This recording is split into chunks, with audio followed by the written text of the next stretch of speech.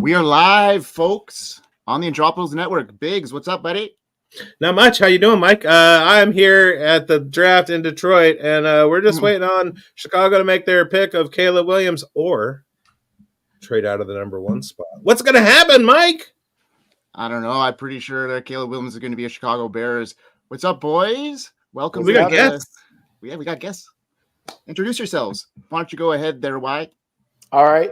First of all, Biggs, I love the Daily Show type of correspondence we got going on. I'm expecting big things, a lot of comedy out of you. Okay. Visalis with the Undroppables, repping my Eagles. Excited to, during the season, I do Aloha Fridays where we use kind of some Hawaiian culture to talk about some fantasy football things that I find interesting. And this offseason, we're going to be doing the Fantasy 50, counting down the top 50 players from the past season as we get ready for the new season. So excited about that. That's awesome. That's awesome. We got another Undroppable with us. Joe, tell us about yourself. Hey, how's it going? Joe Kuvatakis, a.k.a. Dynasty Joe, Raiders fan who's ready to be heard again tonight. Very excited. We're doing a lot of awesome things at the Undroppables. I just put out part 4 of my series, Processing the Process. We're almost done with the process. Tonight is the beginning of the end. And after draft weekend, I'll be releasing the last piece, which takes into account landing spot for these rookies. So we've been following kind of all the way through from the Senior Bowl to the Combine to Pro Days to a little bit of side studies on these speedy wide receivers. And next we're going to take landing spot into account. And, then we'll be ready for more offseason best ball, dynasty, and redraft content. Yeah. A lot of work has gone into this draft from the Undroppables. Like we've been grinding pretty hard, like as far as all the platforms with us, like the Uncovered series. We've got, the Unscore. We've got the Undrafted. There's a lot going on here and a lot more on the mend. So the draft is about to start here, and we've got quite a bit of action happening. Chicago Bears on the clock right away. I just want to point out for the record the representation of Raider Nation in the house tonight. We got Raider Damas from the Uncovered, Raiders Untitled, my co-host over at that show, and Dynasty Joe. He's been on the program before. You're outnumbered, Mike. Get him! I gotta ask this for all the Raiders contingency. I saw a lot of things about possibly Michael Penix with that first round pick. How would you all feel about bringing that guy in to run the show in Las Vegas?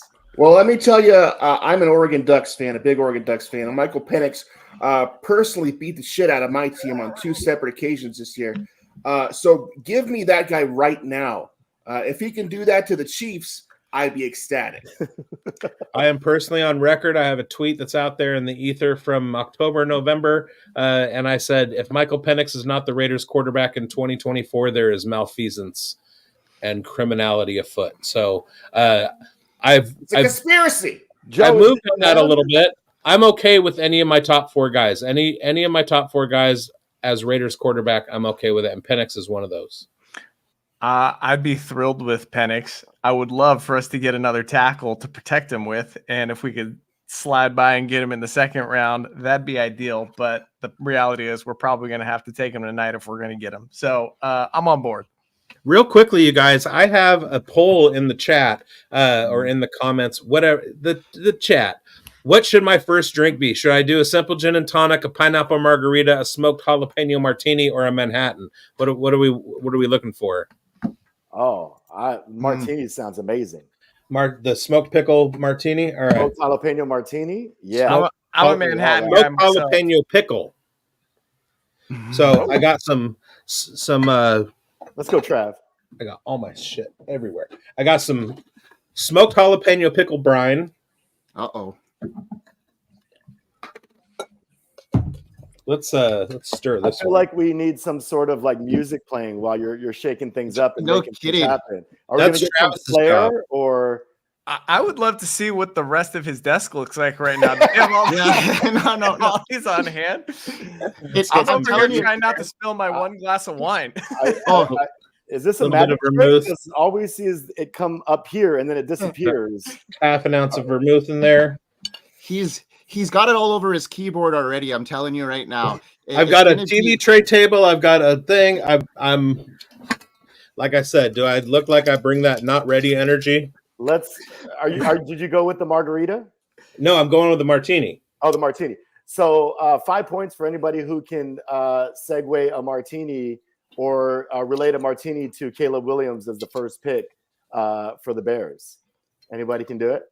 Well, I think people who drink martinis are weird, and I think Caleb Williams is weird too. You've never had a good one.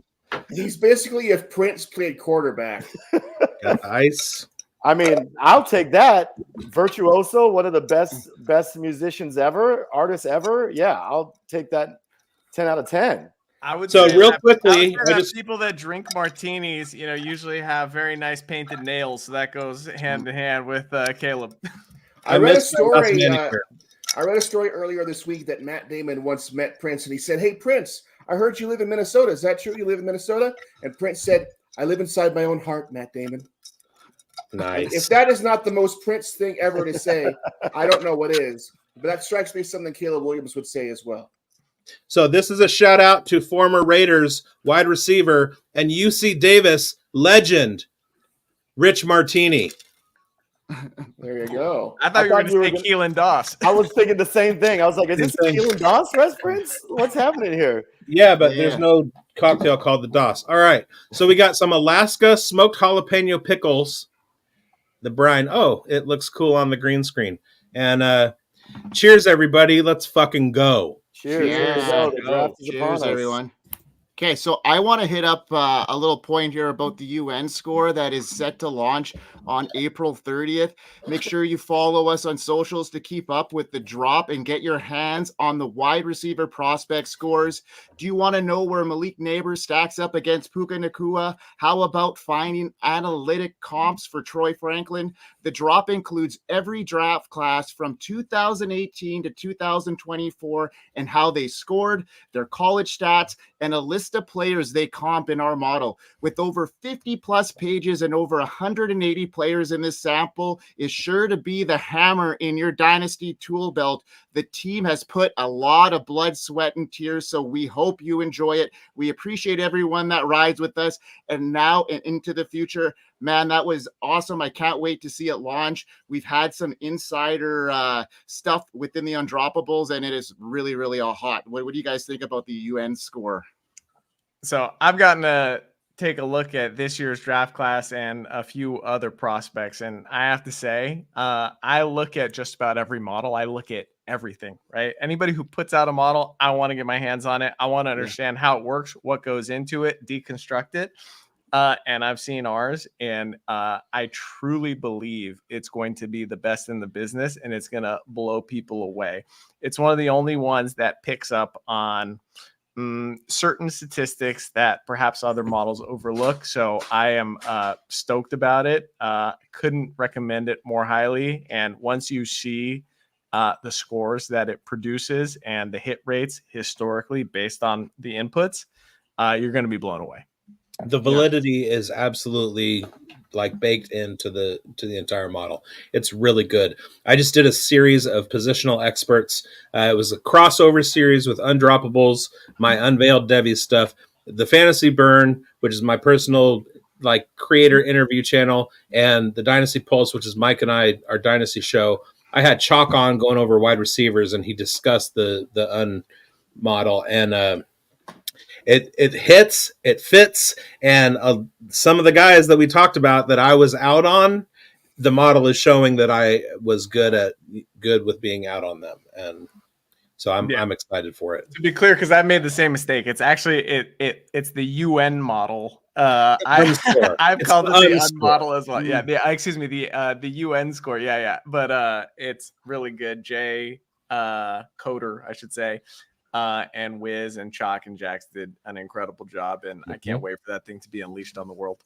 Listen, Oh, God. I'm a little biased, but Yeah. what the Undroppables are doing day in and day out is incredible. Like the content, just you get everything you need, whatever you're looking for, whatever your vice is. It's amazing. It's been awesome to be a part of this team, and all the content and all the different varieties of different information you're getting.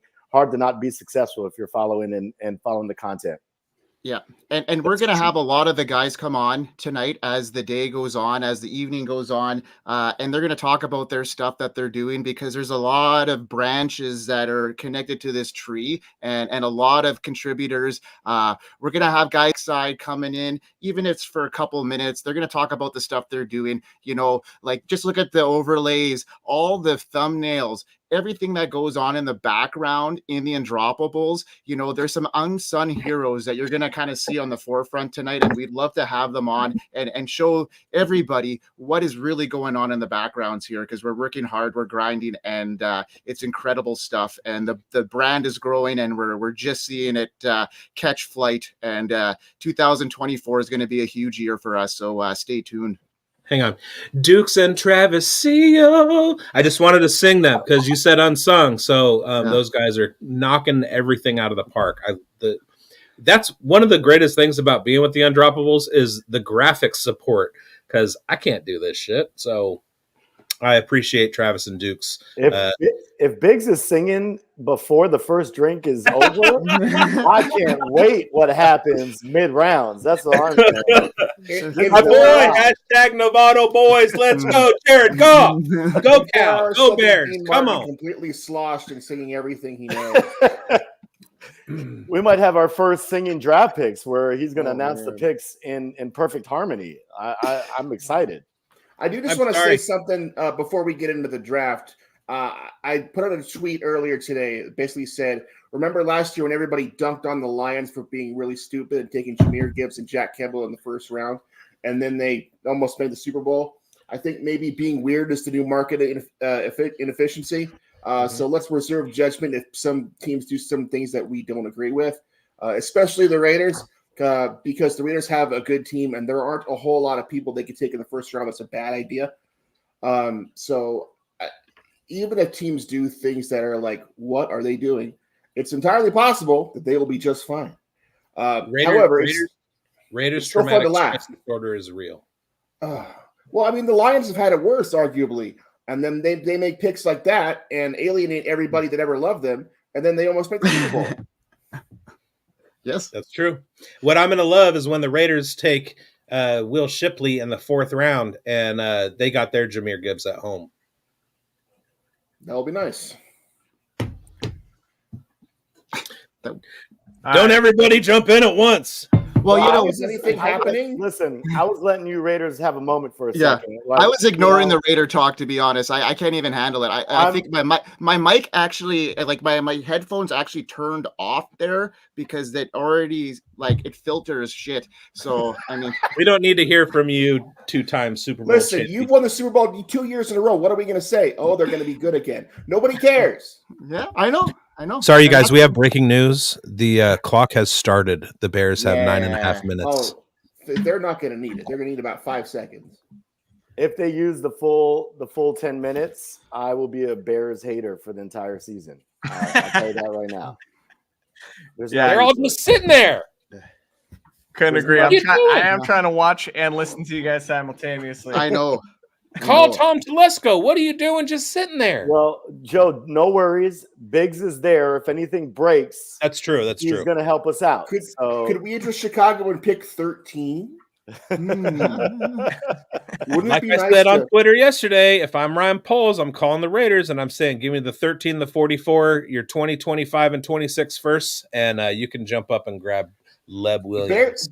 The Bears have never made the first pick in the draft of the Super Bowl era. Wouldn't they like that streak to continue? Yeah. They've also never had a quarterback throw for more than, 29 touchdowns and 4,000 yards? Yeah. I think they'd probably like that streak to end. Jordan Love. They need somebody better than Jay Cutler, their all-time leading passer. Jordan Love with his first full season better than any Bears quarterback ever. I think like number 2 on their list is like Jim Harbaugh or something, who is, on his second NFL team after being at Michigan for nearly a decade. I mean, bringing the up best Jim quarterback Harbaugh, ever is Sid Luckman, who somehow didn't go fight Hitler and managed to put up a bunch of yards against plumbers when everybody else was flying planes with Ted Williams. Who's number 1 quarterbacks for you for the Bears? Oh, Jay Jim Cutler McMahon. is also leading passer. I was going to say, Biggs, for the older generation, Jim McMahon is head and shoulders above everybody else. That guy was a legend. He won a Super Bowl. Yeah. That's what matters, right? Anybody that wears a headband with the name of the commissioner written on it in Sharpie is a legend in my book. Mm-hmm. Mm-hmm. I'm here for it. We've reached the Generation X portion of the show. We'll head back into this century following these important messages. I was gonna say the Rex Grossman disrespect has gone too far, guys. Can you believe Jane's Addiction and Sinead O'Connor and A Tribe Called Quest got shunned by the Hall of Fame? Come on. Gen X. I don't understand how Mary J. Blige is going to be in the Rock and Roll Hall of Fame and Iron Maiden is not. Give me a break, man. Right. No, it's fine with R&B people. It's fine with, I'm not going to quibble, like change the name from the Rock and Roll Hall of Fame to the Music Hall of Fame or the pop music, whatever you need to do, you can include those people. Dolly Parton got in last year and she absolutely killed it on stage, which was fun to see. But I mean, Jane's Addiction they were Nirvana before Nirvana was Nirvana. You wanted an industry altering band. It was Jane's Addiction. Jax has Jane's Addiction in his intro on his podcast. Come on. They need to be in the Hall of Fame. I love where this is headed. We started with Prince. Now we're here. I can't wait we got a musical rendition. Also, I can't wait to see where this goes going forward. Did I miss? What? No, go ahead. My question is, like, everyone seems to think we've got Williams, and then everyone thinks Daniels. Does the excitement start with number 3? Do we think New England goes with May, or do they move back? Is that where the excitement starts? I think the excitement starts with 4. Okay. I think the excitement starts at 5, to be honest. I think it starts with the Chargers. I think Marvin Harrison is a no-brainer for the Cardinals, to be honest, but we'll see what he does there at 4, because I think he's a last-minute kind of guy. The Patriots, I think, are a lock for May, but that's just my selfish. I think the Giants are going to try to trade up for Drake May, and they may or may not have a good enough package to do so. I do think Drake May is going at 3 regardless. My hot take here is that the Chargers will take J.C. Latham at some point in the top 10. The Chargers don't really need a left tackle. They have Rashawn Slater. They need a right tackle, and Latham seems like a good fit for them. I don't think they're going to go down too far. My answer is actually number 2. I'm not completely convinced that Daniels is going to Washington. We'll see. I think it actually starts at 2, and he's where the sharp money is for sure. He's the odds-on favorite for sure. But I don't know. It's kind of weird how they had a one-on-one meeting with him, then they brought all 3 quarterbacks in. I don't know. I'm getting weird vibes. I will say this, because I see we have a guest joining us. Kyle's in the house. I took Lathan, first O-lineman off the board at plus 175. So hearing you guys talk about Lathan might go ahead of Joe Alt, I already feel confident going into maybe pick 5 of the Chargers. Okay, Kyle's in the house. Kyle, tell us where you are from, what you up to, and where people can find all your stuff, my friend.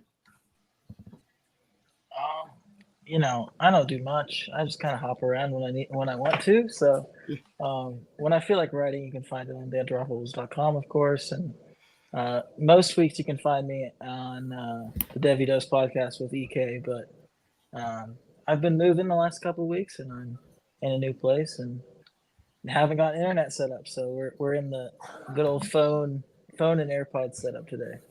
Well, congrats on the. We got breaking news and welcome. The pick is in. The pick is in. I repeat, the pick is in. You look great vertical, Kyle. You look great vertical. That's all I want to say. Looking very slim. Who's the pick, Biggs? Who's the pick? I don't know. I just saw that the pick is in. We have some chat action. James Taylor, longtime rock and roller. Grindberg in the house, he says. So thanks, James Taylor. Love you, I didn't James know that Taylor. you knew him. He's coming to the Hollywood Bowl this summer. I can't wait to see him. Yeah, man. He's still alive? I mean, he's in our chat. Of course he's alive. What do you mean? Oh, that's true. Yeah. He probably gets those jokes all the time if his name is really James Taylor. I apologize, James Taylor. That's got to be tough on you. I should probably cover up the mic when I'm chomping on vegetables. No, it's did I miss the Prince Rogers Nelson trivia? Were we talking about Prince? Roger has come to the stand, FYI. I was talking about Prince, yeah. The Prince of quarterbacks just got drafted. So Here we go. We got to pick the Bears selection. Roger Goodell is at the podium. Is he being booed, Biggs? I don't know. I have the sound off. Caleb Williams is the pick. Caleb Williams is the pick. Caleb Williams, number one off the board. You're a good 5 seconds behind me. Unfortunately, now we're getting more people on. Here I come. Anthony Richardson cannot be drafted 2 years in a row. Dukes, what up? Dukes, this is a man we got to get in here. Dukes, hello. Tell everybody what you do for the Undroppables, because you're a huge member and you do a lot of the stuff behind the scenes. And he was one of the guys we were mentioning. You have a huge member, Duke. That's what I'm talking about. Is huge. I hear reverb right now. That's because you're a huge member. Uh-oh. Whoa. All right, dealer's choice this time. We're going gin and tonic. Listen, I gotta say, I'm a little disappointed in Caleb Williams' fit. It doesn't really. It's too bland. There's not enough pop. Maybe if I got a closer look, looks like there's some zippers in there. I expected more from Caleb Williams coming from USC. Fashion capital. He looks like he's wearing a wrap dress. Yeah, I'm not understanding, but I guess that goes to the Prince motif. You know, Prince wore what he wanted. Caleb Williams. Spoiled children. I think we're already being way too hard on Caleb Williams. It looks nice and fitted. I think he looks great. Come on, give the guy a break. Listen, usually there's some things on the inseams. There's things happening inside. You know, it's nice. You're the number one pick. I expect something a little more poppy, but that's just me. I'm just a guy wearing a 90s retro Eagle starter jacket. Pay no mind. Yeah. Just, anyways, guys, I just hopped on here to say that Kyle, the Titans are going to take the wrong guy. Actually, they're going to take the right guy and then completely shit on him and trade for people who are better. That's fine. Yeah, I'm okay with that too. But yeah, I was going to wait to hop on until the Colts got on. But once I saw Kyle hopped on here, I just wanted to make fun of the Titans as much as I could. We can be quiet if you guys want to go at it for a little bit. You know, Colts Titans rivalry. You guys have at it. Hey, let's lean into Will Levis. That sounds like a great idea. When is the last time y'all beat us? Like 2019 or something. That's awesome. All right, everybody else quiet. Let them cook. Dukes is looking up stats right now. Let him be. He's looking up stats. Are we talking about last year? I'm still excited about both of those teams, to be completely honest. I think the AFC South is going to be low-key the best division in football this year. And it is an interesting division for sure. I mean, talk about signs of the apocalypse. AFC South. Come on now. Who would have thunk it? But it is. All right, folks. I got a young up-and-comer here that is going to join the stage. He is a member of the Uncovered series, and he is the Commanders anchor for us. And I'm just going to introduce Debo or Dante to the stage here. You can say hi to everybody, Dante. What's up, Dante? What's up, Dante? Fellas? Welcome. You guys hear me? Howdy.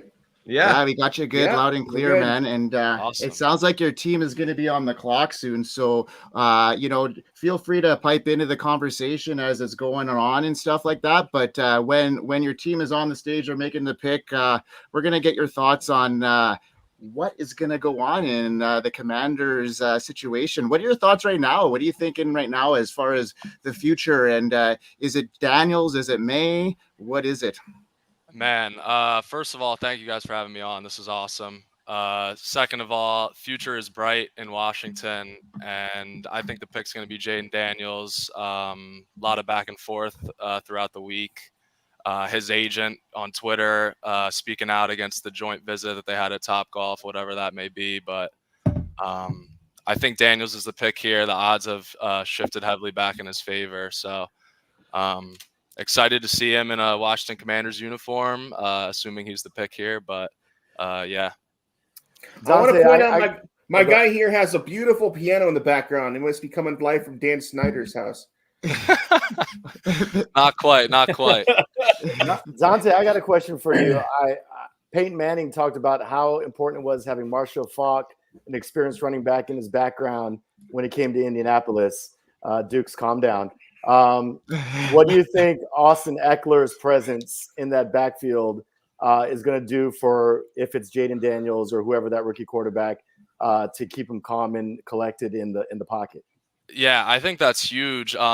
Just based on passing game standpoint, being such a great receiver out of the backfield, being a safety blanket for whoever the rookie is going to be at QB1, and especially in pass pro as well. Austin Eckler can do a lot of great things.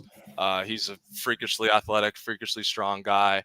Even if he's not out running routes in the concept, he is able to, protect the quarterback in that way. So I think it's great. And not even just having him, Brian Robinson as well, having that 1-2 punch is huge for a rookie quarterback. Daniels is going to the Commanders, so you have broken my heart. But enjoy Jaden Daniels in Washington because he is going there. Awesome. I'm excited. Dante, I wanted to ask how scared are you that Daniels is RG3 too? Oh,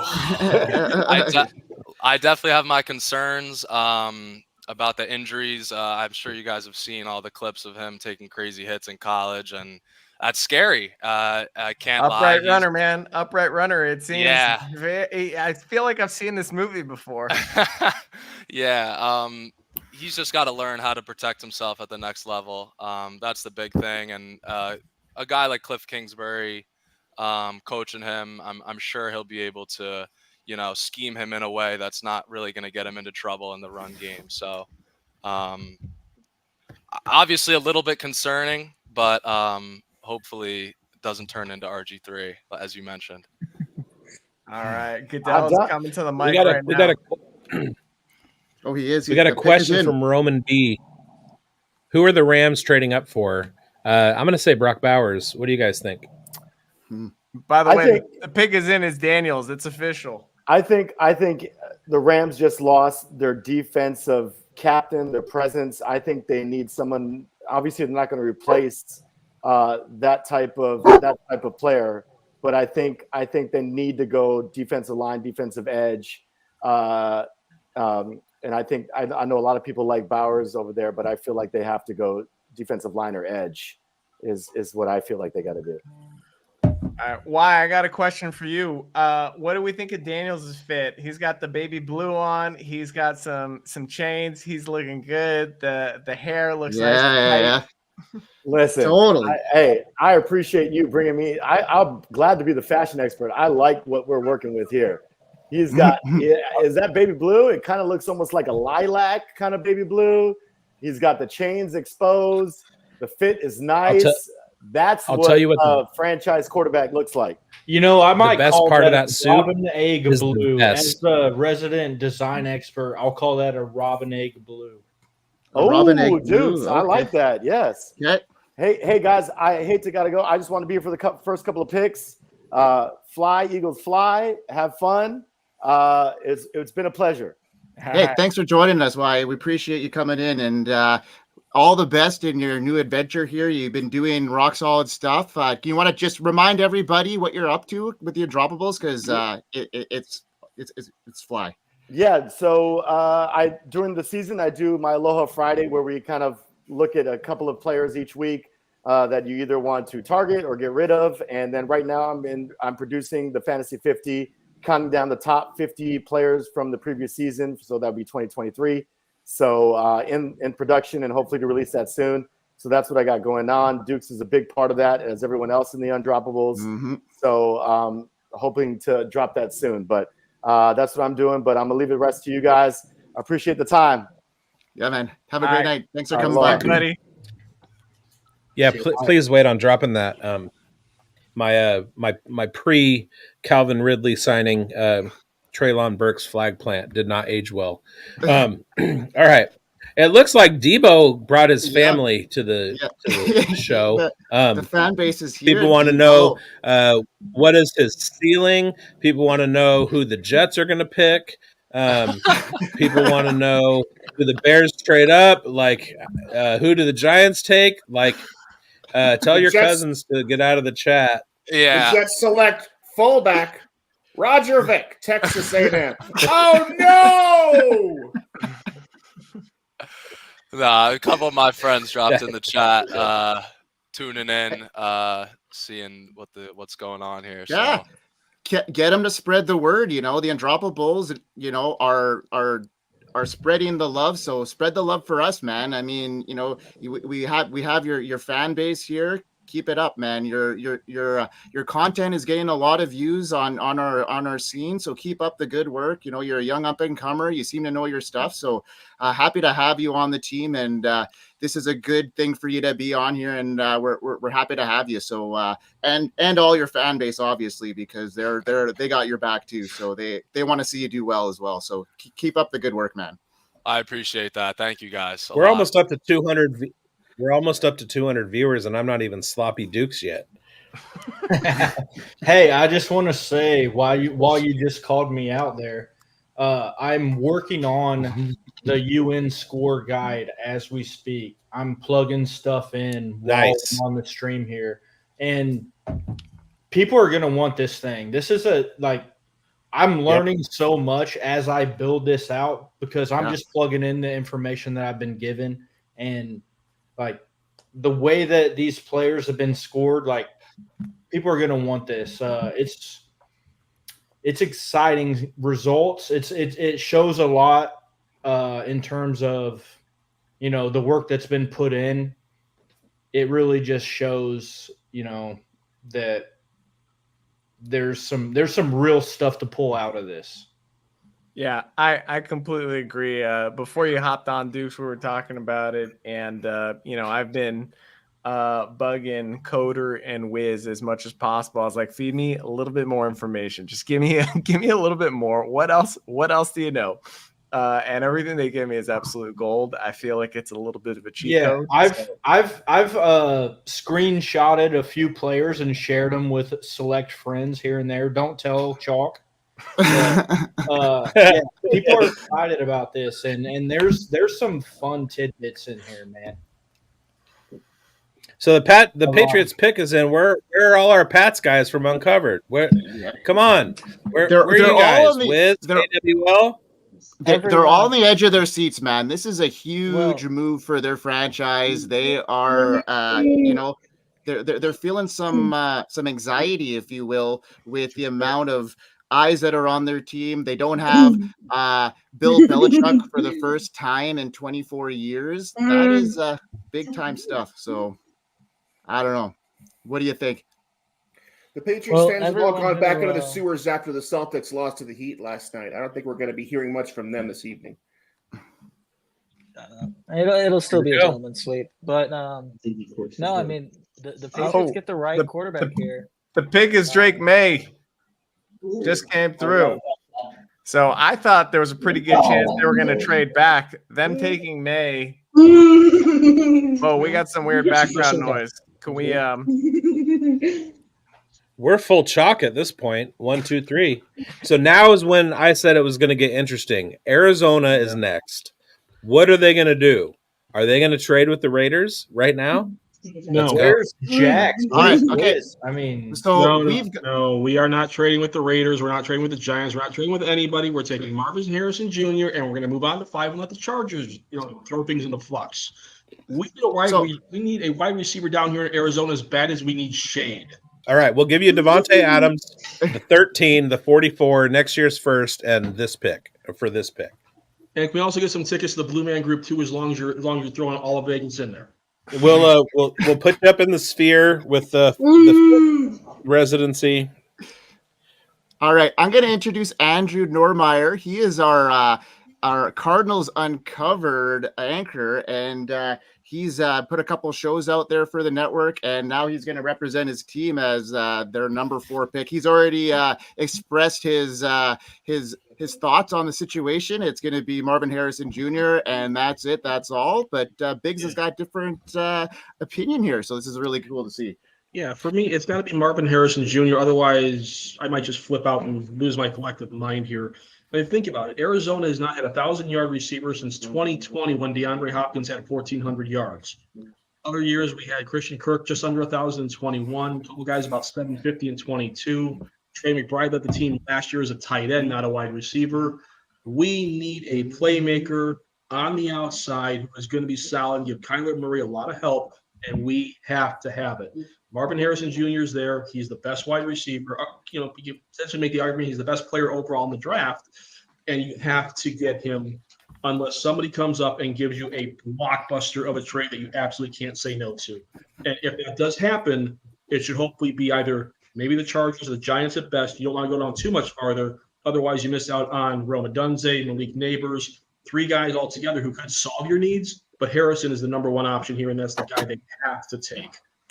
Yeah, well, I agree with you, Andrew. And, the other thing I would say is it would be such an interesting addition to the team because Marvin Harrison is going to be such a great man beater. And then they got Trey McBride, which is going to be such a great zone beater.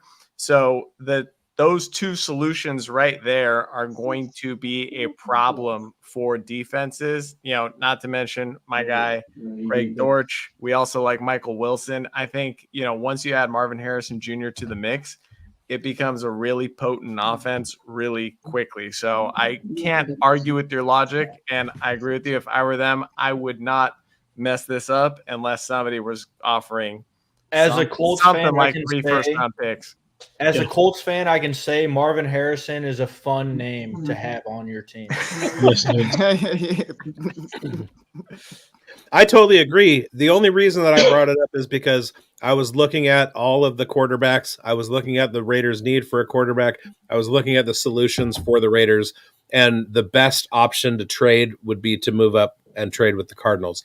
If it doesn't happen for the Raiders at 4, it's probably not going to happen at all, and they're going to wait on probably overdrafting Penix at 13. Yeah, because you're certainly not going to get a trade with the Chargers at 5, not with your division rivals. Maybe the Chiefs at 6 if you're lucky, but the Giants want a quarterback too, and JJ McCarthy should still be there. I mean, it doesn't make it. The only thing that made sense in looking at the landscape was making a deal with the Cardinals. So yeah, Jones is still there, so We should also point out that the Cardinals traded back last year and then traded back up. And I've been thinking that that's a possibility this entire time because, outside X wide receiver is sort of what they're looking for. There are other options on the table that are pretty darn good. So if they can acquire an extra draft pick and then move back up, that would be potentially dice worth rolling. But that is true because last year they did have the 3rd overall pick traded to Houston. Houston went 2-3 in the draft. We got C.J. Stroud and Will Anderson, and that worked out pretty well to the point where it wound up tanking the other first-round pick the Cardinals have all the way down to 27th because Houston had success, and the Jaguars basically took a giant nap in the last month of the season, giving Houston the division, and then of course that just devalued the pick further and further and further. But yeah, the other thing to keep in mind here about the Cardinals last year. They were 4th in the league in rushing. And James Conner had his first 1,000-yard rushing season last year, too. So there's actually a decent amount of ground game out here in Arizona that they can rely on. But having a more balanced attack and having that stud wide receiver is an absolute must unless Monty Ossenfort is going to become Monty Hall and play let's make a deal throughout the entire NFL draft. Yeah, if we want to project forward at all, I would actually love to see the Chargers go get Audric Estime on day 2, like in round 3. Oh God, that would be great. Oh, Cardinals are on the clock. Or if there you go. It's Marvin Harrison. They made the pick. There you go. They're on the clock. Or is the pick in? We have breaking news from the NFL draft. The Arizona Cardinals have used their 4th pick to select Marvin Harrison Jr. of Ohio State University. Stay tuned to Player Profiler News for more breaking news for the 2024 NFL Draft. Well, the last time the Cardinals Biggs, you got to go on mute next time, huh? No. Thank goodness. It fills me. We had to have it, and I'm glad we got it. And now the question is, do the Cardinals do something with 27? And keep in mind, they have a second. And they still have 3/3 as well. 6 of the first 90 picks. This is only the first one of what's going to be a very busy today and tomorrow for this team. So this is a fantasy football podcast network, right? So I was just going to say, you just mentioned the Cardinals having the 4th best rushing attack last year. Go trade for James Conner if you're win now in Dynasty. Yeah. Well, they could be bringing in somebody in the draft. Maybe wait until after the draft, but I have a feeling they're going to be James Conner. I mean, the backups there of like Emery DeMarcado, Marlon Mack, they don't really strike fear into anybody. So, yeah, James Conner is going to be the workhorse. This is last year under contract, so he could extra motivated or extra used. You never know. But yeah, James Conner has been one of those guys that the last couple of years has been sneaky good. And he also does a decent job in the passing game too.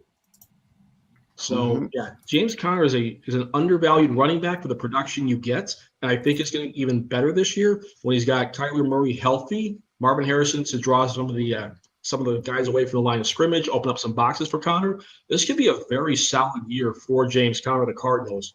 And Arizona finally has more of a balanced offense between a decent running back, a good tight end. Now it's a wide receiver. There's some balance here for the first time in several years, and I hope this team takes advantage of it. And you know what? Our boy Travis Seal, and he's been a truther of this guy ever since he's been, taken by the Cardinals in the last little while, is Michael Carter. So T. Seal is a Michael Carter truther. What do you think about that, Andrew? Is Michael Carter going to be a guy that they're going to rely on in that third down complementary role, or can you see him adding more than just that to the Cardinals offense? I could see him adding a little bit more of that. I mean, yeah, Carter's a third down change of pace, like a breather for James Conner isn't a bad thing, but I don't really see him contributing that much. Especially too, I mean, there's still some other running backs that are out there that are available. I mean, we saw a lot of them change addresses. And I mean, one name that you could probably get for cheap, and the Cardinals have been known to do this before, is they find aging running backs and put them on their roster. They did it with Emmitt Smith at the end of his career. They did it with Adrian Peterson, if you saw my show this week, 10 years after he started. Another guy out there who's got, I think, some pretty decent talent, not a lot of mileage on him the last couple of years, could be available cheap. Dalvin Cook. I know it sounds weird, but remember 2 years ago, Cook was running 350 carries, for Minnesota. I'm saying 350 touches. The guy can get the job done, and he's probably going to come cheap and wouldn't be a bad backup plan in case something happened with Conner. Because remember, Conner missed 4 games last year with a hamstring injury. So, there's still plenty of moving parts, but that would be a guy who I wouldn't mind taking a little kick of the tires on him and see, does he still have it? Because he did not get used a whole lot last year with the Jets or in Baltimore. I just took Michael Carter in a dispersal draft, so I hope that he can do some things. I'm still sticking with Estime. I think that the Cardinals is the perfect landing spot for him. If they take him in round 3 or 4, it's the perfect succession plan to Conner. It's nice having a nice big bruiser to go along with your undersized quarterback and mobile quarterback, and I think he will open lanes up for Estime to go punish the defense. Oh yeah, with the way the Cardinals' offensive line is looking these days, I think there could be a lot of holes even a little guy like me could run through. The last time the Cardinals had a wide receiver of the elite talent level of Marvin Harrison Jr. was when they had, of course, the great Larry Fitzgerald, who led the Cardinals to their only Super Bowl appearance in the history of the franchise. if Harrison were to lead the Cardinals to an actual Super Bowl win, it would be the franchise's first league championship since, I believe, 1947. Much like the Jets, the man did not walk on the moon the last time they won a league title. It will be the Cardinals' third league championship. I believe they won in 1928 as well. So it's been a while since Cardinals fans had any success to speak of. And those are the Chicago Cardinals who won those two titles. So there'll be some cause for celebration in Arizona if anything good were to happen. Yeah, it would be a great thing to happen because we're always title starved down here in the desert. We have a lot of teams that get to the finals and just fall flat. The Diamondbacks last year, the Suns a couple years ago, the lesser minor teams down here. You beat the Yankees that one time, which was nice. Yeah, that was the only one we've got. That's the only title we've had a major sports team, although we lost one of those major sports teams last week too. The Coyotes weren't that great, but they're out of the picture now.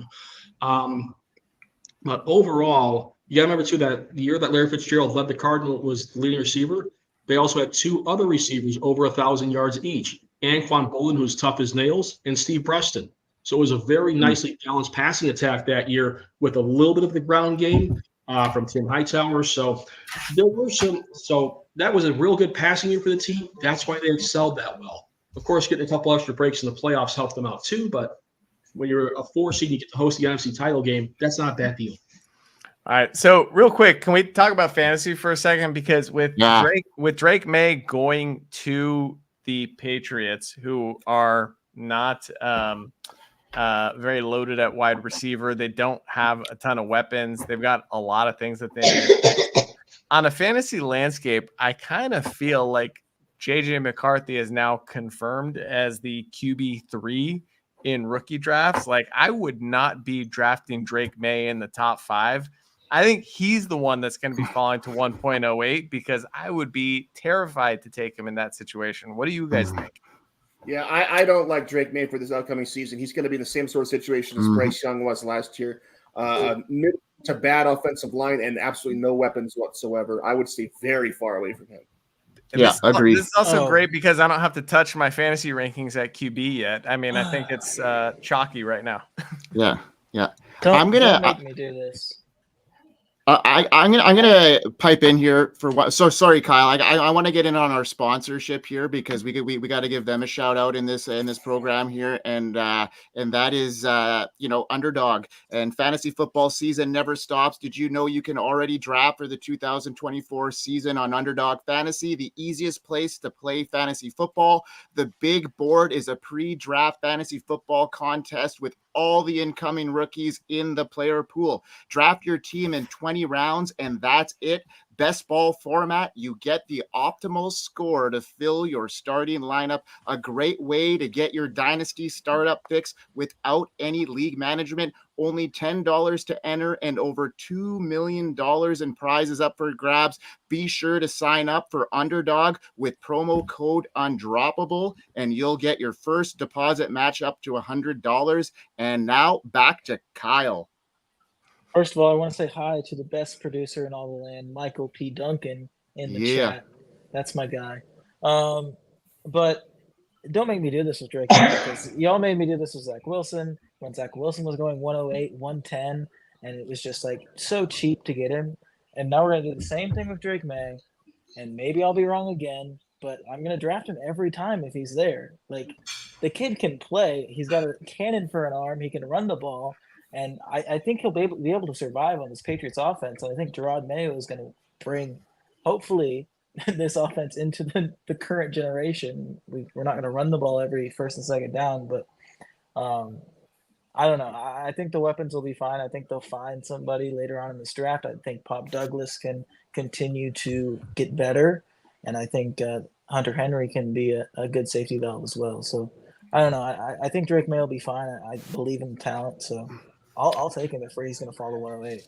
I'll follow Kyle Chargers are into the dark. I like Drake May. Oh, Chargers took Alt. Chargers took Joe Alt. Thanks, you're muted. Joe, let's run the damn ball. That's the first surprise of the draft. I thought the the Chargers speech to nobody. We can't hear him. I thought the Chargers were going to trade out of this pick. They could have gotten a tackle a little bit later. See, you told me to do my videos for Player Profiler with the mute on, and I did, and then I started talking and nobody could hear me. Okay, Hunter Henry is absolutely a weapon in New England. Andrew Cooper loves him, but Demario Douglas, he shares the same, and here's a breaking UN score, same UN score as A.D. Mitchell. So for him to be leading the wide receiver core is basically like saying you want A.D. Mitchell to lead your wide receiver core. In redraft, I'm taking JJ McCarthy. In Dynasty, I'm taking Drake May. That's a fair I don't take. think he's gonna. That's a I fair don't think he's take. gonna need to be the leading wide receiver. There's still time to add somebody, whether it be the second round or Sure. trade or whatever. But No. think I he's a love good Demario I think he's a good Douglas. secondary option. And I love Demario Douglas. I have so many Demario Douglas shares. It's stupid. We took him in the Omega draft, the Undroppables Omega draft. I love him. But when I was talking to Chalk about A.D. Mitchell, and he went back and he was like reading some of the similarity scores, and when he said Demario Douglas, I went, "Oh no, that's not good." Yeah, I was gonna say you might be deceiving some people with this A.D. Mitchell comp because the NFL Draft Industrial Complex has him as like a mid-first round pick, and right. We at the Undroppables all are a little sharper than that and realize that he's a very, very flawed prospect who's probably getting overdrafted. So the Mike and I did a mock, not a compliment, and he went 201. Yeah, it is strictly. the Giants you guys are up. want to know Demario Douglas's UN score comps? I would love to. I've got it up on my screen because I'm working on it. So, are you authorized for this content? I don't care. I'm gonna spread this. Let's go. The comps don't matter. With the Just 'cause you dunk. have the same stats. It's Malachi Corley, John Hightower, Jalen Hyatt, A.T. Perry, Isaiah Williams, Kyle Phillips, Parker Washington, Gabe Davis. Yeah. It's not great. And A.D. Mitchell's right there too. Yep. Yeah, I mean, but it's purely a statistical comp. It's not a stylistic comp. I mean, I think No, definitely Douglas is just a good wide receiver 2-3 type guy. Yeah. The Giants are taking Malik Neighbors at 6. As they should. I mean, they rolled the dice on Hyatt last year, and that clearly hasn't seemed to Who work the out so fuck is far. going to throw the ball to him? Wait, Times, of course. Vanilla Vic himself. Wait, is that official? Did the Giants make that pick, or is that just reported? It's on Twitter. That's been accurate so far. Albert Beer posted it. So I actually if Albert Beer says it, I believe it. Yeah, I actually love that pick for the Giants because they've got other things they need to worry about. If they draft quarterback right now, who are they throwing to? So why set that future quarterback up for failure, with, again, very limited passing options? I'd prefer they get their alpha wide receiver first. And honestly, I think that Malik Neighbors is going to be good wherever he goes because, you hear Chalk and the rest of the team talk about him as kind of the queen chess piece where he can play outside, he can play inside. You can use him on screens. You can use him over the middle. You can send him deep. He's a yak monster.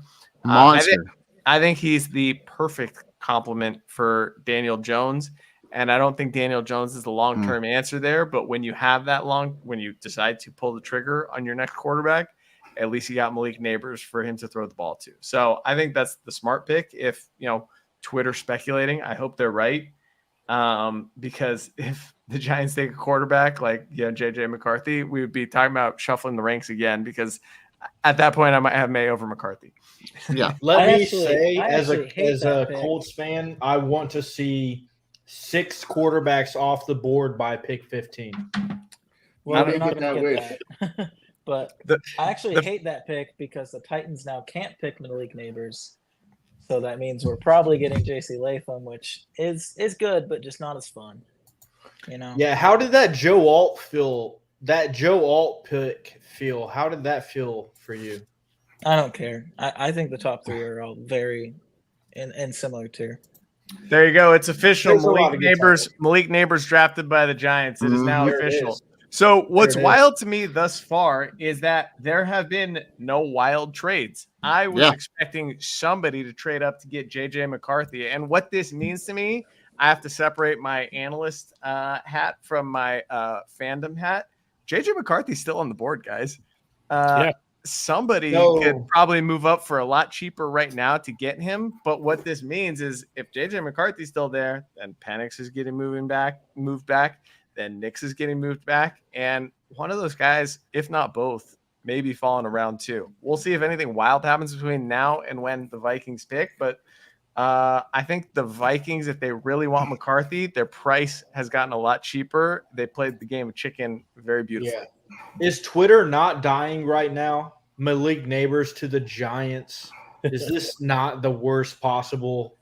Well, it's been telecasted for a long time, and I honestly think that if there's any wide receiver that's going to succeed there in this first year, it's going to be Malik Neighbors because he's so versatile and his yak yards, they're going to use him. With Darren Waller retiring, He's going to get this targets. guy is going to see. He's going to see 175 targets his rookie season. He could actually see that many, and he could just be a target monster. He's going to get those yak yards. He's going to be utilized all over the field. I just think Malik Neighbors there is going to be a very, very good play. I like his upside there for sure. Yeah, so like there's kind of two ways to go about it. If you're an elite receiver, you either get heavily targeted to the extent that it breaks fantasy, or you're in an offense that you don't need that many targets and you just kind of produce with a normal amount, right? Yeah, with efficiency. Yeah.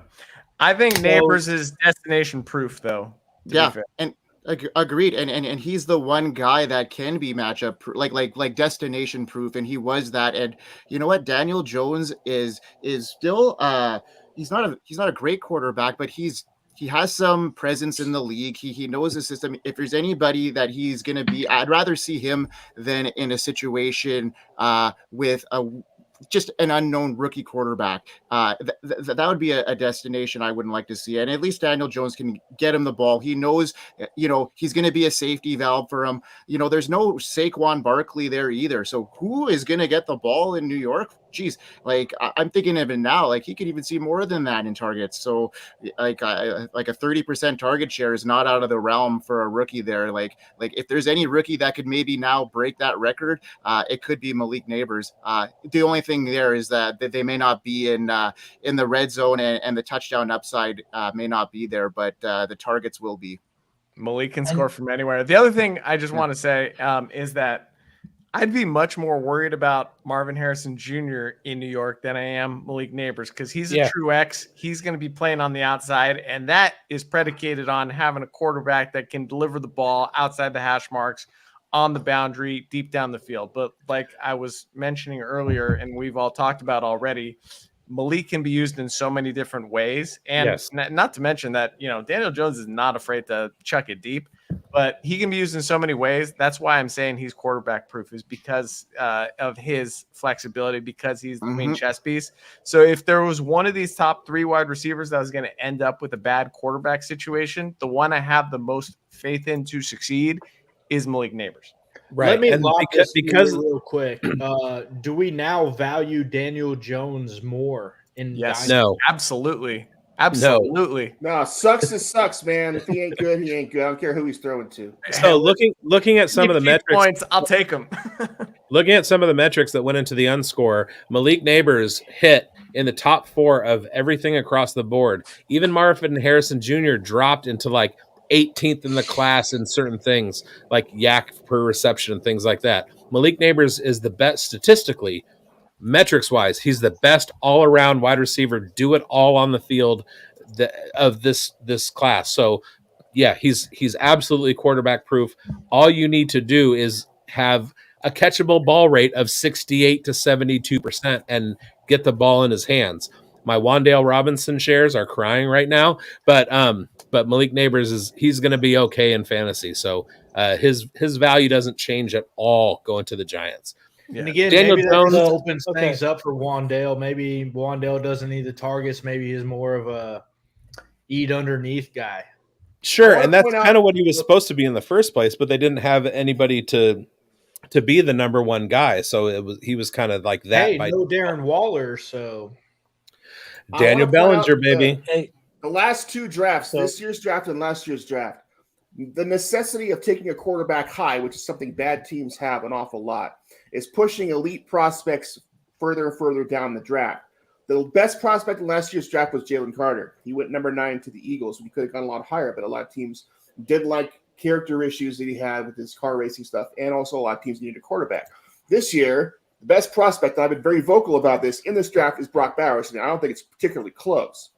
And he's going to go God knows when, because there's going to be a whole bunch of quarterbacks taken in the top 15 when Brock Bowers should have been taken already. He's going right now to Tennessee. Oh, God bless him. Don't do that. I want him to fall to the Colts in the worst way. But before we get there, I want to say having Hyatt in New York, I think is going to be huge. I think he can play that Brian Thomas Jr. role, really stretch the field, open up the underneath, bring a safety with him, and open up the underneath for Neighbors. And I think that's going to be a really great duo there, and Wando underneath as well. But the Titans pick is in. They pick J.C. Latham. There it is. If you're gonna roll out Will Levis, you got to protect him. So, so Brock Bowers to the Jets then? Now Latham. Oh, yep. Bowers is not getting past the Jets. No, well, the Jets got a real gem then, just sitting there and waiting. The good teams can sit there. Not that the Jets are a great team, but if you sit there and wait in a draft like this, and there's a lot of desperate teams trying to, take their quarterback of the future, and you don't need one because 87-year-old Aaron Rodgers is there for you at Saban Collar, then you can get somebody really, really good. And good on the Jets for waiting this one out. I got to say this. I've said it before, but I need to say it again. Brock Bowers ate my pizza. I made pizza. Brock Bowers ate it. I need to snatch that as often as I can, because I am the reason Brock Bowers is good, because when he was in high school, he ate pizza that I made. So where was this? I got to hear more. You can't just leave us with I that. thought that you had was this some your sort of like your pizza joint hypothetical like fantasy analogy behind that story, but now I think that you mean that's a real story. No, Brock Bowers went to Napa High School, and I managed a pizza restaurant that was catty corner from Napa High School, and we fed the Vintage High School, we fed Napa High School. For their football events, we would make like 250, 300 pizzas and feed all their cheerleaders and football players and fans and all that stuff. And the Bowers family would come into the store, get pizza and stuff like that. So, yeah, he definitely ate pizza that I made, and that's probably the reason that Georgia recruited him, and he became who he is, because carbs. Is that an input in the unscore? Dukes, can you take a look at it? Well, if that was the case, Keelan Doss would smash too. So, yeah, there's a category that says "Do the dogs eat?" and we measure it that way. Oh, that's good. Okay, how do we know that they picked Latham already? Because I'm still like Roger Goodell walking to the podium. Because they're on Twitter and they've got the ins. Oh, got it. Yeah, we're insiders. It's just Ari. Yeah. Twitter knows things before TV does. Yeah, Ari tweets it like 3 minutes before. I've played that game before where I was following Raiders beat, and he was in the Raiders war room, and I was announcing draft picks at Silver and Black Pride, and everybody was going, "How do you know this?" And I was like, "I got a guy inside." Please take offensive tackles, take quarterbacks, push the rest down. Oh my God, they took J.C. Latham? Who knew? I would love for the Colts to get the top corner on the board. That would be amazing. Well, there are a number of really good ones, so if you want one, they're there. Right, I think I like Quinyon Mitchell. He's my probably favorite. The best one, yeah. I was gonna say, gang, this would be tied for the lowest we've ever, or I should say, the furthest into the draft we've ever gone where a defensive player has not been selected yet. Right. If Atlanta trades defense, so this is working out great for us right now. Yeah. So if Atlanta trades out of this pick, say for someone who really wants JJ McCarthy, then we will have a new record and a sort of a new paradigm. Not that we didn't know the shift was happening already, but it's just interesting that, the priorities in the NFL are clearly on receivers, quarterbacks, and tackles. That's all we've had so far. The Vikings are almost certainly taking J.J. McCarthy The Broncos also need a quarterback. If they take Bo Nix, I'm going to become My Little Pony Friendship is Magic podcaster and give up football forever. So this may be the last you see of me, Biggs. I'm terribly sorry about that. Oh no! Can I ruin it? I don't like that. I just saw the pick. Can I ruin it? Go ahead. It's Michael Penix. That's what we're here. Oh no! Yes. That's so great. Let's go. Let's get okay. All we need to do now is jump above Denver. That's it. Wait. What? What just happened? The What are we talking Falcons? about? just took Michael Penix. No way. Yeah. What about Court Cousins? This is shattering. Wow. That's Huge amazing. news. What the hell? It honestly No one doesn't predicted surprise me this that they went whatsoever. quarterback This is because awesome. Cousins is so Out of old. here. We needed this to happen today. Everything was so in place. Oh my Something God. needed to go down. You Wow. If Is the it Raiders possible get six JJ quarter- McCarthy, I will take my pants off. Absolutely, me too. Is it Let's all possible get that naked 6 quarterbacks from go the before waist the down, Raiders pick? off camera. All right. I don't That's care what's what in it the costs question. now. I don't care. We what it have to costs get now. ahead of Denver. We got to get. We need JJ McCarthy in the worst way. I cannot believe my this guy's God. still on the board. And I watched a lot of Michigan last year, guys, and I can tell you firsthand, JJ is good. He's legit. Yeah, he's probably if we're talking about floor and safety, he's my number 2 quarterback in this class. I know for fantasy we care more about ceiling, but JJ is legit good. 63-3 in the last like 10 years. He's ridiculous. His velocity was second only to fucking Milton. Yeah. So let's take away the fact that the Falcons probably shouldn't have taken quarterback, probably should have traded or something.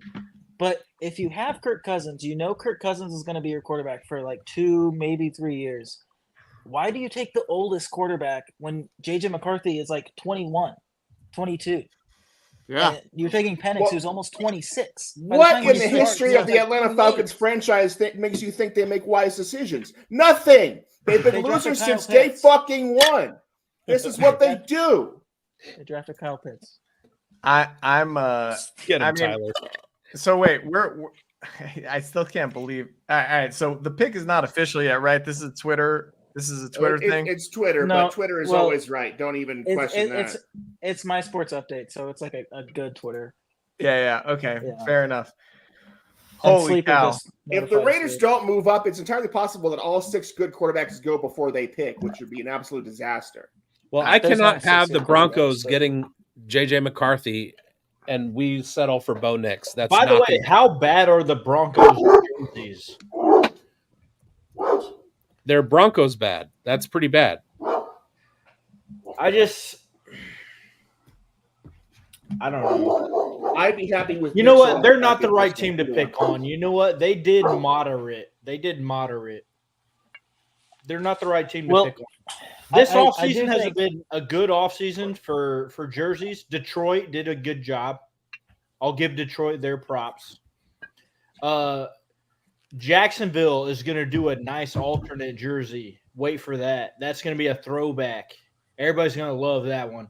But what Houston did with like the H, kind of like a script H. So I don't know. Like I like the Houston jerseys. I know why they did it. It's just I don't know. Okay, so Cousins has a 4-year contract, $100 million guaranteed. That means if they're going to play him for that whole contract, they're going to have to choose the 5th-year option on Michael Penix to have him the year after Cousins is done. They have a 2-year out, right? It just makes no sense. If anybody's trading up for JJ McCarthy, it's going to be this pick. The Bears are a prime trade back candidate in this position. Already have drafted Caleb Williams. The Raiders absolutely have to trade up into this spot. They have to. Lost. You know what that is? The Vikings and Broncos franchise both need a quarterback. panicked. Atlanta panicked, and they said, let's trade for one and let's draft one. Okay, so I'm going to just shout out the 206 viewers live on YouTube right now because that's the highest we've been right now, 207. We're only getting higher, if you know what I mean, folks, because I'm up here in Canada and that shit is legal all over the place here. And yeah, let's get it. I'll take another. Joe, you're on mute. You're on mute, Joe. I'll take another one of these edibles, boys. I like the fact that Penix is going to get a couple of years on the bench behind Cousins. I think that we should see this, frankly, more often in the NFL. Yes. So I actually think that that's a really good thing. And I think that, you know, having Cousins as a mentor for a couple of years is probably good for a guy like Penix. I agree I with am you, just completely shocked that Carry a he's clipboard. still on the board. Yeah. I agree with you, but Penix is going to be 28 in 2 years. Yeah. It's obvious all to right, me Cole. the Atlanta Falcons just don't know what the draft is all about. Because they needed an edge rusher here. They didn't need a quarterback, and they took a quarterback. Hey, let's do this. Let's do the Hendon Hooker thing, but let's do it in the first round. Oh my God. I am just beside myself. The Falcons just ruin everything as usual. This is totally on brand for them. No, Well, this is fantastic for the Raiders. If JJ, like I said, my pants will come off. I'm If we're talking about quarterback age and we were weighing Bo Nix or Michael Penix to the Raiders or whatever, trade for Trey Lance. Come on. So what do The you Bears like? are taking Dunze at number 9. They're not trading. That's not You good. You don't think the Vikings are in the market here for trading up their bigs? You think they're not going to try and get this JJ McCarthy or? I think they're going to get JJ McCarthy. I would rather him go to the Raiders, but yeah. I don't ever get what I want as a Raiders fan. I don't ever get what I want. So I think the Raiders are probably desperately trying to trade up to the 1.10 right now with the Jets. I hope they are. Oh, I hope so too. Yeah. Because if not, I'm buying a Jordan Travis jersey in a couple of days. I mean, that's our best option at this point, unless we'd like trade for some hack who's out there in the NFL already, like Trey Lance. Get Michael Pratt, baby. Are we all wrong about this quarterback? Stick with Aiden O'Connell. I'm fine with that. About JJ? Are we wrong about JJ? No. Yeah, I don't think so. No, JJ's good. I don't have a He's problem young. with that. He can run. He's got a cannon for an arm. He hits every part of the field. When he was at the combine, the coaches were telling him, put the ball here. He was putting the ball there. He had some drops from wide receivers. Those were the fault of the wide receivers. They were rounding off their routes. They weren't there on time. JJ McCarthy was on time. He can do it. He has a small sample size because of the number of reps that he had in college, but what he did well. He hits every window. He's a legitimate quarterback, and he's going to be a stud for a long time. Yeah, I'll go several steps further. The Jets are working on a trade with somebody. Oh, Penix. Yeah, I'll go several steps Minnesota! further. JJ McCarthy can on the run, his mechanics are there. When he's getting hit, his mechanics are there. He can throw off platform, but just like he has underrated athleticism. Jesus. Like it is blowing my mind that he's still. So available. why Penix over the McCarthy? Vikings? Why are they The doing Vikings that? on the clock. traded up with the Jets. The Vikings are on the clock. Oh, there you go. God Traded up damn it. one pick. That They there it traded is. up one pick to block the Raiders. Yep. Just to get their guy here. So the thing about Michael Penix, I don't understand why anybody would take him over JJ McCarthy. He's older and he took longer to develop. JJ McCarthy was doing things at 21 years old that took Michael Penix until he was 23 to be able to do successfully. His footwork wasn't there. He was staring down wide receivers. How about that? Yeah, Rome Doomsday There's to the zero Bears. reason Penix went over JJ. So Rome was working out with these boys. I mean, this offense is about to be like night and day. This is going to be one of the best offenses in the NFL, I'd imagine. If Caleb Williams is anything close to what we're talking about, I mean, he can just be like league average, and this offense is going to be great. It's going to be incredible. I think he's easily a top 10 quarterback this year. Now with Odunze there, you got Keenan Allen, DJ Moore. We have breaking news from the 2024. If you don't take him 101 now, Chicago what Bears are you doing, have right? used their pick with the 9th pick in the draft to select Rome Odunze to pair with their first pick, Caleb Williams, and add to a wide receiver core. I'm just going to mute him because he deserves to be muted at this stage. Absolutely. Yeah, you have to. You have to. Yeah. Come on, man. So, I mean, Rome was working out with these boys already. So, this offense is ready to go, like. Yeah. I think, though, I mean, if the people that are hoping for Rome, if the people are hoping for Rome Odunze to be an immediate benefactor right away and be that number one wide receiver, I think they're a year or two out now still with the progression there with, Keenan Allen and, DJ Moore is now, at the peak of his prime of his career. So I think that Rome Odunze is still going to warrant, good, draft capital when we're talking about rookie drafts and drafting like that. But this year, I think we're going to have to wait and see on him in the future. I love that situation. Now he's paired up with Caleb Williams for a long time. The Bears hit this out of the park, I think, in this draft. They're set up for a long time. So maybe worst case scenario, it's like a Jackson Smith and Jigba rookie season, but best case scenario, he usurps one of these guys year one, and that's possible with his talent. So he can usurp both. Yeah, he's better than JSN straight up. So I think he's going to demand a higher target share straight up. And long term, it's a great play. The question really becomes, let's just say single QB leagues, right? I think Brock Bowers just jumped Rome Odunze in the rankings. I think that's super flex as well. I would now, depending on where Bowers lands, but I would rather have Bowers than Odunze if I'm trying to win this year. In long-term situations, Odunze is a nice situation. I completely agree, but we're creatures of instant gratification, and I guarantee you Bowers is now going to steam up to the 1.3 or the 1.6, 1.5. Depending on QB need in your super flex leagues and in single QB leagues, he's the 1.3 now. Yeah, he's a one injury away though from being a wide receiver 2 immediately. And who's to say Keenan Allen might not come to an injury, or DJ Moore. These guys have had injuries in the past, and that could be right away. I just love the situation there. Yeah, it's definitely a two-way go. The other sort of second wave ramifications here is that DJ Moore is kind of getting his value is kind of imploding right now. I mean, adding Keenan Allen, that's fine, having a nice compliment, but now you got Rome Odunze as well. He's not getting that huge target share again. They have Cole Kmet and they have a rookie quarterback. None of that bodes well for DJ Moore. So the sell high window has closed, and now I still have faith in him as a player and as a fantasy asset, but I'm definitely more concerned. And the issue is the quarterback play got better even if it got younger. So I need to break it here for all of them to eat. I'm doing my Rome Odunze TikTok thing, and the auto captions have Romo Doomsday. Yeah.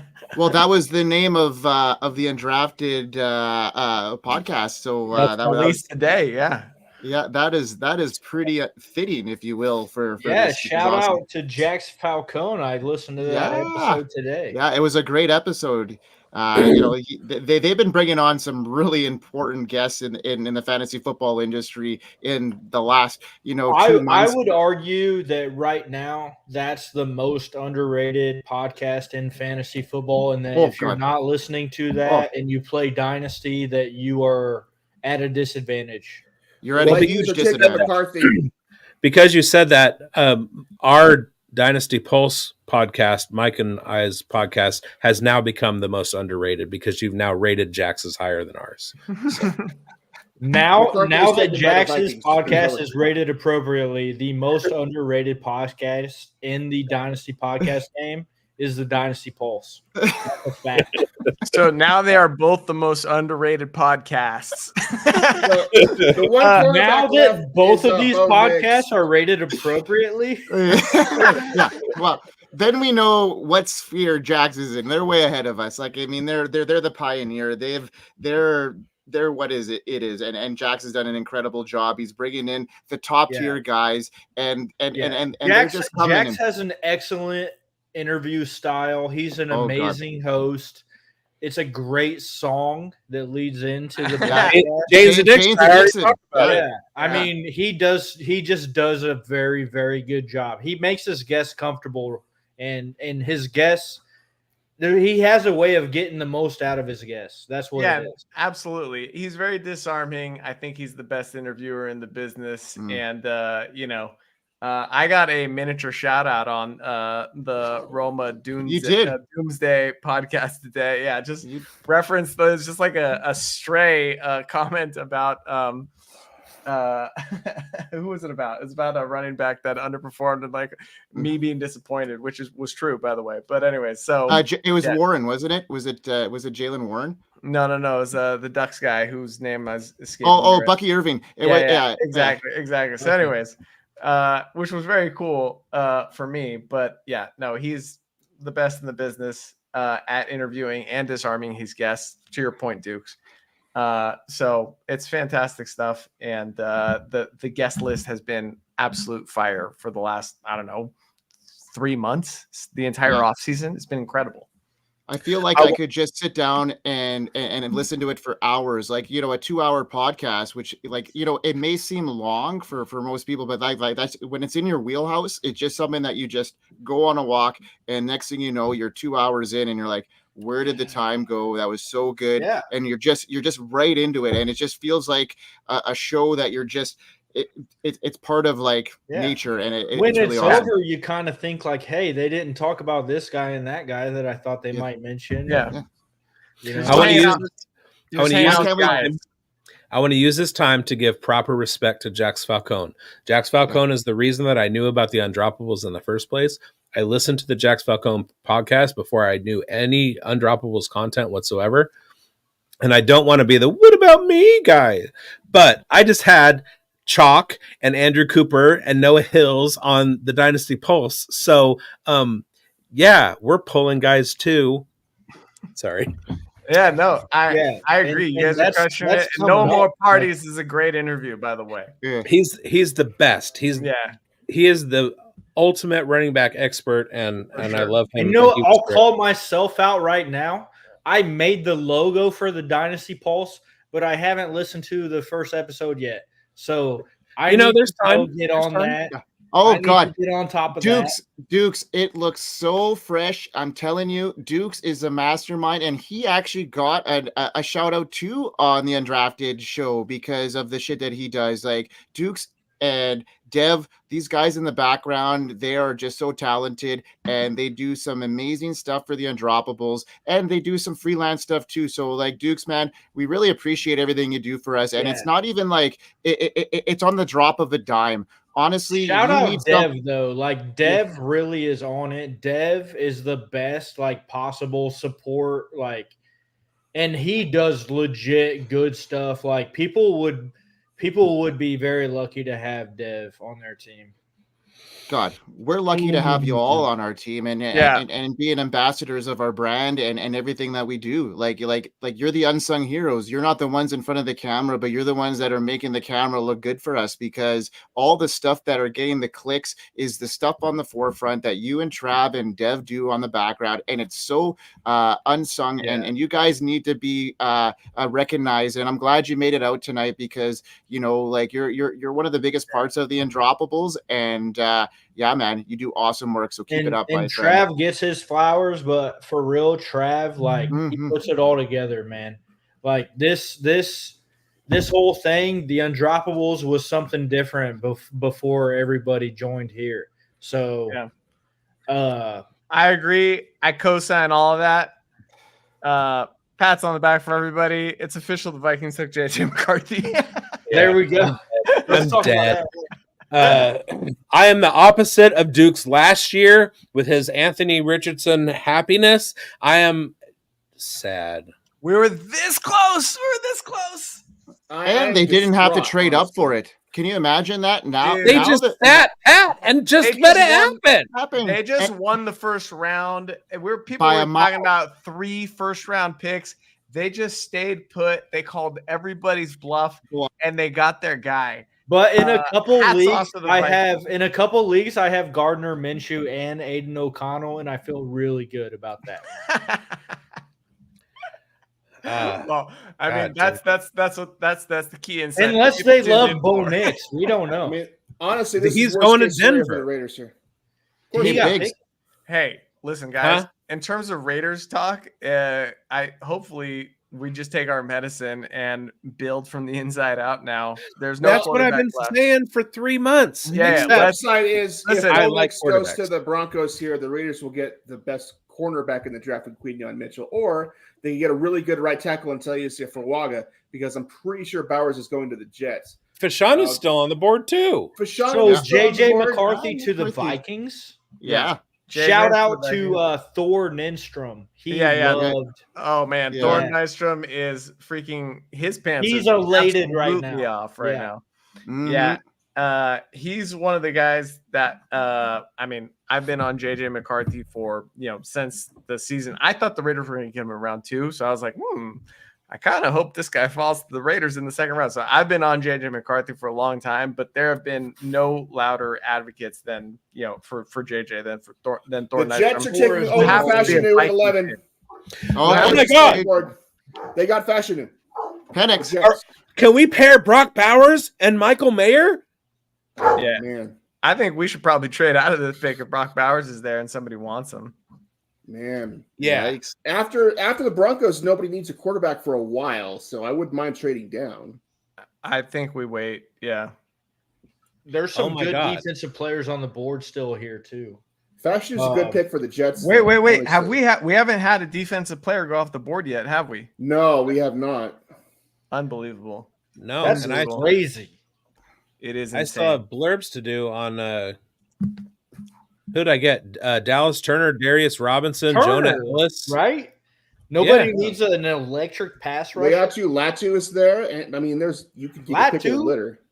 Hey, you know what? Any of This those is Chris guys. Ballard's Chop dream Robinson, right I think, here. is as good as any defensive player in this Let's draft. go Colts. Gang, I'll be back in 2 minutes. This is Chris Ballard's dream right now. This is exactly what we wanted. Everybody Broncos- take offense. Yeah. All right. Hey, you guys take your offense. We'll take that pass rusher. The Colts could use an electric pass rusher. Believe you me. Oh, for Hey, sure. Let's get an edge guy. We got I would some love- guys up the middle, but let's get an edge guy.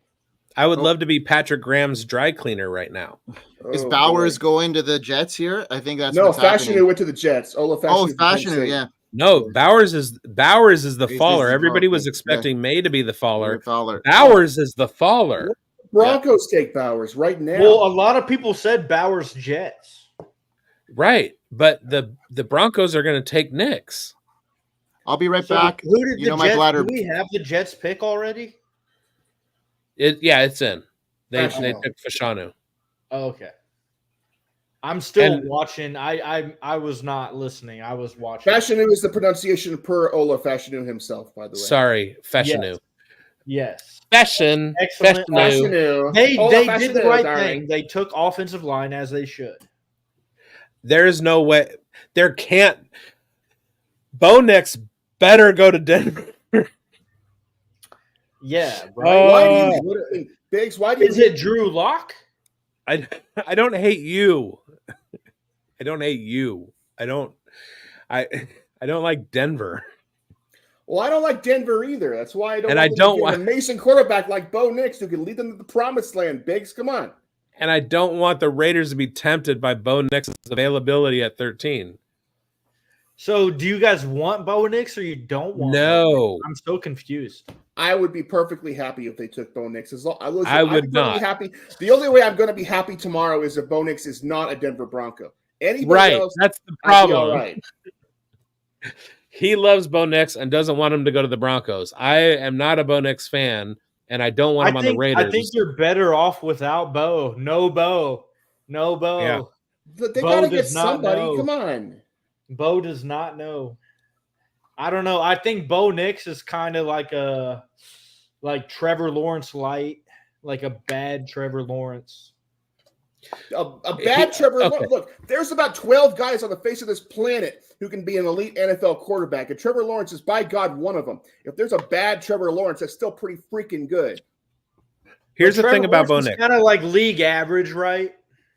Okay, Cole. Bo Nix. Sure. Bo Nix is a quarterback that is able to do everything that a quarterback needs to do. He doesn't do anything at an elite level, but he can run the ball. He can throw the ball deep. He can hit all of the windows. And the Oregon offense wasn't great for him to show off his quarterbacking ability, similar to J.J. McCarthy.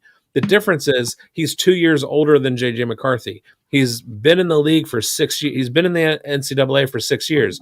You want to see a guy like J.J. McCarthy be a top 10 pick at 21 years old rather than a top 15 pick at 25, right?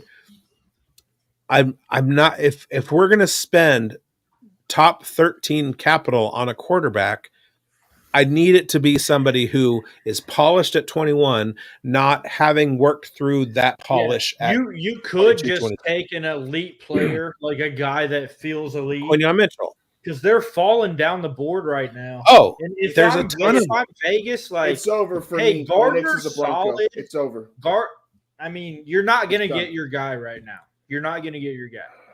Okay, so when the Raiders pick, I'm going to have to jump over to which is now because Bo Nix just went to the Broncos. Good teams win, great teams cover is a British podcast that I've been on. We had a mock draft where everybody represented a team. I represented the Raiders. I had the 13th pick. There were no trades. I took Quinyon Mitchell. I'm going to jump over there as soon as the Raiders pick and give them my reaction and everything with whatever the Raiders pick. Mm-hmm. But Quinyon Mitchell is the guy that, barring any trades, I wanted at 13.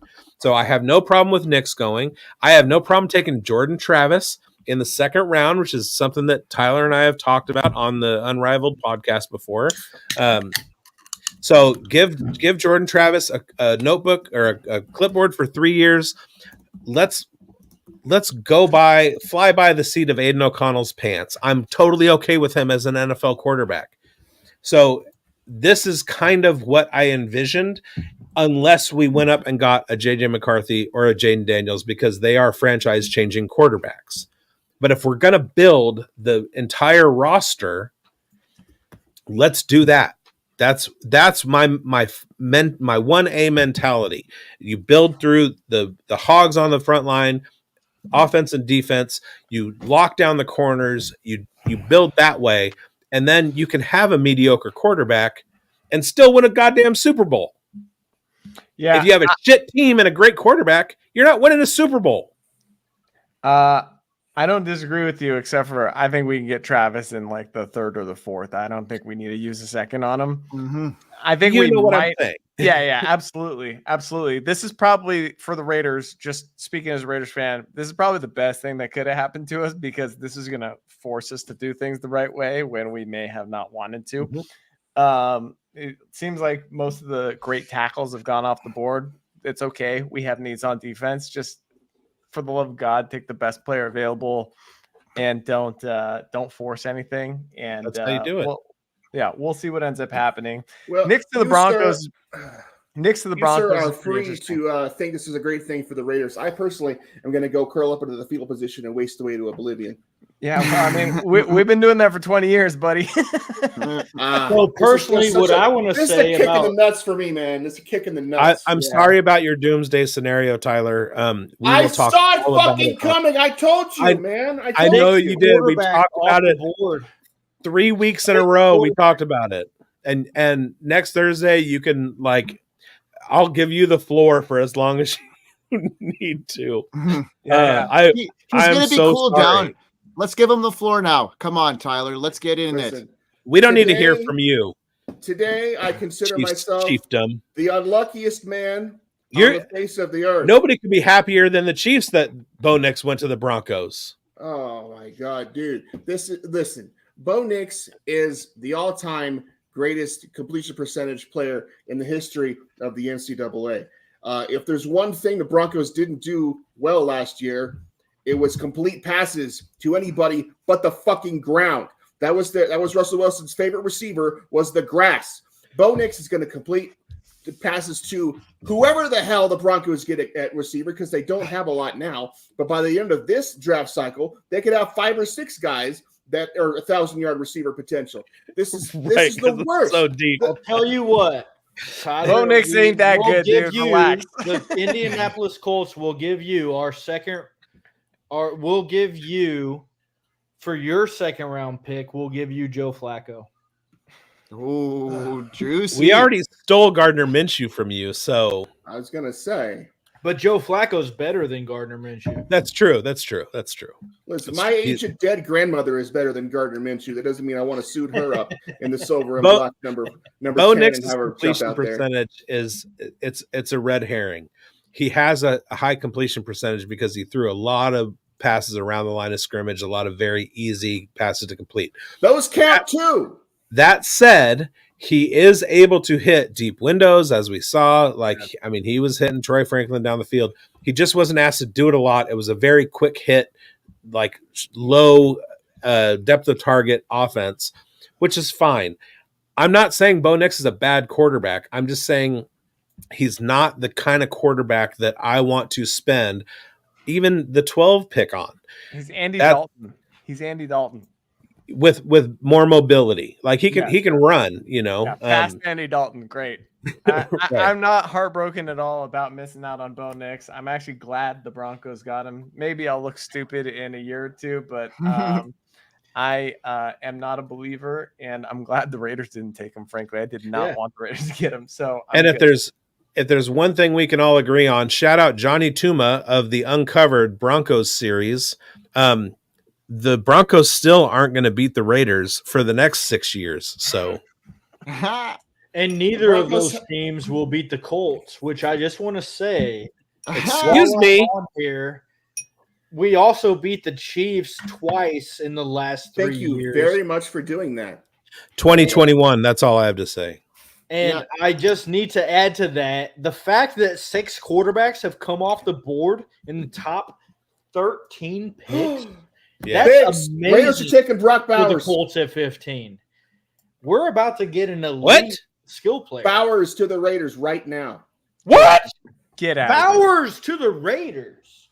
Are you? So is your day improved then?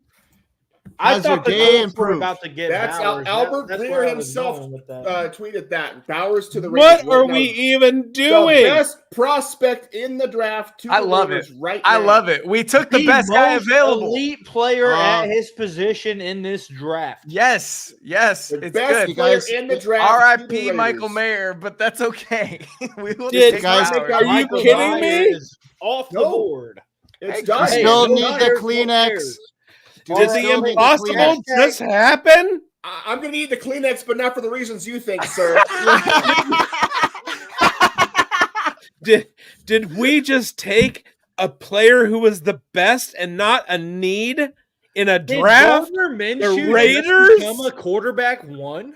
Yes. This is like the opposite of BJ. Because Aiden O'Connell's better than Gardner Minshew. Yeah, whoever our quarterback is, I'm interested. Even better for me, bro. I got plenty of shares. I'm a Boilermaker. Yeah, Purdue, baby. O'Connell. Hey, we can come together, and I just gotta say, since 2021, without Josh McDaniels or Antonio Pierce as our head coach, the Raiders are undefeated against the Colts. So we made the playoffs because of you guys. Who cares about the Colts right now? We got Brock Bowers. Dukes cares about the Colts. I was at the Colts versus Raiders game this past year, and I remember winning that game. Yeah. Okay, the Raiders obviously are just going BPA and don't really care about position. That's fine. Honestly, which is, whatever. Take the guy. Yeah. Shout out NorCal! Okay. So beyond that's a good way to not fail. Just take the guy. Well, let's talk about Brock Bowers. This is a fantasy football show here. So how does Brock Bowers fantasy value he's get a tight affected end now? one. You still draft him as you would draft him before. He's an elite player. Michael Myers not what Brock Bowers is. No, he's close. I mean, he's in a fairness, different guy.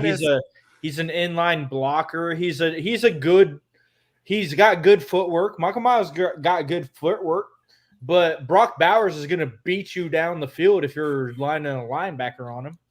Here's the thing. Brock Bowers is what we call him. He's a special talent. He's a special athlete. He's a generational tight end. For 2 years in a row now, the Raiders have taken the best tight end in the draft in Mayer and now Bowers. They can run any 2 tight end sets they want. You remember Aaron Hernandez and Rob Gronkowski terrorized the league for years with the Patriots doing stuff like this. The Raiders are going to run it down people's throats. It's going to be fantastic. I would argue that last year the Raiders did not take the best tight end, though. Well, I mean, I don't the best one coming into the me. draft, not coming out of the draft. Collegiate production wise, Mayer was the best, and Brock Bowers surpassed him. So he's actually factually correct from a statistical standpoint. But that's Sam Laporta Laporta ended up being the best by a long shot, but going doubt. into the draft, the Mayer was probably rated higher than him. No doubt. Yeah, fair. All that being said, I completely agree. It's going to be 2 tight end sets. And we're going to have Devontae and Jacoby on the outside. Trey Tucker. And we're going to be able to run the ball like crazy out of those formations. And the passing game loses nothing with those 2 tight ends. It's pretty incredible. I mean, Minshew or O'Connell is going to be a value in fantasy. Minshew can't throw the ball deep. O'Connell has a great Go trade for O'Connell because think about I it. guarantee he's O'Connell, like a 4th rounder right now. You know, O'Connell throws absolute dimes to Trey Tucker. Trey Tucker takes the cap off. Devontae Adams beats everybody in the middle. Jacoby Myers is one of the greatest slot receivers the NFL has ever seen. And then you have Brock and Michael Mayer doing different things. Think of Dawson Knox and Dalton Kincaid in Buffalo. It's ridiculous. On the field at the same time. It's the same kind of concept. But we might take Spencer Johnny. We might take Spencer Rattler tomorrow. So does this pick help? Who's the top Raiders running back right now? Zamir White. Yes, Zamir White. This is a good Zamir White pick, right? We're going to have a lot of multiple formations because we're going to have a lot of 2 tight end sets, and you're not going to know if it's a run or a pass. I think it's a really interesting pick from an offensive philosophy standpoint, from a playbook standpoint. I'm ecstatic that the Raiders actually took a great player for once. Unless the Raiders go round 2 running backs, Zamir White is about to go off. Round 4, they're going to take one. I guarantee. Huge. We're going to get a pass catching back. Anyways, go ahead, Grindberg. We got an uncovered fella in the house that I just shouted out, Johnny Tuma, partner in Crown Over Player Profiler News. How you doing, buddy? I'm so sorry about your quarterback. Yeah, one of the greatest slot receivers the league has ever seen about Jacoby Myers. I agree with Michael Duncan right now. That's a crazy take. He can throw a pass. That's impressive. No, he was at New England. He was a really, really good slot receiver. Some of the best analytics of slot receivers that were out there. He just didn't score touchdowns. He's really, really good and really underrated. And he did have a mini breakout in fantasy last year. So he can play outside too. He's not just a slot guy. He's big enough. He can play on the outside. He proved that last year. Anyways, we cut off an introduction. Yeah, sorry.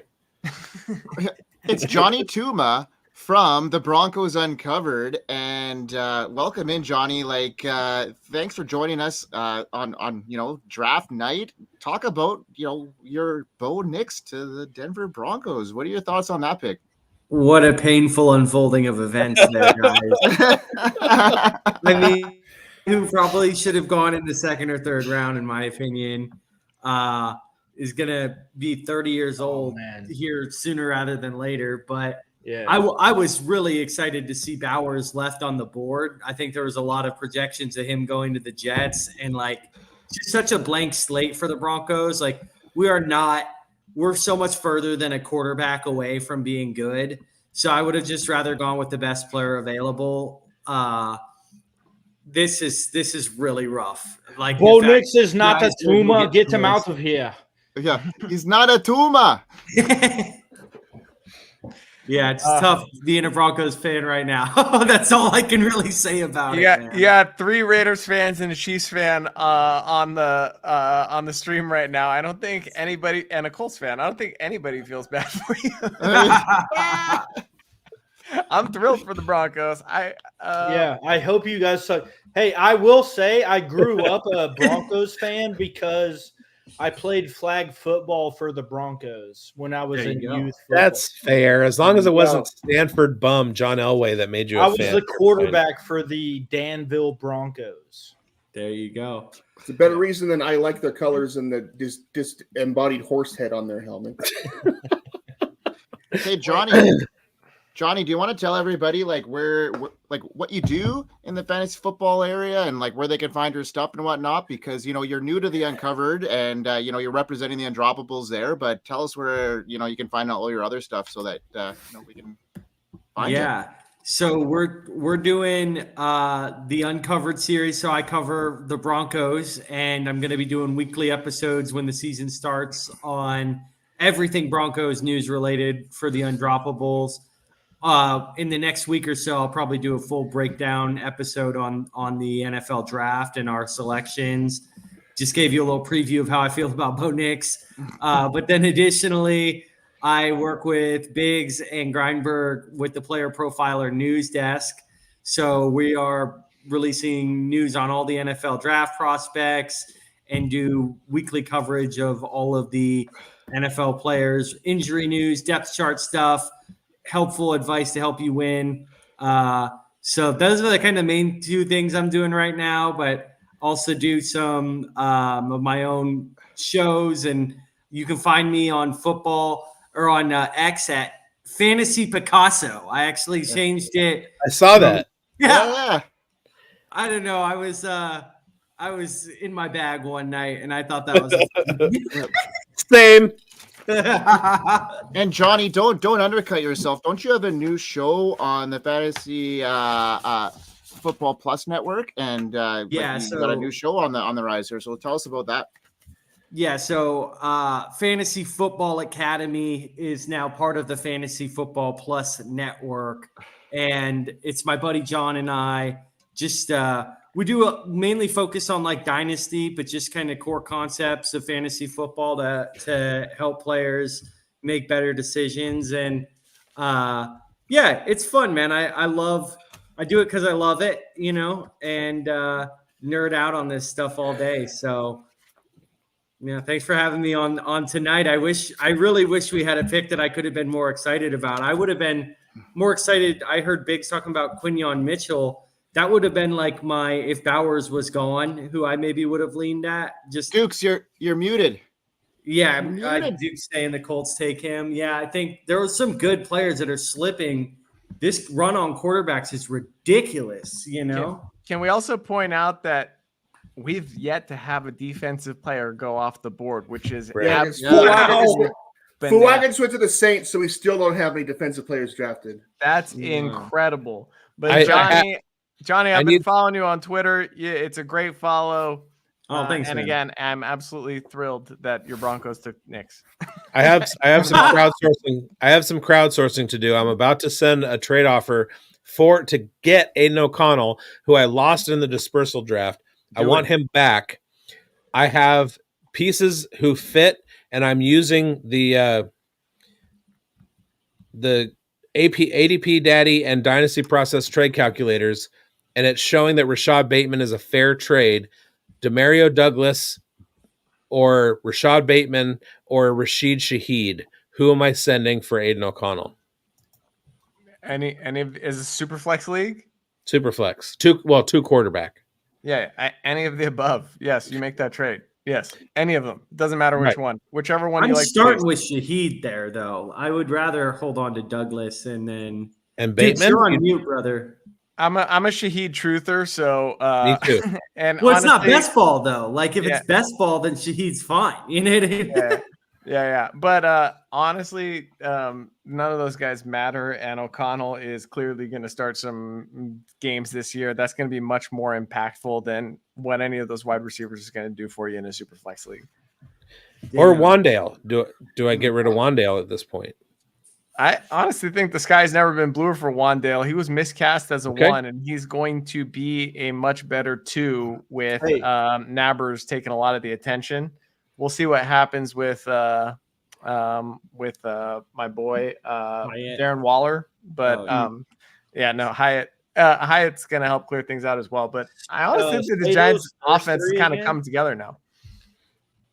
I would like to mention here for a second that according to PFF, Brock Bowers is the highest graded college tight end in the PFF era at a 94.1, which is absolutely absurd. Brock Bowers is a baller. He's going to be great for the Raiders. He's going to be great traded him in a C2C league after his freshman year, and I regret it. Oh my god. He was so good. He was and everybody on Georgia I got a lot back, but Bowers was like head and shoulders above anybody else. I got George Kittle out of that, but it was a lot to give it. Brock Bowers right now in Dynasty, I'm giving George Kittle for Brock Bowers every day. Yeah. All day, every day. And we talked earlier about Jordan Travis, who in 2022 was the highest rated by PFF quarterback in all of college football. I mean, how old is Jordan Travis? I mean, he's in his late 40s. Not as old as Bo Nix and Michael Penix. Let me ask you this: he's actually about the same age, right? If Jordan Travis doesn't hurt his ankle, are we talking about him in a different light that we are right now? Yes. Yeah, probably as a second round pick. But listen, I'm fine if we just land him in the 3rd or 4th. But I don't think that he's lighting the world on fire. I don't think we're in any danger of missing out on him. I think he's going to be there in the 3rd. He's going to be there in the 4th probably. So I'm not terribly concerned. I wouldn't mind taking 2 shots. I'm sorry, I'm going back to the Raiders. I wouldn't mind taking 2 shots on like a Rattler and Travis and see if any of them are good. But in the meantime, I'm just glad we took the best guy available for once in my life. Yeah. And I'm going to get back onto some promotion, selfless promotion as far as the Undroppables go here, because I don't know if you've ever seen, and if you are following us, you're probably seeing the new merch that is coming up on our website. You got to hit it up. We have brand new hoodies, brand new caps, brand new beanies. And I know Dukes, once this draft is going to calm down, I think you're going to be designing some stuff for us especially if the Colts take Dallas Turner right now. Beauty. Okay, so you heard it here first. If the Colts take Dallas Turner, we are going to see some brand new Undroppables merch sooner than later, right? That's right. Okay. The hats are love it. Sweet, by the way. I ordered a couple of the hats, and the beanies are sweet too. I'm a big trucker hat guy, and those Undroppable hats are fantastic. I've got some. I've got an order in the works. It's been placed about 3 weeks ago since the new stuff dropped, and I'm still probably about 2 months out because I'm here up in Canada. And once the dog sleds get up here and we get the package in, it's in transition. We know that already. It's but I don't think I'm going to see it until at least June. But I can't wait because I'm going to be sporting it at the Fantasy Football Expo in August. And you're going to see a bunch of us Undroppables there. We got a house set up there. So I can't wait to get down there in Canton, Ohio. It's going to be a blast. Anybody else going there? I'll be there. I'll be there. We're rooming together. Yeah, but news. The Colts drag me out there. I'll be there. Drag me out there. I'm trying to be there. Come. The Colts are taking Latu, Dukes. There we go. Yeah, do you like that move? I fucking love that. I love it. We got an elite defender. That's what we first need. defender off the board. Yeah, a guy off the edge, a guy that can really mess up your game plan on offense. That's what we needed. Yeah, I like that pick a lot. I'm a UCLA guy, so I really like that pick. But I mean, to get the best defender, arguably the best defender on the board at pick 15, or we're on 15, right? That's absurd. That's like a number 2 overall pick. They did something special this year, I think. I think this is going to go down as like a historic pick for the Colts. I think that the Colts are going to do some really interesting things this year. Yeah, I want to see him take like a dope wide receiver in the second round, somebody to replace Alec Pierce. Yeah, I know there's going to be receivers available. I think this pick could not be. I mean, I liked either edge rusher here, either of the top edge rushers. So I was a Dallas Turner guy because it fit kind of what we do on off. But if they like him, then they like him. So it's a great pick. There's nothing wrong with it at all. So here's a bigger picture conversation, right? So we've had 6 quarterbacks go off the board already. That's a record. That's the most I've ever seen. I don't know if it's actually a record, but I'm pretty sure it is. We've had 5 tackles already off the board. We just had our first defender go off the board.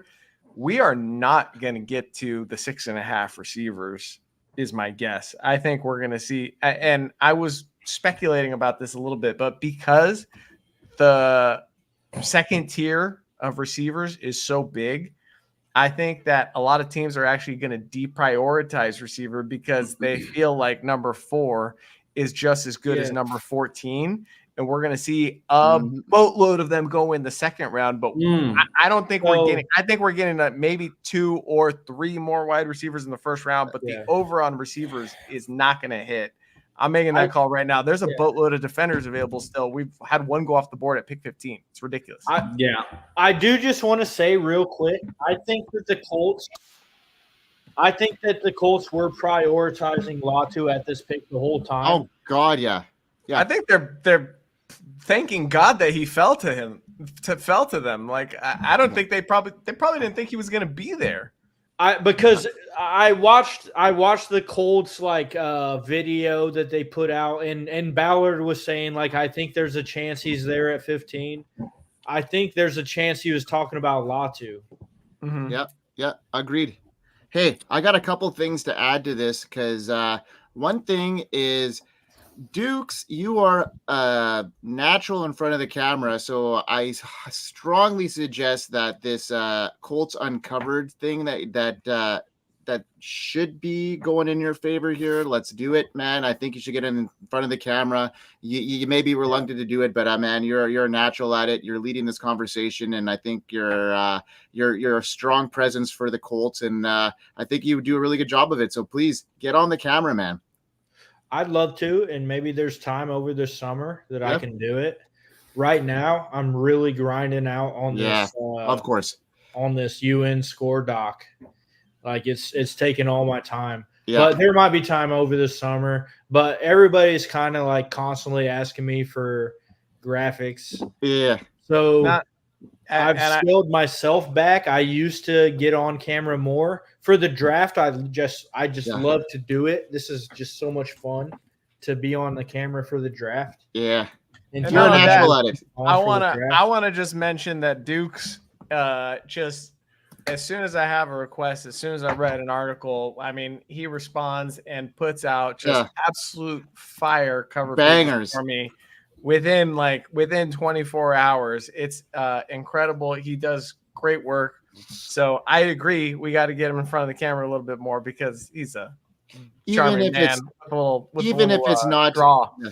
Agreed. Even if it's not a constant thing, having your presence as a Colt representative, I think for the Undroppables would be such an awesome thing. And we're all big Dukes fans. Michael P. Duncan says that in the chat. We love you, man. And, it's heartfelt throughout the whole brand. So, man, keep up the good work. I appreciate that you took the time to say all those nice words. But yeah, I mean, in terms of Colts, I will say for myself, I don't think there's many people that can speak on the Colts more completely than I can because I track my team very thoroughly. So if I do Colts over the summer, it's going to be legit, and I do still plan to do that. I want to do that. I'm going to try to make time to do that. But there's also this brand is growing, and I can't handle the amount of time right now. But we'll see. I think I can do a Colts some Colts coverage. Yeah. I know you can. And you know what I think, and I'm being a little bit selfish here because we haven't had much talk about the Chiefs and the Super Bowl champions in the last little while because there's been a lot of talk about the Rashi Rice situations, but now we're talking about the Chiefs, and I love the situation here that all these defensive players have now slid and all these wide receivers are now slid, which are very big gaps that the Chiefs are going to be needing to cover. So I'm loving what I'm seeing here. I love what's going on with the way the draft is unfolding for Chiefs Kingdom. And it's going to be interesting to see what they do at 32, especially if a guy that they like is looming in and around like the mid 20s. I think they are in a position they could move up there as well. So especially with the way these guys have slid down the board. So I'm loving what I see here for the Chiefs. Yeah, I don't think they're going to need to. I mean, let's think about the receivers still on the board, right? So Brian Thomas has not gone off the board yet. We expected him to be gone by now. Xavier Worthy has not gone off the board yet. That's a prime target for the Chiefs. He could play inside or outside. He's not gone off the board yet. He may be there. I don't even think they need to move up. There's Adonai Mitchell, who, it's well documented how much so many of us at the Undroppables are terrified of his analytical profile. Someone's probably going to the Bills trigger on him. Let the Bills get him. And I kind of think and hope the Niners do it, but as their Ayuk replacement. But that's 3. Like I said, I don't think we're going to get to 7. I think we're going to be at 6 wide receivers. There are 3 thus far. There's a bunch of defensive players. I think the Chiefs are probably going to stay put. I had some hopes that my boy Roman Wilson was going to go to the Chiefs at number 32, but it's looking like he's going to be a day 2 pick at this point, given the rate of wide receivers going off the board. It's not as aggressive as we thought. Yeah, and to my earlier point, there's so many guys in the same tier that, from a game theory standpoint, if you're an NFL team, why wouldn't you just wait till round 2? So I'll just throw out there, if we're talking undroppables guys, Troy Franklin is going to be hanging out there at the end of round 1. I love it. Give me the Chiefs. The model, the undroppables model, is a big fan. I've been working on this, and I see his name listed next to your Justin Jeffersons and your CeeDee Lambs in this model. So I might be saying things I shouldn't No.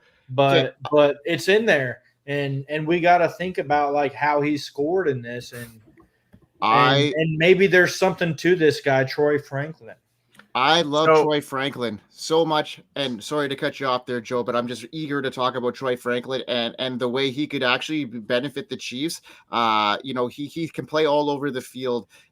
He's just a versatile weapon. He's a great route runner. He's had some sloppiness in the combine, but I think, he's my wide receiver 5 in this draft, and he's behind Ladd McConkey. I'm just really high on Ladd McConkey, just like a lot of us in the Undroppables. We know the metrics that we're all kind of looking at, and Ladd McConkey is a guy for me, but Troy Franklin would fit the mold there. He can play all over the field, and as a rookie in an Andy Reid offense, I just think that he can just fit in really well. He'll have to kind of fill into his body a bit because he's a lighter wide receiver, and I think that is going to be an issue for him. But I think it was really good that he didn't test as great at the combine because it kind of hurt his draft stock a bit. And if he can fall to the Chiefs, give me Troy Franklin all day long. I like him. The Seahawks are taking Byron Murphy from Texas, the defensive tackle. Yeah. Okay. So another offensive tackle. So these offensive linemen are going defensive tackle. Sorry. Yeah. But yeah. So we are now seeing a second defensive player off the board now. So now the run is probably going to start happening there. Who knows? These wide receivers are going to have to start falling. Who do you think, guys, is going to be the first one now? Who's going to be the 4th guy? Is it going to be the Brian Thomas? Is it going to be Troy Franklin? Is it going to be, Xavier Worthy because of that speed score he had? There's a lot. I'm gonna call Xavier Worthy comes off the board next. I think somebody's gonna fall in love with his profile as a guy that's faster than anybody we've ever seen, and a guy that runs routes very crisp. Yeah, I think Jacksonville is going to like Xavier Worthy to replace Calvin Ridley. I think he's going. I think Worthy's going to be the guy in Jacksonville. I can see that. I think it's Brian Thomas, and there are several reasons why. One, he's 6'2", 209, and ran a 4.33. So, unlike Franklin, unlike Worthy, he profiles as a prototypical X. So, if I were an NFL team, I would look at him as the one who has the most upside. That being said, Worthy has the best, analytical profile of the bunch still on the board. I think teams are going to fall in love with Adonai for several of the same reasons as Brian Thomas Jr. So I think it's going to go Thomas. Then I think it's going to go Adonai just because the way NFL teams think. I do not think Adonai should be number 5. But I don't know. I think a lot of teams are going to be scared of Worthy just based on his size. All that being said, I don't know, guys. We're now at pick 17, and again, 2 defenders right off the board right off the bat. Now that the run has started, I'm starting to question if we're even going to get 5 wide receivers. Yeah, Troy Franklin. I'm on an island as far as the undroppables are concerned, where I'm the lowest on Troy Franklin. I feel of anybody in the group, because I'm worried about his size, and that Oregon offense is the same reason I don't like Bo Nix. Is the same reason I don't like Troy Franklin. It's just because the scheme that they ran. So I don't know. We'll see. The Bucky Irving effect too. That whole the Bucky Irving effect. That whole that whole team seems a little scheme dependent. If we're going to be kind with our words, but I completely understand the Oregon hesitance. Even defensively, it feels like guys have flopped from Oregon. Yeah. So I don't know. My money's on, to answer your question though, my money's on Brian Thomas Jr. I'm on record as having him as number 4 in this class, and I think that he presents the most upside. I'm very scared that I'm wrong on Troy Franklin, but when I watch him, he's got some Jordan Addison to his game for sure. But he also seems like he's going to be easy to push around in the NFL. I'd like to see him 10 pounds heavier. I'll say I was completely out on Troy Franklin. I didn't like Troy Franklin at all. But when I saw what I was putting together here in the document, it changed my mind. I think that the fact that this model likes him so much, this particular model, that it doesn't score anybody the way it scores him unless they do very well historically. The Vikings have traded up and they're taking Dallas Turner from Alabama. Good for them. Great move. That's a huge one. Honestly, Dallas Turner is sitting there like, what the hell's going on? Why am I not being picked yet? And the Vikings, great on them. They have won this first round of the draft by far out of anybody. They've, made their assets. They pulled the chalk on the league. I would have to say they put the chalk 101 on the league here with that move. And wow, good for the Vikings. Freaking awesome, man. They're 8 hours away from me, and I just I've been around fans, and I just think that this is such an awesome move for them. Awesome. Yeah, so good. They just got the next, kind of middle of the defense, Big Q, or you got one of those type of guys. So that's huge. That's massive, and they're I think moving on for Kirk at the right time. Yeah, they're rebuilding. I like what they're doing.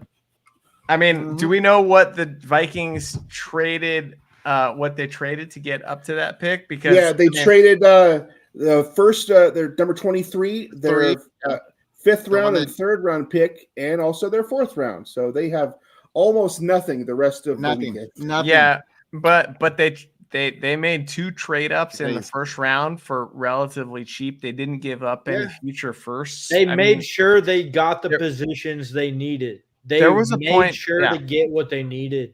There was a point. There was a goal. point where they were talking about using both firsts and a first next year to trade up to get JJ McCarthy. They end up getting JJ McCarthy, and they still kept another first this year and next year's first. They got two huge difference makers. You know, two very big impact players. I'm really impressed with what the Vikings did. You know, at the end of the day, you know, you're gonna miss those third and fourth and fifth round picks, but give me two blue chip players at, you know, key positions any day of the week. So the Jaguars moved down 6 spots and they're absolutely stacked for the rest of the weekend. They're going to have a lot of flexibility going forward, or can stay and make their picks. I wasn't sure they were going to do too much because their chief strategy officer, Tony Khan, took a pile driver last night on AEW Dynamite. He's in a wheelchair, might be dead, who knows, but he's there making decisions, probably typing on a little computer so you can hear what he's saying. But good for the Jaguars, though. They can still get a really good player at 23, and they can have a really good rest of the weekend as well. Go ahead. No, go ahead. I'm still just blown away by the Vikings draft so far. I think is really good. So I don't have anything. Good. Go ahead, Mike. Yeah, no, I honestly think that is, and a shout out to my homeboy JT because he's listening right now. He's a Vikings truther, and he was talking about it all along. JJ McCarthy, and then them moving up here is like insane because they were expected to use those two assets, their 23 and their first round earlier pick to move up to get JJ McCarthy. Now they get Dallas Turner and JJ McCarthy. Like, what a dream scenario for them. I think now that is going to solidify Justin Jefferson there long term. A lot of really good movement here.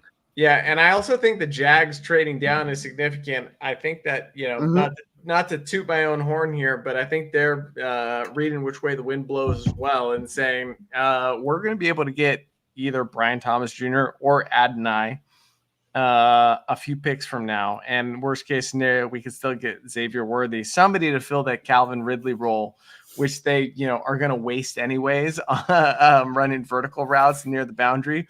So I really hope that's where Adonai ends up because I think it's going to be a wasteland for fantasy. So I think smart move by the Jags, especially if they picked up, you know, what did you say, Raider Damas is a third and a fourth, or a fourth and a fifth? The third, fourth, and fifth of this year. So okay. We got Cincinnati on the clock right now, and we got a deep offensive line class, and they just basically shooed some offensive line out the door. I think Amarius Mims is probably the guy to watch here. Yeah, they were. There's been talk about a T. Higgins trade as well. I tend to think that that's not going to happen because why would they get rid of, you know, a great wide receiver? But I wonder if they're going to draft his successor right now, knowing that T. Higgins ain't going to be around in 2025. Well, shoot, and roll Trey the dice on a Hendrickson Brian asked for a Thomas trade as well. Oh, and also, sorry, I meant defensive line with Trey Hendrickson. Yeah. So I wouldn't surprise me. They could go Chop Robinson and just replace Trey Hendrickson right now. Right. Yeah. I meant defensive. I said offensive. We got you. We knew what you meant. Appreciate it. I don't know. I kind of think Brian Thomas of the Bengals is kind of interesting. He's been compared to DK Metcalf and T. Higgins quite a bit. I think that'd be an interesting ad. They lost what's their longtime slot receiver's name? I'm blanking right now. Tyler Boyd. Yes, they lost Tyler Boyd this offseason. So they could use another wide receiver. They've got Yossi Voss and they've got Charlie Jones. Charlie Football. Charlie Jones. Exactly. Purdue. Yeah, exactly. So so either one of those guys could fill in, but I could see them wanting to get T. Higgins' successor and someone who could stretch the field as well. So I wouldn't rule receiver out right now. I wouldn't rule out a Trey Hendrickson replacement. There's a lot of different ways the Bengals could go. I think they're a player probably for maybe a running back in like the fourth or fifth round. I'm strictly looking at things through a fantasy lens, though, as you guys can tell. Yeah. Of course. Yeah. I mean, that's why we're here, right? Amen. Yeah. Now that the Raiders have picked, it's all about fantasy. I mean, I don't. Yeah, when the Colts pick, I'm like, does this help us? And Latu, obviously, like the perfect pick in terms of like solidifying what we do defensively. Hey, the best defensive backfield is a good defensive line. Amen. Yeah, totally. And put pressure on the and quarterback Colts to throw a lot defensive more line picks. now has 3 guys that are all pro potential. Grove, Buck, and Latu. Yeah. And Quiddy Pay is there still too. And they just signed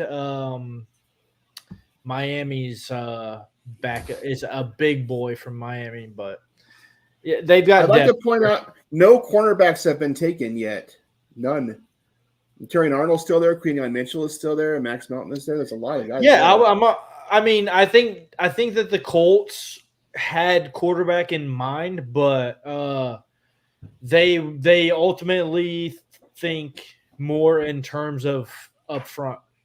Yeah, I think they just think put that the way. pressure on the quarterback. Edge is gonna win out over cornerback any day of the week. Yeah. That being said, I mean, Raider Damas, I'm kind of thinking for round 2, Kool-Aid might be there for the Raiders. Kool-Aid, Yeah, McKinsey. There could be some guys sliding down. We could have somebody big higher time ranked than Kool-Aid. Terry and Arnold is still on the board right now. Yeah. It's a The Raiders really want to trade back up into the first with, say, the Packers or something like that. Hell, the white kid from Iowa is still there, whose name escapes me at the moment. I mean, I'm having a hard time not just the first white corner since what's his name on the Giants? Jason Sehorn. Yes, thank you. Incredible you were able to pull that name out. I'm an old man. Me too, man. But I had his That's trading how old I am. card. I had Jason Sehorn on a card. Yeah. He just wasn't as famous as his wife, who was an actress on Law and Order or something like that. Absolutely stunning lady. And I only knew Jason Sehorn. I'm not a Giants fan. I was like, oh yeah, that's Mrs. whatever her name was. But he was good. It's just that's so rare for a white defensive back to be anything special. But Iowa's had a really, really good defense for a number of years, and he's been a really big part of it.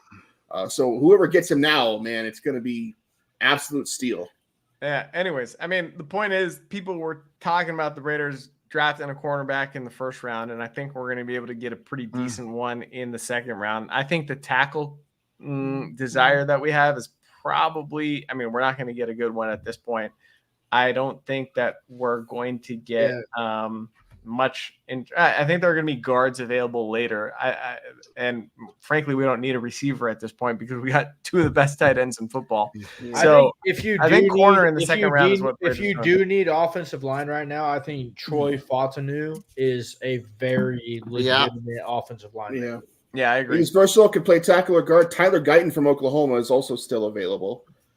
Amarius Mims has not gone off the board. This is a good offensive line class.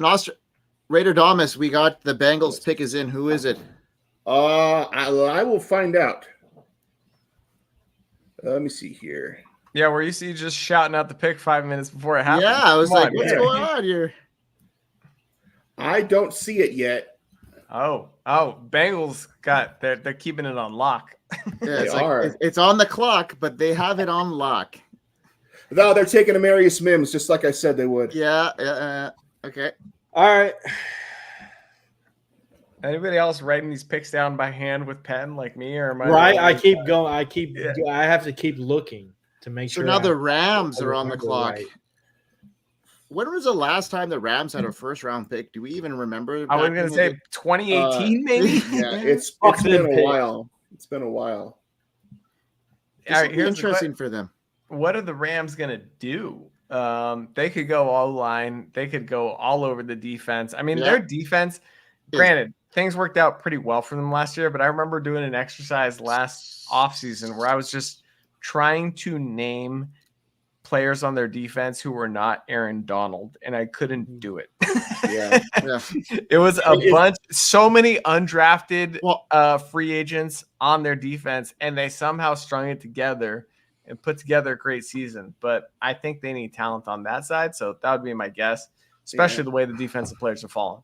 If I were them, I'd take Chop Robinson here if I were the Rams. Yeah. All right, we got Michael P. Duncan in the house.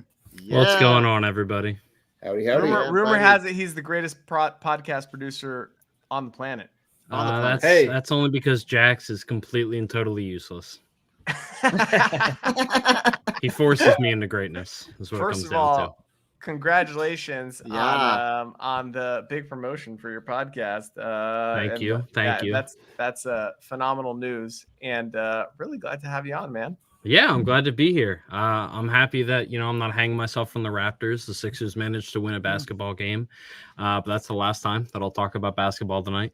You got AJ Brown on the hook for another 3 more years as well. So that's 2029. He's in contract through now. It's ridiculous. I'm guessing he's not going to be there that long. I don't know, man. I mean, he's only 26. It's a year longer than Jalen Hurts and Devontae Smith. Yeah. Howie does good things, man. I mean, especially because by the time that contract really kicks in, Justin Jefferson's going to be making $40 million a year. Like, who knows? No, it was a great move.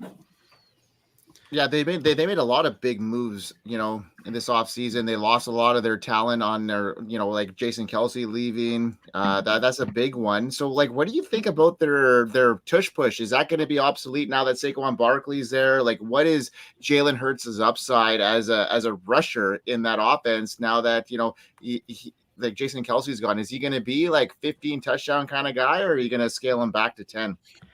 I mean, even if you have 10 rushing touchdowns, like, first of all, that's still incredible from a quarterback. I'm not in the place where I'm saying the tush push is dead. Obviously, Jason Kelsey was a huge part of that. Jalen Hurts is also a huge part of that. I'll tell you who else is a huge part of that. Landon Dickerson, a mammoth of a man at left guard. They always go to the left. They didn't go to the right. Cam Jurgens will perform admirably, in my opinion, when it comes to the tush push. But also, like, something that you wouldn't probably know unless you've been an Eagles fan for as long as I have is they've been good at the quarterback sneak for as long as I can remember, like Tom Brady levels of good. Before they started using the tush push tactic, they were still really, really good at it. It's been something that they've practiced. They've gone out of their way to perfect, and it's come through. So, Jalen Hurts, Michael, where does that come from? Why do you think that sustains the test of time? I think a large part of the reason is probably Jeff Stoutland. And part of it is absolutely Jason Kelsey, who has been there for, however many years it was, 13 or whatever it was. But Jeff Stoutland is the best offensive line coach in all of football. He gets paid like it. Like, don't take my word for it. I mean, they gave him another raise extension. He has turned Jordan Mailata, who had never played football before, he was a rugby player, into a Pro Bowl left tackle. And he's also a really good run coordinator. I think it's just something that he is very good at focusing on. It's something that he takes pride in being good at. But yeah, I think between him and Jason Kelsey, there's a huge reason that has sustained itself for so long. Is Jordan Mailata the best NFL draft pick of all time? No, probably not. No, that'd be Bo Jackson in 1988. I was gonna say maybe Tom Brady, but yeah, Tom Brady would probably. It's be a very good guess one. there. I just the fact that you brought him up. I love the fact that he used to be a rugby player, and that's. Oh yeah, don't get me wrong. It's incredible. It's probably one of the better Eagles draft picks of all time. It's By the way, amazing. Raider Damas, I'm wearing a Bo Jackson jersey right now. All right, I got my Crosby going right here, but I like it. I got some Jackson gear in the back there. Yeah. The way they picked about the Philadelphia Eagles is their absolute dedication to the line. The Eagles need a quarterback? No, screw it, we're taking a lineman. The Eagles need a wide receiver? No, screw it, we're taking a lineman. The Eagles need a cornerback? No, screw it, we're taking a lineman every freaking year. And why do they do that? Because every year they have one of the best defensive and offensive lines in the league, and they win a lot because of that. They are absolutely dogged. They do not care what they need. They're going to take a lineman anyway, and I love that. Mm-hmm. Yeah. I mean, the game is won and lost in the trenches. That's absolutely right. And Howie gets that. And it's I give full credit. I think someone else on the stream is gonna like this, but full credit goes to Andy Reid. That was his philosophy first and foremost. How he learned it from him, and they've seen it. That's how they won the Super Bowl in 2017. Was Fletcher Cox was the best player on that team all season long. Chris Long was an excellent free agent addition that season, and he got pressure all the time. And then you've had one of the best offensive lines in football for the past 10 years. And that doesn't happen by accident. Rams pick is in. They took Jared Verse, another edge. As predicted, the defensive run has begun, and every team that finds himself in the back half of the first round has got to be making a decision right now. Should we take a blue chipper or a one of many players in this huge tier of wide receivers, and they're going defense? So how about we're going under on the receivers in the first round? How about the Buffalo Bills right now? Now they're sitting in a position where they shipped off Stephon Diggs this offseason, and now these wide receivers are coming more available now. They were probably having to move up quite a few picks there if they were going to get a guy, and now they're not having to do so. So who do you think is the right situation for the Buffalo Bills here? I mean, I've been saying it from the get-go. I've been saying it for months. If you want to replace Diggs and Gabe Davis in one pick, potentially, it's Brian Thomas. I think they should double dip at wide receiver, but Brian Thomas has shades of what Gabe Davis did, and he also can develop into a number one wide receiver as well. So I don't know. If I'm the Bills, I would absolutely go BTJ and probably take another receiver in the second round because there are going to be more good ones there as well. Now you replace both your 1 and 2 with a couple of young guys on cheap contracts, since you got a bunch of dead cap space with the Diggs trade and a bunch of other salary cap issues. Get some elite offensive weapons on the cheap for the next 4 years and being positioned to contend and spend money again as soon as 2025. I think in a deep wide receiver class like this, I think you can afford to wait a little bit at wide receiver and still get some really good ones. The Bills lost a lot of the defensive secondary, and I think a cornerback makes a lot of sense for them. So I can see them going either way on that. A wide receiver would be a great idea, but I think a cornerback like Terry Arnold or Quinyon Mitchell would make them a lot better in a division where a lot of people like to pass an awful lot, especially the Dolphins. If you got to beat the Dolphins, you got to slow their guys down. You're not doing that without a secondary. Or you got to outscore them. I mean, I saw mock drafts where the Bills were trading up to, the 10 slot, the 11 slot to take Brian Thomas. If they can get him in the back third of the first round and still not give up too much draft capital, I don't know. To me, that seems like a no-brainer. They need somebody besides Curtis Samuel and Dalton Kincaid for Josh Allen to throw the ball to. They could probably get the job done with one, but if they double dip, I don't think that offense loses very much. I think the thing that I worry about going Brian Thomas or really any guy there is, I think it's a deep wide receiver class, but I do think there's a pretty significant drop off after the top 3. I don't really think anyone's going to argue that. I think the real question is just how much of a drop off is there. And I think they're gonna fall into the trap of drafting for need. Look at the Eagles with Jalen Reagor. Look at it, like it happens every single year. Henry Ruggs, where you take why you gotta bring up Ruggs? Hey, keep doing it. Let's go. Let's go. Good. Because somehow I ended up on a stream with 3 Raiders fans. He wasn't CeeDee Lamb, but he was good.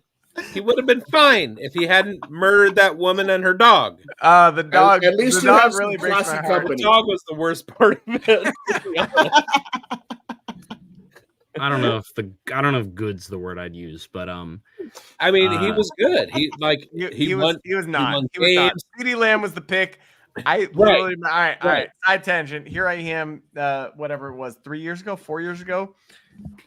Literally, I was texting my friends as the Raiders were on the clock. Anyone but Ruggs. Right. Anyone but Ruggs. Anyone but Ruggs. Anyone but Ruggs. Repeated. I probably typed it 17 times, and then they took Ruggs, and everyone was like, "Oh my god, man!" And I was like, "Oh." And I'm an idiot, and I was very happy. But to Michael's point, he wasn't here when we were talking about the Brock Bowers pick and how we took the best player available, and that was like a foreign first time in my life. First time in my life. That's a foreign thing for the Raiders. So I wasn't looking at Henry Ruggs as the best player available. Obviously, CeeDee Lamb was better. Jerry Jeudy was better. But Henry Ruggs fit what we were looking for more. So I was very happy with the pick. And he wasn't bad. Like, he was a good deep threat. He actually won a game. He was turning into an above-average receiver before his unfortunate car accident. Right. I mean, it's not like that was a bad pick. It's just it was a bad pick. It was a ended up being a bad person. No, it was a bad pick. It was a bad pick too.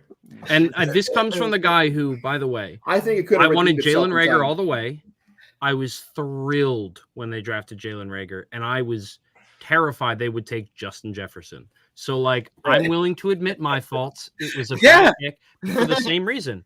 I think we're brothers, Mike. We're brothers. He fit what the Eagles needed, which was speed and athleticism. And I was like, I don't want a slot guy in Justin Jefferson because I'm a moron. That's the thing. But I've grown as a person. We learned Henry Ruggs was a bad pick. You need to draft Josh Downs. You need to draft Josh Downs. Yeah. But I want Alec Pierce. Jalen Reagor fooled us all that year. To be fair, I was pretty on Jalen Reagor as well, and I did not believe in Jefferson. Latu first round, and we get Anthony Richardson back at quarterback. The Colts are in good. We're in a good place right now. Dukes, I think you're in a good place. You'll get Richardson back for a month until he pulls his butthole or something. I am so glad we have 2023 NFL Draft Dukes back. I watched it, and now I'm here for it, and I love you, Dukes. I was trying to get there. I'm trying to get there. I was playing a gig that night, and I got in around like the halfway point to like fully gone Dukes. And I just walked in not knowing what I was getting myself into, and he just started talking By about the end Anthony of this Richardson. draft, I'm just going to keep saying Latu over and over. We know. I had to remove you from the draft multiple times last year. You I removed you from the you stream. did. You also in the comments, I saw that you said you're a big Dukes fan. That means a lot to me, Michael. That means a lot to me. I'm glad, Dukes. I do love you. All right, can we take a moment while we wait for this next pick to talk about Michael P's headset? Because I mean, Yes. I thought I went all out with the new mic, and I was like very excited to show it off tonight. But man, that thing is like aggressive. It's stupid as shit. It's excited. Let's put it that way. Yeah. So a buddy of mine. Michael, when does the lander land on the moon? I mean, you're talking to the astronauts up there, aren't you? Oh, they're on my other line, so I'm waiting to hear. If I have to hop off real quick, you'll know why. You must have went to Purdue because Purdue put the first man on the moon. Damn, Dukes with the flag plant. A buddy of mine bought this thinking it would work as a gaming headset, and it's got like a full like quarter inch and everything. Like this is like a legit setup. Like people use it to like announce football games. And he turns out he's like, oh, I can't plug this into my PlayStation. It doesn't work. Like, no duh. So he's like, just try it out on your podcast. It'll look funny. I was like, all right, man. So I've used it for the past couple of Playbook podcasts, and since I'm always moving around, it kind of works pretty well. I look pretty stupid. I enjoy it. In his defense, you sound fantastic. There's no problem with the microphone at all. It sounds unbelievable. Oh, well, thank you very much. You do sound great, but it even has more bass. So you sound super. It looks like you got a 9-iron strapped to your ear. I dig it, right. honestly. In honor of the Steelers pick, I got some lime juice in the Boston shaker. We're going with 3 ounces of tequila. This is some reposado from Milagro. In honor of the Steelers pick, who was Troy Fontenot.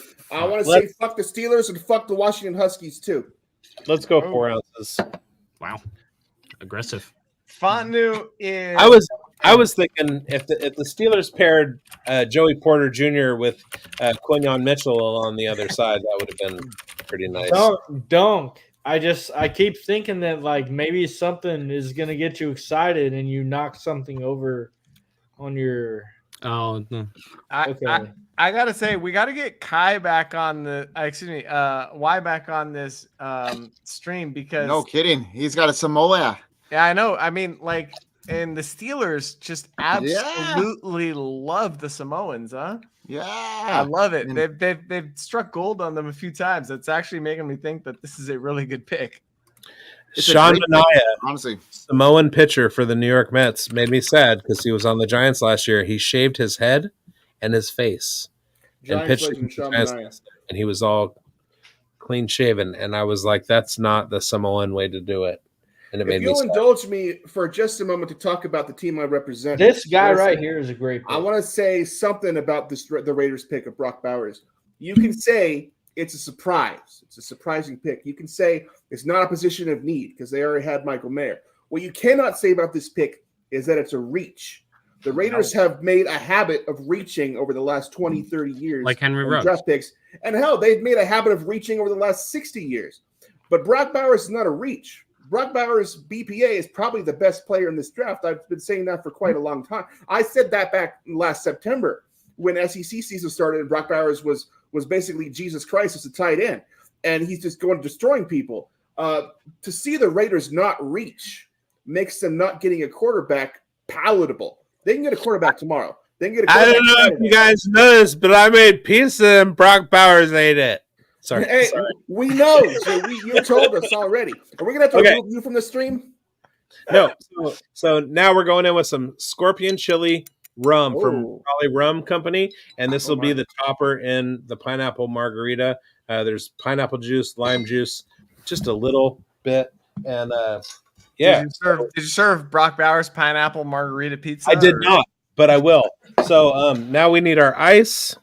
This is some Chef's Corner content, you guys. Everybody be on the lookout for more Chef's Corner content. Shout out Chef JBZ. And I have a glass here that's rimmed with Bo McBrayer Hot Box and Nashville Hot Chicken seasoning. So that's going to round out this fantastic. I love that we got a Bo plug in. Bo, where you at? Come join us. Right? He knows. He knows. So here's a funny story. Scott Fishbowl, get my invite. Go to the San Francisco Live Draft. There's 3 draft divisions. I pick Jack Burton because Big Trouble in Little China. Bo has the 12 in the Mrs. Doubtfire. I take the 12 in the Jack Burton. I keep checking every day to see my division filled. All of a sudden, there's no more Jack Burton division. Now I have the 7 in the Dirty Harry division. What is that? So now I can't talk to Jack Burton in the Twitter DM anymore. I know some of those words. I haven't even gotten my invite yet, so you will. You will. All right. I'll take any of those divisions. I would absolutely love to be in the Dirty Harry division. Are you kidding me? Are you feeling lucky? Yeah, exactly. Yeah, that one's full now. The merch is going to be off the chain, but you should have been because you can go. Will you go anyway, even if you're not in that division? Okay. I'm actually going to be out of the country when it starts, so I can't go to any of the live stuff. But I will still be ready to draft. I was going to say the Dolphins are taking Chop Robinson at pick 21. Oh, wait, is that confirmed? Yeah, Breer posted it. Me, that's true. Okay, so real quick, the Eagles are on the clock. I would appreciate it if no one says anything until I'm able to see the pick myself. I'm old fashioned that way. That's fine. I won't say it. But they first of all, I really like Chop Robinson. Really good player. I kind of thought he'd maybe go a little bit later, but I did have him roughly as like the 3rd defensive end or edge rusher that I would take.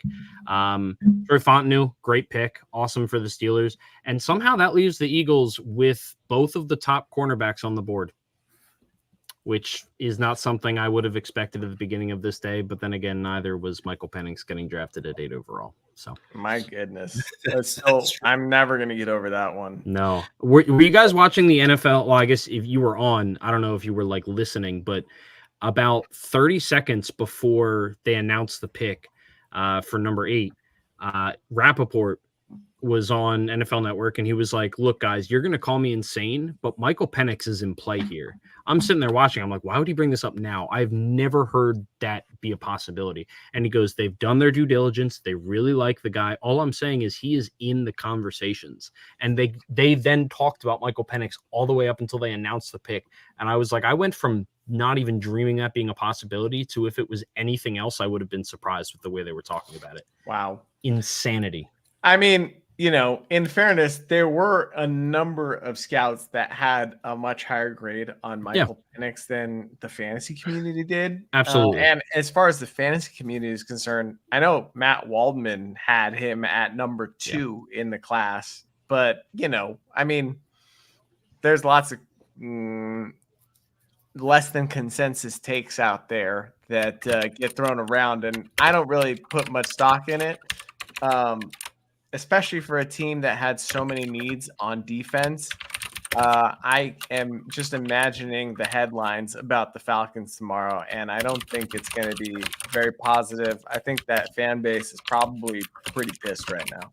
Hey, I'm a big fan of what the Falcons did because the Colts took the top defensive player off the board. Yeah. I mean, everyone's a fan. I mean, we ended up with Brock Bowers because of it. The Broncos got Bo Nix because guys, I'm Vikings got JJ McCarthy because I of it. appreciate y'all. Colts took the top defensive player on the board. How did he do that? Give me my balloons. That's what I'm talking about. Love you, dude. Later. Yeah, that was really cool, man. Love you guys. All right, later, buddy. Love you too. Thanks, Dukes. Bye. Does anyone know how he got the balloons? Leave studio. By pressing leave. Mike Greinberg, not Soba in Manitoba, back in the building. How did you do the balloons? Yeah, I also want to know how to do the balloon thing. I just jumped across the pond to England. How they doing over there? And We got Raider fans there? They're doing great. Yeah, me. But one of the other guests he was live. Chop Robinson Goes to Miami. He was live at a brew house in Seattle for the Seattle pick. So it was just cacophony in the ear goggles and everything. And I heard I saw the Byron Murphy pick in a text group that I have, and I didn't say anything. And then I saw the Byron Murphy pick on the TV. They still hadn't announced it at this brew house. So this guy didn't know. And I just sat there and I did not spoil it for him. You're going to be happy with it, I said a couple times, but I wouldn't. So Michael, I'm not going to spoil it for you. Whatever happens with the Eagles, if I know it before, I'm going to let it happen for you. I appreciate that. We're here for it. You are going to react to the Eagles pick. The four of us are going to react to your reaction. That's the exact kind of pressure that I like. This is like YouTube react section. We're gonna go several levels deep in reactions here.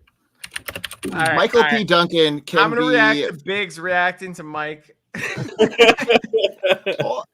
He's ready to fly a plane right now. Look at him. He's got his aviator headset on. He's ready to go, and things are going down tonight.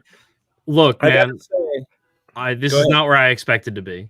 Both of the top cornerbacks are on the board. This is not what I was expecting. So I know. Did any of us really expect to be here? It's kind of a funny place. No, it's a very weird place to be. Certainly not with 3 Raider fans. That's not what I was expecting at all. Raider Damas, did you pay your electrical bill? You don't have electricity in your house right now. You are in a. I have some spotlights on me, but he's in Montana. They have incredibly dark. Good Lord. I'm gonna adjust my setup here a little bit, try to get the spotlights on me a little bit better. I'm gonna face this way so the lights are directly on me. Now you can see me. I'm sorry if the background is still illuminated in darkness, or quite the opposite of that, but you should be able to see me now. Howie's on the phone. I gotta say, you guys, I put the Bo McBrayer hot box sauce around the rim of the glass, and then the Nashville his hot chicken.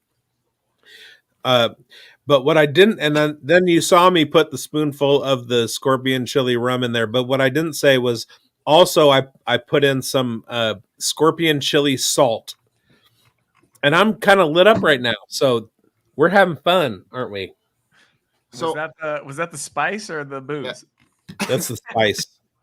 Okay, so Michael, it's your team on the clock right away, and you've got a spotlight on your new show, like not your, but you're getting sponsored by another avenue here. So why don't you tell our crowd, all our viewers, where they can find you? Obviously here, where we are, but like what's the new sponsorships happening with you? Yeah, so basically a couple months ago we started the conversation with Blue Wire, which is their primary avenue is they basically partner with podcasts and they hook them up with a lot of ad deals and opportunities to connect with other larger platforms, hosts of other shows. And in particular, they specialize in the pick is in I guess ads that normally wouldn't be available to smaller podcasts while also trying to help those podcasts grow. So we're hoping to get involved with that community. Yeah, I mean, you can find us live just like normal every Wednesday at 8 p.m. Eastern time right here on the Undroppables YouTube. And you'll find us anywhere you listen to podcasts on the Undroppables playbook. But really, we're just hoping that they can help us take the next step in growing and getting, expanding our listenership and being able to bring more opportunities. That's really what it's about for us. So yeah. Oh my God, the Eagles just picked Jalen Carter. Yo, that would be crazy. Can you imagine two of them? Mm-hmm. Right. With Jordan Davis at nose tackle? Dukes was hoping for Anthony Richardson again. I think Dukes would have gummed his pants if they somehow did.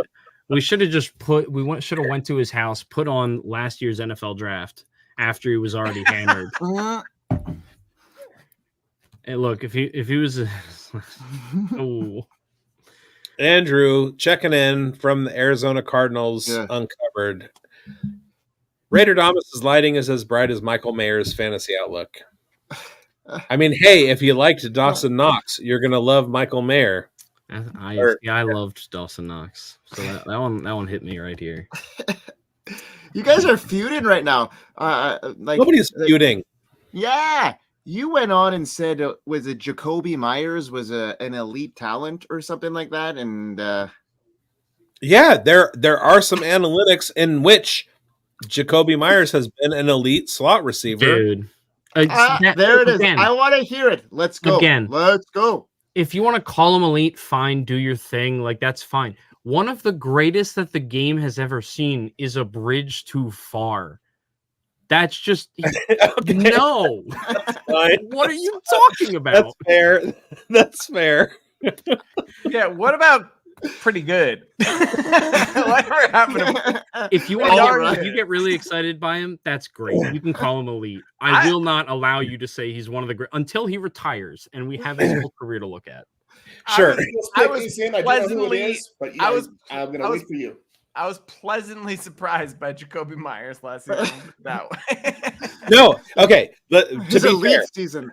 Jacoby Myers had a better season last season than I expected from him. However, when he was with the Patriots, he had some elite slot receiving. Eagles pick is in. No, we're good. We're good. I'm done. I'm done. Yeah. The Eagles pick. Yeah, they're talking about Brazil in the game of Brazil instead of just announcing the pick. So. Yeah, exactly. Roger's the worst, man. Shout out to the 234 Anyways, live finish the point we're going to make. I cannot wait for his reaction to this. I'm done. I said I was done. Nevada boys. I'm going to reiterate the shout out to the 234 live viewers on our stream right now. Let's go. Let's keep it up. And we're in the latter half here, so we got about 10 more picks. What's happening here, Goodell? And now we're going live to a 7-foot monster.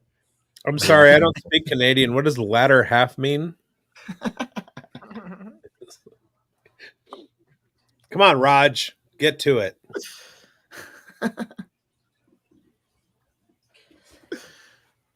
God, what is he's? How many things is he saying? Just Quinyon Mitchell. God Mitchell. damn Oh, That's a great He fucking wasn't- pick, He Michael. wasn't going to last much longer. that than is a Mays. great No. pick, Michael. Real. I did not think. I thought he was going to go at like Hold on one 14 or something. That's an incredible value. So I didn't think we'd get either of the top two guys. I'm even more shocked that they were both available. When I was thinking about this in the past like 15 minutes, because that's how long I thought that was a possibility, I was thinking, okay, who are the Eagles going to select? You've kind of got Howie's two favorite types of players. You've got the guy from Alabama who has just been really good his whole college career.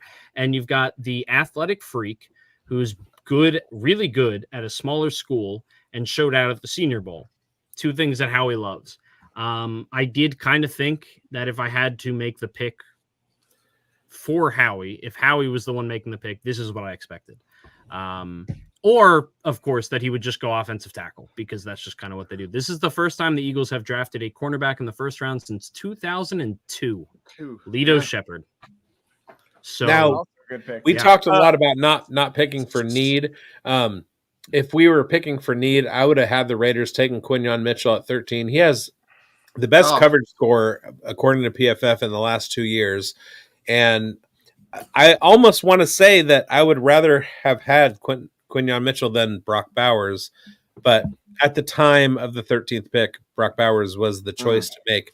But Quinyon Mitchell is so freaking good.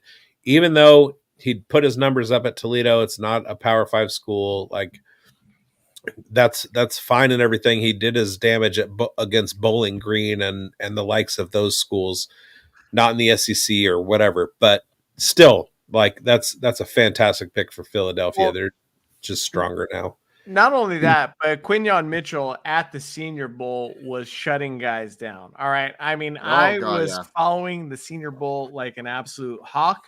Not only that, I was trying to aggregate the hype that players were receiving from the Senior Bowl, where I was literally using AI to figure out who was being tweeted about and talked about the most. And Quinyon Mitchell was coming up when I was asking about wide receivers. He was coming up when I was asking about quarterbacks. He was coming up in everything, every test I put to the AI. Quinyon Mitchell kept coming up. So, I mean, the hype was very real at the Senior Bowl. And, you know, when you actually put that to the test and read what you're, talking about, he was like unanimously the best defensive player. Now, the Senior Bowl is notoriously offensively friendly, particularly to the wide receivers and the running backs. So those guys get the most hype. But the guy on defense that was talked about by far the most and in the best light was Quinyon. And I thought he had worked his way into the first round. And then throughout the rest of the process, I thought he had worked his way into the top half of the first round. So for the Eagles to get him at 22, I mean, it's another home run for Howie. And it's a really well-run organization. And we had 15 straight offensive players go off the board to start this draft. And that's what happens. Now you get blue chippers late into the first round. This is another just phenomenal pick. And the Eagles are scary again. And I think it's worth noting as well that when I was doing all my prep on the draft, like I'm not a big college football watcher, but the biggest thing that I constantly saw as a knock against this guy, it had nothing to do with his play. It was always lower level of competition. Yep. It might take him a little bit of time to adjust. Even Terrion Arnold, who I think most people had as the consensus number one cornerback. It was kind of a 1A, 1B situation, depending on what your taste was. But with him, there was, actual like play things, small, nitpicky because the top cornerback in the draft. But this dude, it was always the same thing. And I'm sitting there and I'm like, that matters. Of course it matters. Like, it just does. That's the fact of the matter. Learning more about him, I learned that he had offers to transfer to a lot of big universities. He wanted to stay at Toledo. And if that's the biggest problem that I have with him, like, okay, he doesn't have to be the number one guy right away. You got Darius Slay, who is going to be your number one cornerback. He's paid like it. James Bradbury was bad last year, but he's only a year removed from being an all-pro. And you've got some other young guys in that room where he's going to have time to adjust if that's what he needs. But I think a very realistic situation is he walks onto the field and he's a blue chip first round cornerback. And again, when you put him on the field with a bunch of all-stars from the college game, he was shutting them down. He was the best one there. Exactly. Loading up.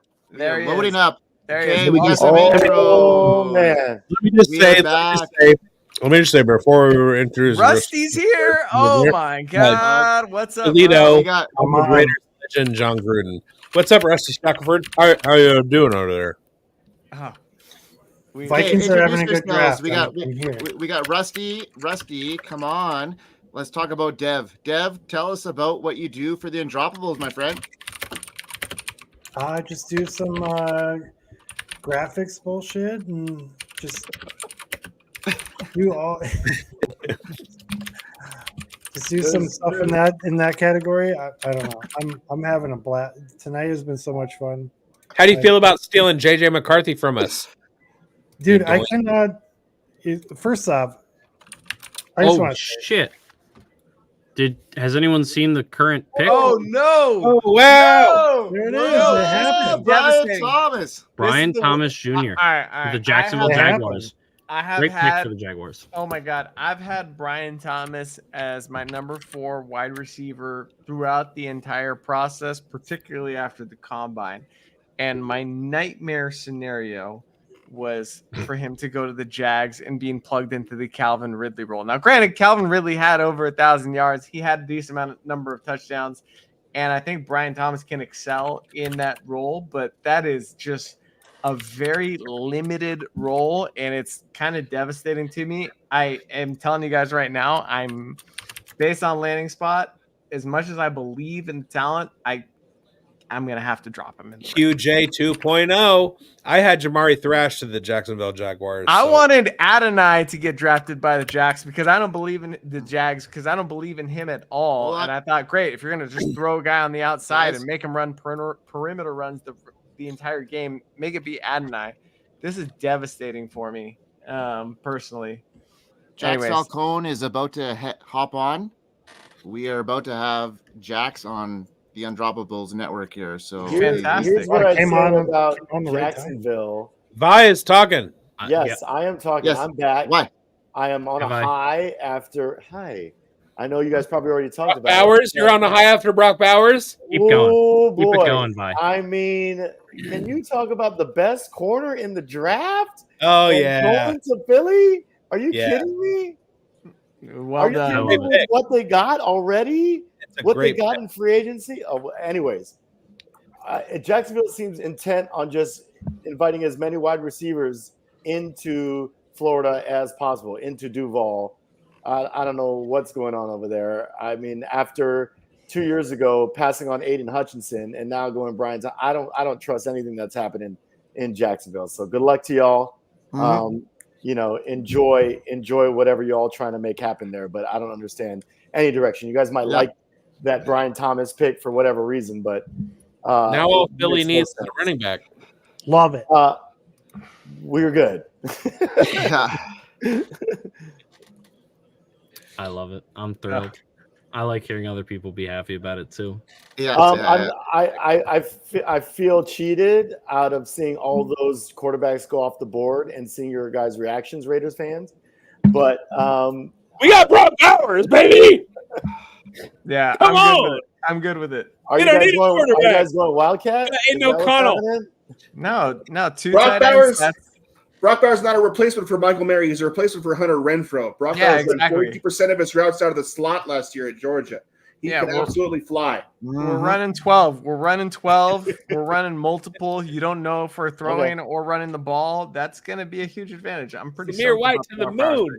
Let's go. Yeah. Zamir White. All right. Zamir White, 3rd overall fantasy pick. 32 ADP. Are you kidding me? Come on. Guys, I'm not gonna lie. This Brian Thomas landing spot has really got me pretty impressed. We were talking about pants coming off earlier. My pants are firmly on. I just tightened the belt by like two more belt hole loops.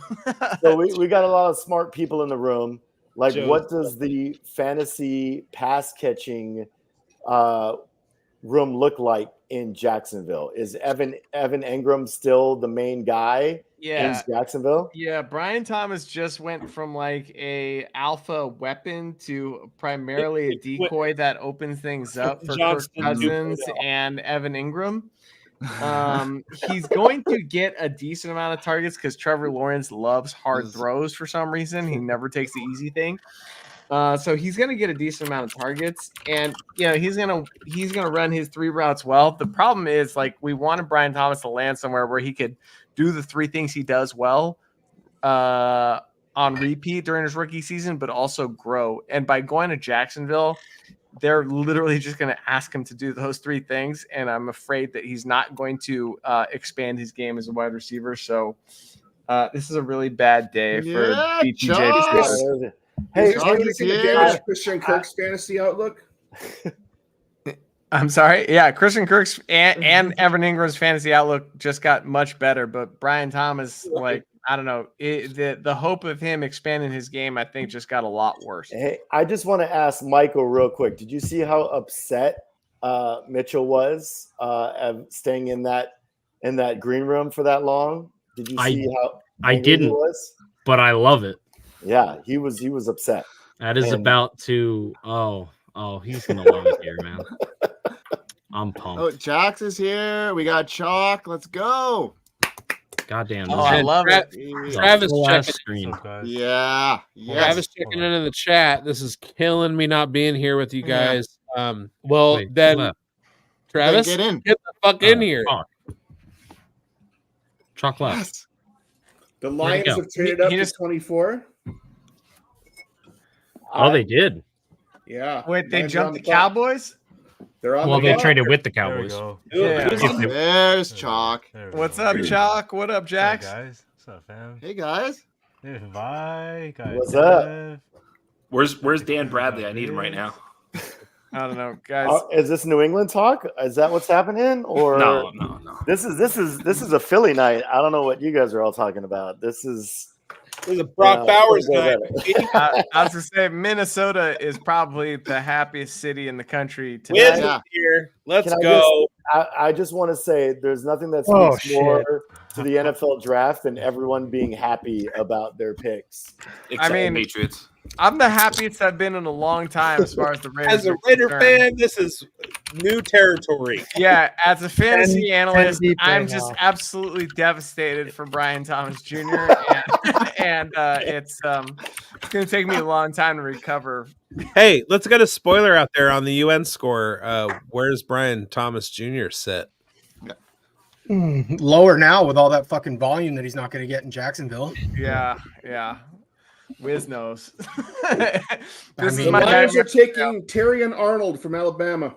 Wiz knows his sandwich. I'm in a different chat right now, and everybody's telling me that it's such a good landing spot, and I just don't see that at all. They are absolutely dead wrong. This is one of the worst things that could have happened to Brian Thomas Jr. He's absolutely. I'm adjusting the ranks, and it's not going to be good.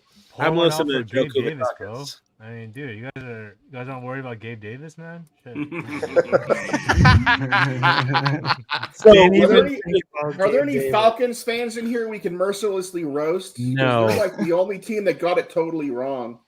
So, Chalk, we did a live best ball draft over on Fantasy Football Advice Network, and I auto picked Gabe Davis because I couldn't get back in to make my pick.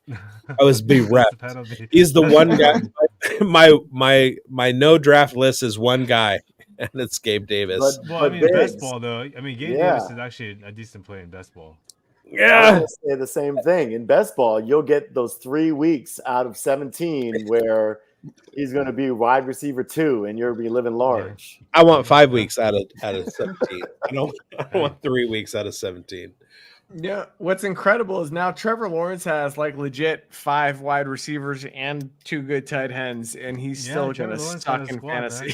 and Etienne, he's got all the weapons. Yeah, and it's still not going to be a great season. He's going to finish QB 12 again. You know how many teams are killed for QB 12? Dude, so Lions trading up, huh? I could think of one, and there's. Is this Ad Mitchell? No, is this Ad Mitchell or is this Arnold? This is Terrion Arnold. Arnold. Yeah. I was just saying if you're book it. buddies. Oh, hey, Troy Wiz, Franklin. Troy Franklin? No, Dude, if Troy Franklin goes round 1, I'm gonna fucking lose it. I'll be so happy. I've had enough box wine. I don't think it's happening, guys. I think that 6 quarterbacks rules out 7 wide receivers in round 1. No, that fucked everything up. Yeah. With 6 QBs going off the board, there's absolutely no way we're getting 7 wide receivers. I honestly still think we may be hard pressed to get 6. I think is it going to be Adonai or Worthy? And I think that's it. That just makes day 2 guys more valuable. For those of you who are playing at home, it was plus 200 for over 5.5 quarterbacks in the first round, and that was done by what? Pick 12. Yeah, exactly. That was a nice bet. Yeah. What was Travis making his wide receiver under 7 or under 6.5? I'll have to check on that. I only have the bets that I won. That's the only ones that count. Oh, well, that's absolutely correct. But I thought you were more degenerate than that. I'll work on my degenerate behavior. I apologize. I'll work on that. I just want to point out real quick, we are at hour 3:05, and we are at the max number of viewers that we've had so far. So that's go. Let's good content, boys. Listen, the only reason I came on here is because I wanted to revel with Michael for a second about the Eagles winning another round 1. You got to wait for Travis for the 4th year in a row. I came on here pre first round, and I said Howie has wiped the slate clean after 2020, and he did it again. He can do no wrong in my book. So I just wanted to come on and say that. I'm gonna let you all take over, but I feel warm and deep in my heart for Go Birds, baby. Go Birds. Go Birds. Mahalo, bro. Love you all. Franchise. Love you, Vine. Travis checking in. Fly fucking Eagles. At this point in the draft, I am delirious enough to say the following ridiculous statement that this draft for the Raiders is merely setting the stage and laying the foundation for when Arch Manning is the Raiders quarterback in 2026. I like that.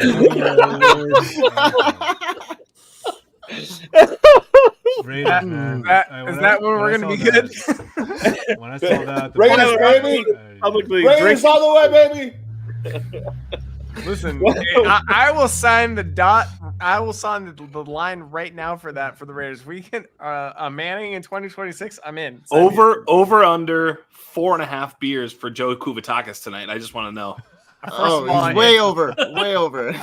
It's over under 8.5 glasses of wine for Joe Kuvatakis tonight.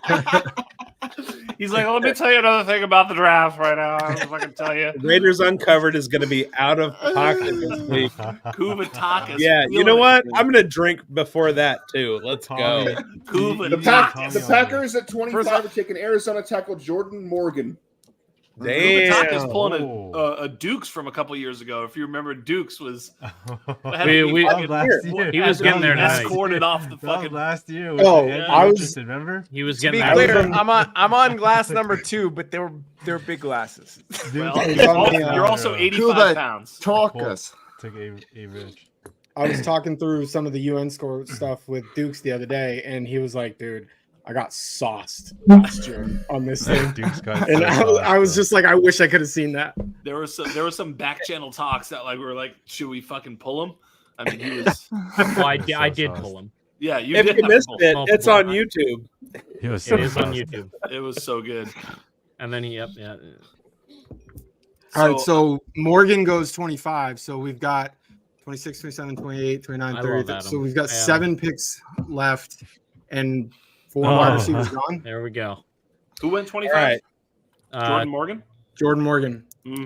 Fucking Packers. Somebody was promised boobs in this live stream. Adam Hutchinson. Adam Hutchinson. Yeah, there you go. There they are. Adam Hutchinson. There you go.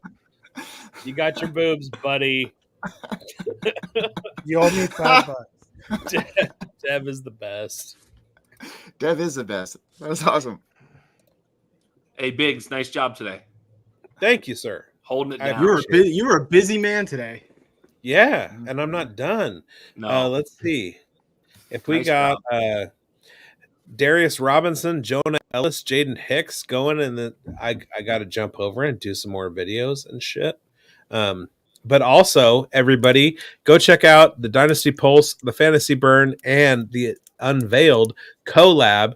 I got Chalk on wide receivers, Noah Hills on running backs, Andrew Cooper on tight ends, and Craig Reith on quarterbacks. Craig Reith and me, we're talking quarterbacks. So go check all that out. I love it. It's a great lineup. I honestly forgot we were live. Like I just thought it was like us for a minute. All right, Dev. Next, your next challenge, Dev. Where's the Speedo? It's upstairs. We'll wait. Speak for yourself. If he goes to put on that Speedo, I'm leaving. Oh shit, we're gonna lose Michael. I didn't even have the Speedo when I went on vacation. I missed it.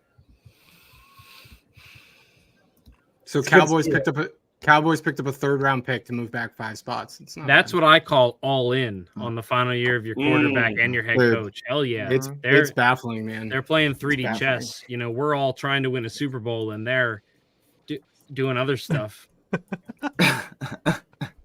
Yeah, nothing. A whole bunch of nothing. That's what Jerry, they're doing. fucking moron. I love it. I love it so much. Yeah, Jerry feels like the new Al Davis to me. Oh yeah. How did the It's Eagles kind of a good pay? call. How did the Eagles somehow pay both of their wide receivers before they paid CeeDee Lamb? Because Howie, man. It's Howie. Just oh man, they're morons. They are morons. So Jax, are we doing this or what? Like, do we need to like start this fucking fight to the death right now? Wiz. Jordan Addison 2.0. Drake May. I mean, if you're hitching your wagon to a kid that couldn't, I mean, it's just it's ugly. You watch him play. Oh, I get center stage to Yeah, about it. Okay, we got to get some more viewers in there. There's a reason I'm your We producer, just- Jax. There's a reason I'm your Drake producer. May. I mean, this is the worst thing. First of all, if they had any offers to come up to 3, they should have taken him. And if they didn't, that tells you all you need to know about Drake May, that nobody wanted him. Bill Belichick was on Pat McAfee, and he did not seem to think that Drake May was a very good pick. Look, I think he's going to be an absolute bust. It's going to be ugly. He's going to be a mistake-riddled Daniel Jones-esque quarterback. They keep saying, shades of Josh Allen. You know what would be terrible in the NFL? Would be not quite Josh Allen. That would be awful in the NFL. If you were kind of like Josh Allen, but not quite as good, that would be awful. That's like Daniel Jones. So don't give me this Drake May nonsense. They should have gone J.J. McCarthy or Michael Penix, both better quarterbacks. Drake May, 5-10 years of absolute misery for us Patriot fans. And you know what? If I'm wrong, suck it. There he is. All right, give me back. You deserve it. I would like to add that Boston fans absolutely deserve it as well. You guys had a great 20-year It was a run. fumble. You had a was great definitely a 20-year fumble. run. Yeah, it was 100% a fumble, but that was the beginning of It was just not a fumble. incredibly streaky 20-year run, and y'all got enough championships to fill several lifetimes. Dan Bradley. So- Just too chicken shit to come on. Let's go, Dan. Get in Oh here. no! There's Come my on, guy. Dan. There's my guy. Come on, Dan. Get in here. Defend your boy. No, I mean, look, I think the thing that I think about is I'm not saying he doesn't come without risk, because I do agree with you that there is risk there, but at the same time, like to throw out the statement that he can't have a better year than 22 and 13 with 3,800. Yeah, I fucking loved that one. That one got me all riled up. But look, That was fun. they're probably gonna sit him for a bit, and they absolutely should. But the thing that I have a problem with some of the JJ stuff, and I like JJ, I do, but everyone, when we have this Drake May and JJ conversation right now, it's everybody's banking on that JJ's basically already fucking good and he's gonna be awesome. And yes, he got a great landing spot. He's good. But he's gonna be we awesome. don't He's gonna be good. but do you know that? No. Exactly. Of course not. So, We don't know. why are you destroying Drake May when you don't know that JJ is gonna be good? I just I don't know that Drake May's gonna. Well, he asked me the question, so I'll answer. But Drake May, I just feel like there's a better chance that JJ McCarthy is a good NFL quarterback. And I hear the argument of upside, and I heard Lombardi say it on his pod. He goes, "What does upside look like at the quarterback position? Did Tom Brady have upside when he was drafted? Did Brock Purdy have upside when he was drafted? Yeah, they both did, because they need to be elite processors." And, at the end of the day, Drake May is not an elite processor. If he becomes one, by all means, this will be an amazing turnaround for him. But you watch the film, and he's just drifting back. He's just trying to scramble and make plays. He is not a sit there and make throws on time and on target. Almost none of his film is that. They showed even when he was announced as the pick, this highlight reel was awful. It was him bailing and throwing off his back foot, luckily hitting a guy in the end zone. It's like, look at this guy. It's like, I don't want that guy anywhere near my NFL team. And look, if he's able to sit there and change his game, as Bill Belichick said on Pat McAfee's pod, if he's able to learn how to stay in the pocket, hold the pocket, and deliver the ball on target and on time, maybe he'll be a good player. But at this particular point, it's not looking good. So Lombardi's I a clown anyway. I get what you're saying, but dude, we could have drafted fucking Steve Belichick, and Belichick would have hated the pick because the Pats were making the pick. He would have disagreed with whatever we fucking did. He didn't. He had a ton of upside coming out of college because he sat behind Drew frickin' Henson half the time. Lloyd Carr almost ruined his career, not starting the greatest quarterback of all time because of Drew Henson. Give me a freaking break. Brady had the most upside of any player in NFL history coming into the draft. Yeah, but Drew Henson was a first round MLB player. So for the Yankees, he played third base. That's the only thing anybody needs to know about Drew Henson. Jax, the thing I go back to is the conversation that you had with Heath, right? And it's like, oh, okay, if what you said was when Jaden Daniels went to LSU and he was there for 5 years, well, what if Drake May was in college for another 3 years?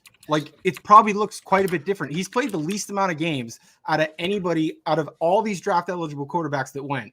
And not to mention, he also had the worst situation out of any of these quarterbacks that went. So if we're being fair and giving Jaden Daniels and Michael Penix credit for evolving, Michael Penix fucking sucked his first 3 years. And then he got to Washington and Bo he Nix was too. Yeah, Bo Nix too, right? I don't like Bo Nix, and I don't like Jaden Daniels that much. I do like Michael Penix. No, but you like Michael Penix. I do think that Michael Penix was a different type of player too. Michael Penix is a much better deliverer of the football on target and on time than any of these other guys. Okay, He's played 28 games. Drake May's played 28 games. He's 21 years old.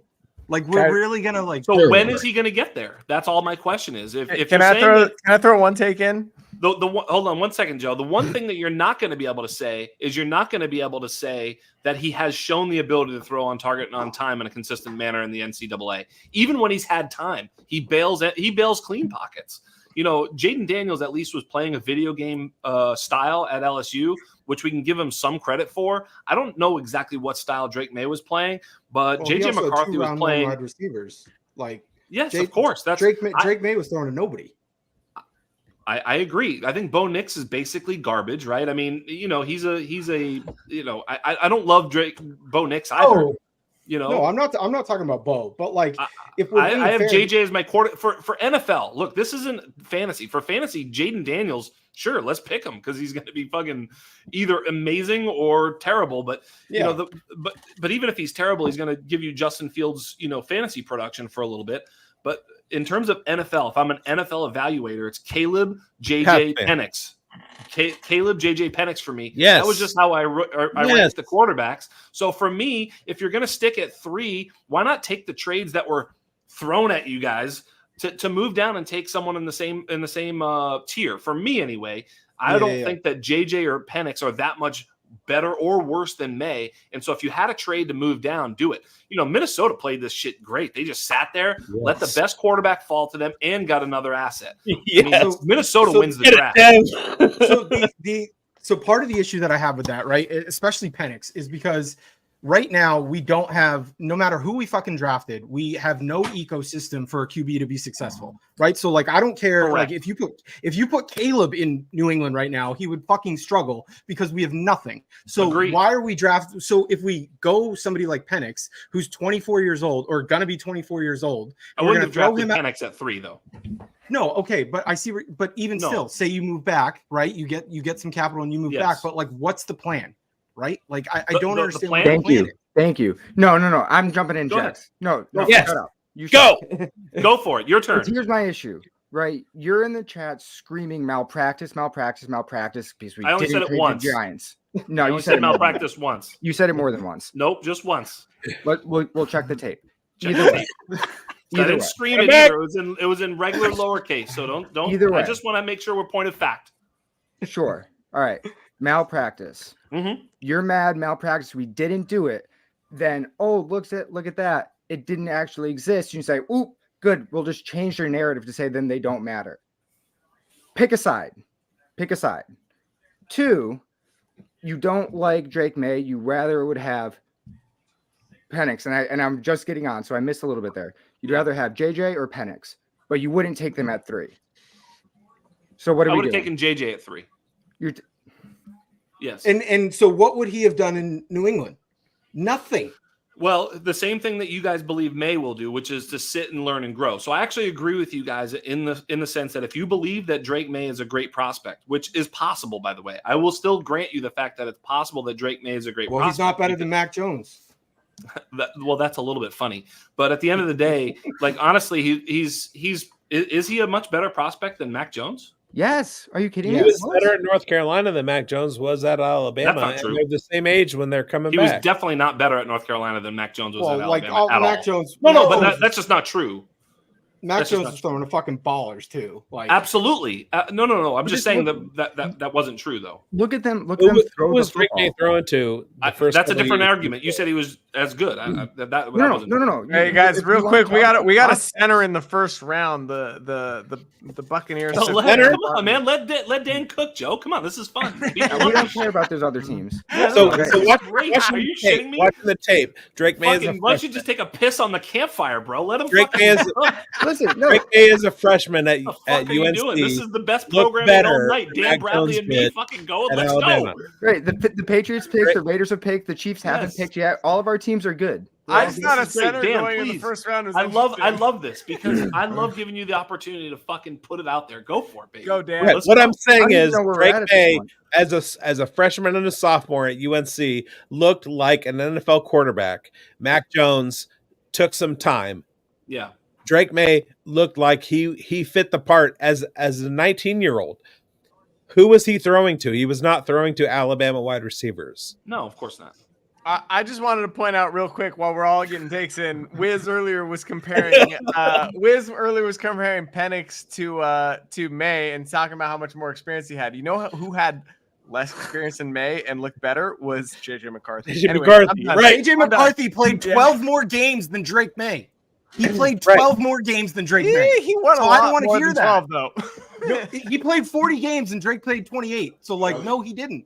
All right. Yeah. I'm kind of sticking up for Drake May, but I do like JJ McCarthy. I love I you, had Joe. him ahead of Drake May.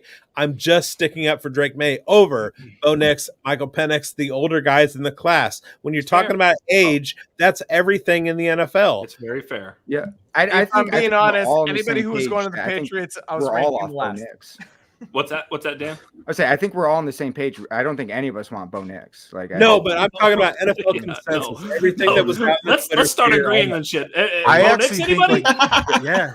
Right? Jax Absolutely not. Jax is ready for JJ. He's wearing. Where's JJ Tuma? colors. No, so and here's the thing. I don't mind JJ. I like JJ, but I Yeah. don't think he's a third overall pick. At the end of the day, if he was a third overall pick, we would have seen far more from him in Michigan. And if you want to go, Jax, if you want to talk about like the Mac Jones, like stats, yeah, because Yeah. Mac is going to have better stats. But if you look at them as prospects, like Yeah. Drake has the significantly better arm than Mac. He's far more mobile. He's far Yes. more athletic. Oh, Right, absolutely. so that's where I don't think the whole Mac Jones comparison. I think that falls wildly short. Yeah, no. I will tell you this. I have watched the NFL long enough to know that as much slander as Bo Nix is taking from this ragtag group of miscreants tonight. You can fit him for his gold jacket tomorrow because he's going to be a goddamn Hall of Famer, and you all can suck it. Are you a Denver fan? What's going on here? Take that. No, hat. he What hates are we doing? Denver. What are we doing? He's I a see. fatalist. What the hell's going on? Fatalist. That's the only thing. He thinks that because Bo Nix went to Denver, he's going to become a Hall of Famer. Right. Yes, that makes sense. It's half the reason that I don't like Drake May is because my team picked him. If he had gone somewhere else, I'd be like, that kid's probably going to be good. You know, it's like I God, fucking how hate can we you. not? You're driving me nuts right now. Me? Yes. So here's actually, I do have a question for It's you though, true, Jax. man. So let's say they took JJ at 3. That would have been. What is your plan then? Like, what's your next move? Yeah. Look, here's the thing. Here's the thing. So I think a lot of holes to fill. I think when you look at JJ McCarthy, the one thing that he's proven is that he can play within system. That's my point. Like, you know, he can play within system. And if you give him a system to run, he'll be able to go, okay, got it. Boom, boom, boom. On time, deliver, like really, really on script, and can play that type of game. And so whether, you know, I think there was something, who the hell just said it? Oh, it was, I think it was Brett Whitfield, the kid who does the film study for, who does he do it for? Fantasy. Yeah. So he's the film guy at Fantasy Points. They charted first half pass attempts on non-screens. You remember this? Look at my boy knows. And JJ had more attempts than Drake May in those situations and was really better. I mean, I don't remember the whole stat. Someone help me out here, brother. You got this? No, I got nothing. I just he had more first half pass attempts than Drake May and Jaden Daniels, and his completion percentage in the first half was better. Not to mention his third down completion was better. So what had happened was is as they got a lead, he sat on the ball in the second half, and it admittedly did not have to be put in so many pressure situations. I'll admit that. Like the film is limited on JJ McCarthy, but in the first half, that there was some stuff that really showed that he was able to just put it on teams, and he did so with very, very minimal weapons as well. I mean, Walker and Roman Wilson, maybe. I mean, he had the best offensive line picks for 3 years in front of him. True that. Yep, he had the best offensive line. They always, but he also delivered. Ready for the run. He also delivered. I'm not saying he didn't, but like he delivered. definitely still had like a really nice ecosystem around him too. He could very well bust. JJ can bust. I'm not saying that's like, what I wanted to hear. Yes, that's what I wanted to hear because what's making this sound like is that like, oh, we made the fucking wrong pick because we're taking the guy that's like likely gonna bust. We're like, JJ can also fucking bust. I guess that's like the whole crux of this. It's the Vikings. Really he can bust. It's probably not with Jordan. No, Addison, probably not though. there, right? Well, fucking Jordan Addison, man. Because Jordan Addison's gonna be nothing compared to Drake May. Like, it's great for JJ. But he has the best O-line, and everyone knows they're a run-first team. So even in the first half, teams are stacking the box for the run. So it should be easier passing. The Chiefs pick is in. Do you want to know who it is or not? Yes. No. All right. No. So he did have the best offensive line, but he did more. His arm talent got him there. Plus, he was a good runner in his first couple of years. JJ McCarthy is legit and young. But Drake May is right there too. He had some flaws. JJ McCarthy was a little bit better at certain things. Drake May was good too. So it's kind of a wash. It's a 1A 1B situation. Drake May is not a bad pick. He's going to be fine. I would like to point out, Jax, you said I was drunk. My teeth are purple, for Christ's sakes. I haven't even reached like looking at Duke's level lately. So Worthy went to the Chiefs? Yes. Yes. Wow. Oh my God. That's a dream landing spot from a fantasy perspective. What the? That's phenomenal. That's beautiful. They know exactly what to do with Worthy. BTJ, RIP, Worthy. Let's fucking go. Yeah, absolutely. Receivers with questionable hands, right? Wow. And don't worry about it. I think he's gonna figure it out. Let's let Ladd drop a little bit. Let's let Ladd drop a little bit. That's good. I hope everybody. How pissed are Buffalo fans right now? Well, they made the fucking trade with them. Yeah, they traded up. Because they're going to trade back and take Adonai. Yeah, I know. It's terrible. They're going to take Adonai. I wish Buffalo got Brian Thomas. God, what's hilarious is they're going to take fucking Adonai, and everybody was betting that them taking Adonai, and now because they traded back, like they're not going to hit it. Because wasn't Adonai's over like 27.5? Yeah, it's over. Oh, right. All right, say under. Fucking brutal. Oh my God! But they're going to be right and wrong at the same time. That's what's hilarious. What if Adonai goes in the third round? Wait, what was the trade? Because why would Buffalo just help Kansas City like that? I think Kansas City probably just helped Buffalo. I mean, if they picked up extra draft picks and their guy's still going to be on the board, granted, I think they're taking the wrong guy. The trade is weird. Bills trade pick 28, 133, and 248 for 32, 95, and 221. So they moved up. Right, so they moved up they moved up moved around from the fourth to the third. Yeah, that's a big difference. Yeah. I mean, look, if we're being like, I don't know if like Worthy makes a ton of sense as the outside X in Buffalo. Like, I don't know, maybe he does, but I don't. No, he doesn't. They did the thing we do in fantasy football. They moved down within the tier. That's fine. I mean, we applaud. We should be applauding them. Yeah, we should be applauding them. We applaud for that this. in our game. That's what they did. I'd be happy to do that in any startup. That's what Chalk does all the time. I'm actually pretty happy about Worthy to the Chiefs, guys. Even though I hate the Chiefs, Mike, congratulations. He's going to score. I'm going to say 7 touchdowns next year. Okay, and, so let's have the other conversation then. Like Rashee Rice. Who? Yeah, Rashee Rice. Does he even play here anymore? What just happened to his dynasty value though? Like that's what I'm saying. Yeah, it's down. I was having a hard time believing in the Rashee Rice hype in the first place because the underlying metrics in ADOT were so low. I think that the Chiefs have a bunch of gadgets and they're all going to contribute, but we're kind of back in the same place, but it's elevated, right? There is no number one, but they're all better than the no number one we had going into last year and the year before that, right? That was always the problem with the Chiefs in 2023 is that you had guys who could break out, but there was not one person that you could count on to be that 9 target a game. That guy didn't exist. There was no Tyreek anymore. He did the second half. Travis Kelce. Rashee Rice was that the second half. He did better. But Rashee Rice is a first-round pick in the Missouri State penal system draft this year. all right, from which Mizzou wide receiver is going to come out next year. But what I'm saying is there wasn't anybody you could count on in fantasy in the Chiefs wide receiver room. It didn't mean that there wasn't going to be one person that didn't have a spike week or whatever. It just means that there wasn't anybody that you could roster confidently. That seems to be the same because of Rashee Rice and Xavier Worthy. You know, you got me thinking, Joe, the Chiefs tend to play a lot of 2 tight end, because Kelce tends to play the slot and they usually play that extra tight end. Who even knows their different names, but they usually play a tight end plus Kelce plus 2 wide receivers. And now they've got Marquise Brown, Xavier Worthy, and Rashee Rice.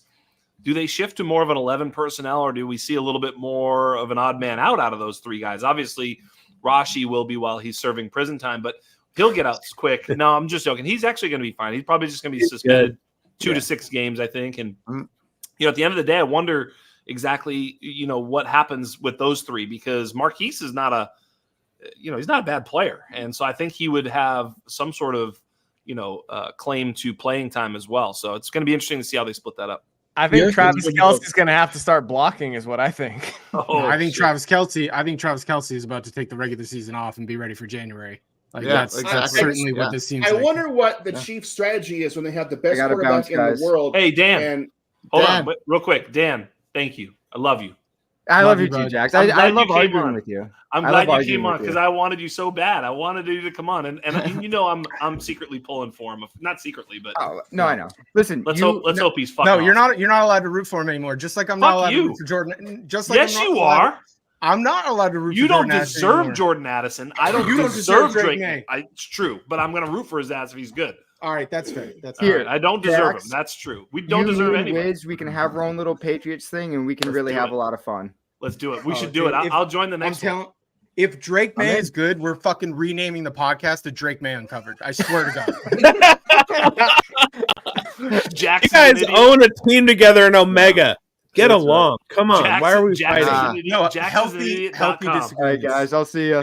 I love you, brother. Thanks, Bye. man. Love Later, ya. man. Bye, bud. So No, healthy disagreements. He's so wrong. No, I'm joking. All right. Let's get the Drake May fighting again. Go. did Adonai just get taken? What's going on? I'm seeing Adonai. That would be Dallas, right? Dylan S. Worthy. Well, that would make Worthy. No. It's all they just- worthy. Okay, I'm sorry. I saw a couple. Okay, all right. Because Sorry, Dallas I'm is up freaking out. next, right? Yeah, Dallas is on the clock.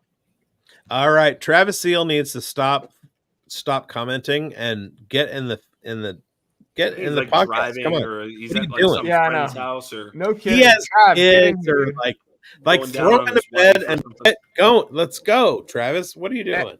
Anyways, I literally just wrote how much I wanted Worthy to go to the Chiefs, and I'm thrilled because I know Andy Reid's gonna maximize him. It's probably not going to be year one because I think Marquise Brown kind of fills a little bit of that role, and Worthy's best comp probably is Marquise Brown, but long term, boy, I don't know. Worthy probably just definitely moved into the top 5 wide receivers in this class for me, and he might now occupy the number 4 slot.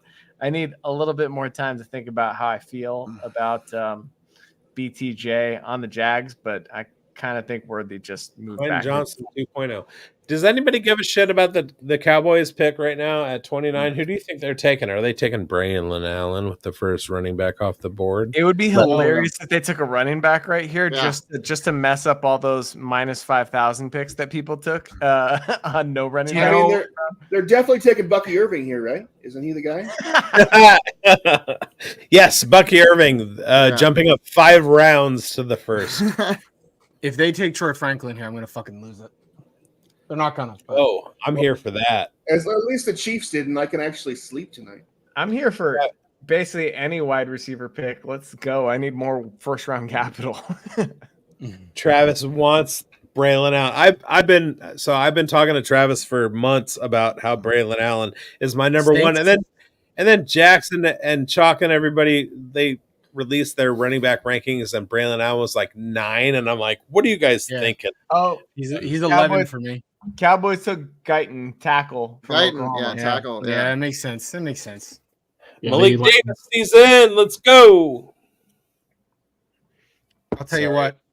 If Baltimore, it's probably not going to happen, but if Baltimore takes Ad Mitchell right now, that fucking poll I put out earlier might look really good because I put Ad Mitchell in that poll to Baltimore. I'm trying to think what's Baltimore's angle right now. I don't know. I bet you they're going to go defense. There's a lot of they're not going receiver. They're not going. Yeah, there are a lot of great defensive players that have fallen. I think the Ravens are going to do the prudent thing and take some guy that should have been Jackson Powers Johnson. Yeah, that's what I'm waiting to see where Cooper DeJean goes because I thought he was coming to Arizona when we were on the clock, and I'm like, oh my goodness, we have so many problems at cornerback. It's like I needed somebody back there to help Murphy Bunting do his thing. And I thought Cooper DeJean, oh my goodness, this is coming true. It's going to happen. It's going to happen. Chop rock. And I'm like, what the hell? What were we doing? Cooper DeJean didn't go yet. No. That's what he's saying. That's what he's saying. Oh. Yeah. It should have been Cooper DeJean. I'll tell you right now, if San Francisco takes Cooper DeJean and goes to the division rival 49ers, I will be beyond angry about that. It's like, come on. They're already a good team as it is. Andrew, are you in Phoenix? Yeah. All right. Carry on. So, if a division rival winds up getting Cooper DeJean, who's a really solid cornerback and can also potentially move over to the safety role, maybe in a year or two, because think about it, Budda Baker's a free agent after this season. And then you've got the other safety who's going to be out in 2025. It's like there's a lot of potential playing time there. And if you could get that guy in right now, that was the guy I wanted to see. But no. Instead, we go for an edge rusher, which, I mean, it'll help. but it doesn't really address the needs that the team has right now. It's just really disappointing to see something like that happen. And even though the Cardinals are up third in the second round tomorrow, I don't think DeJean's going to be there. If he is, that's going to to be a hell of a steal. Yeah.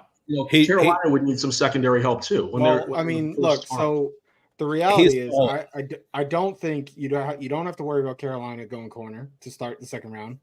You don't have to probably worry about the Pats going corner to start the second round. So if you get through these next 3 picks, he's likely yours.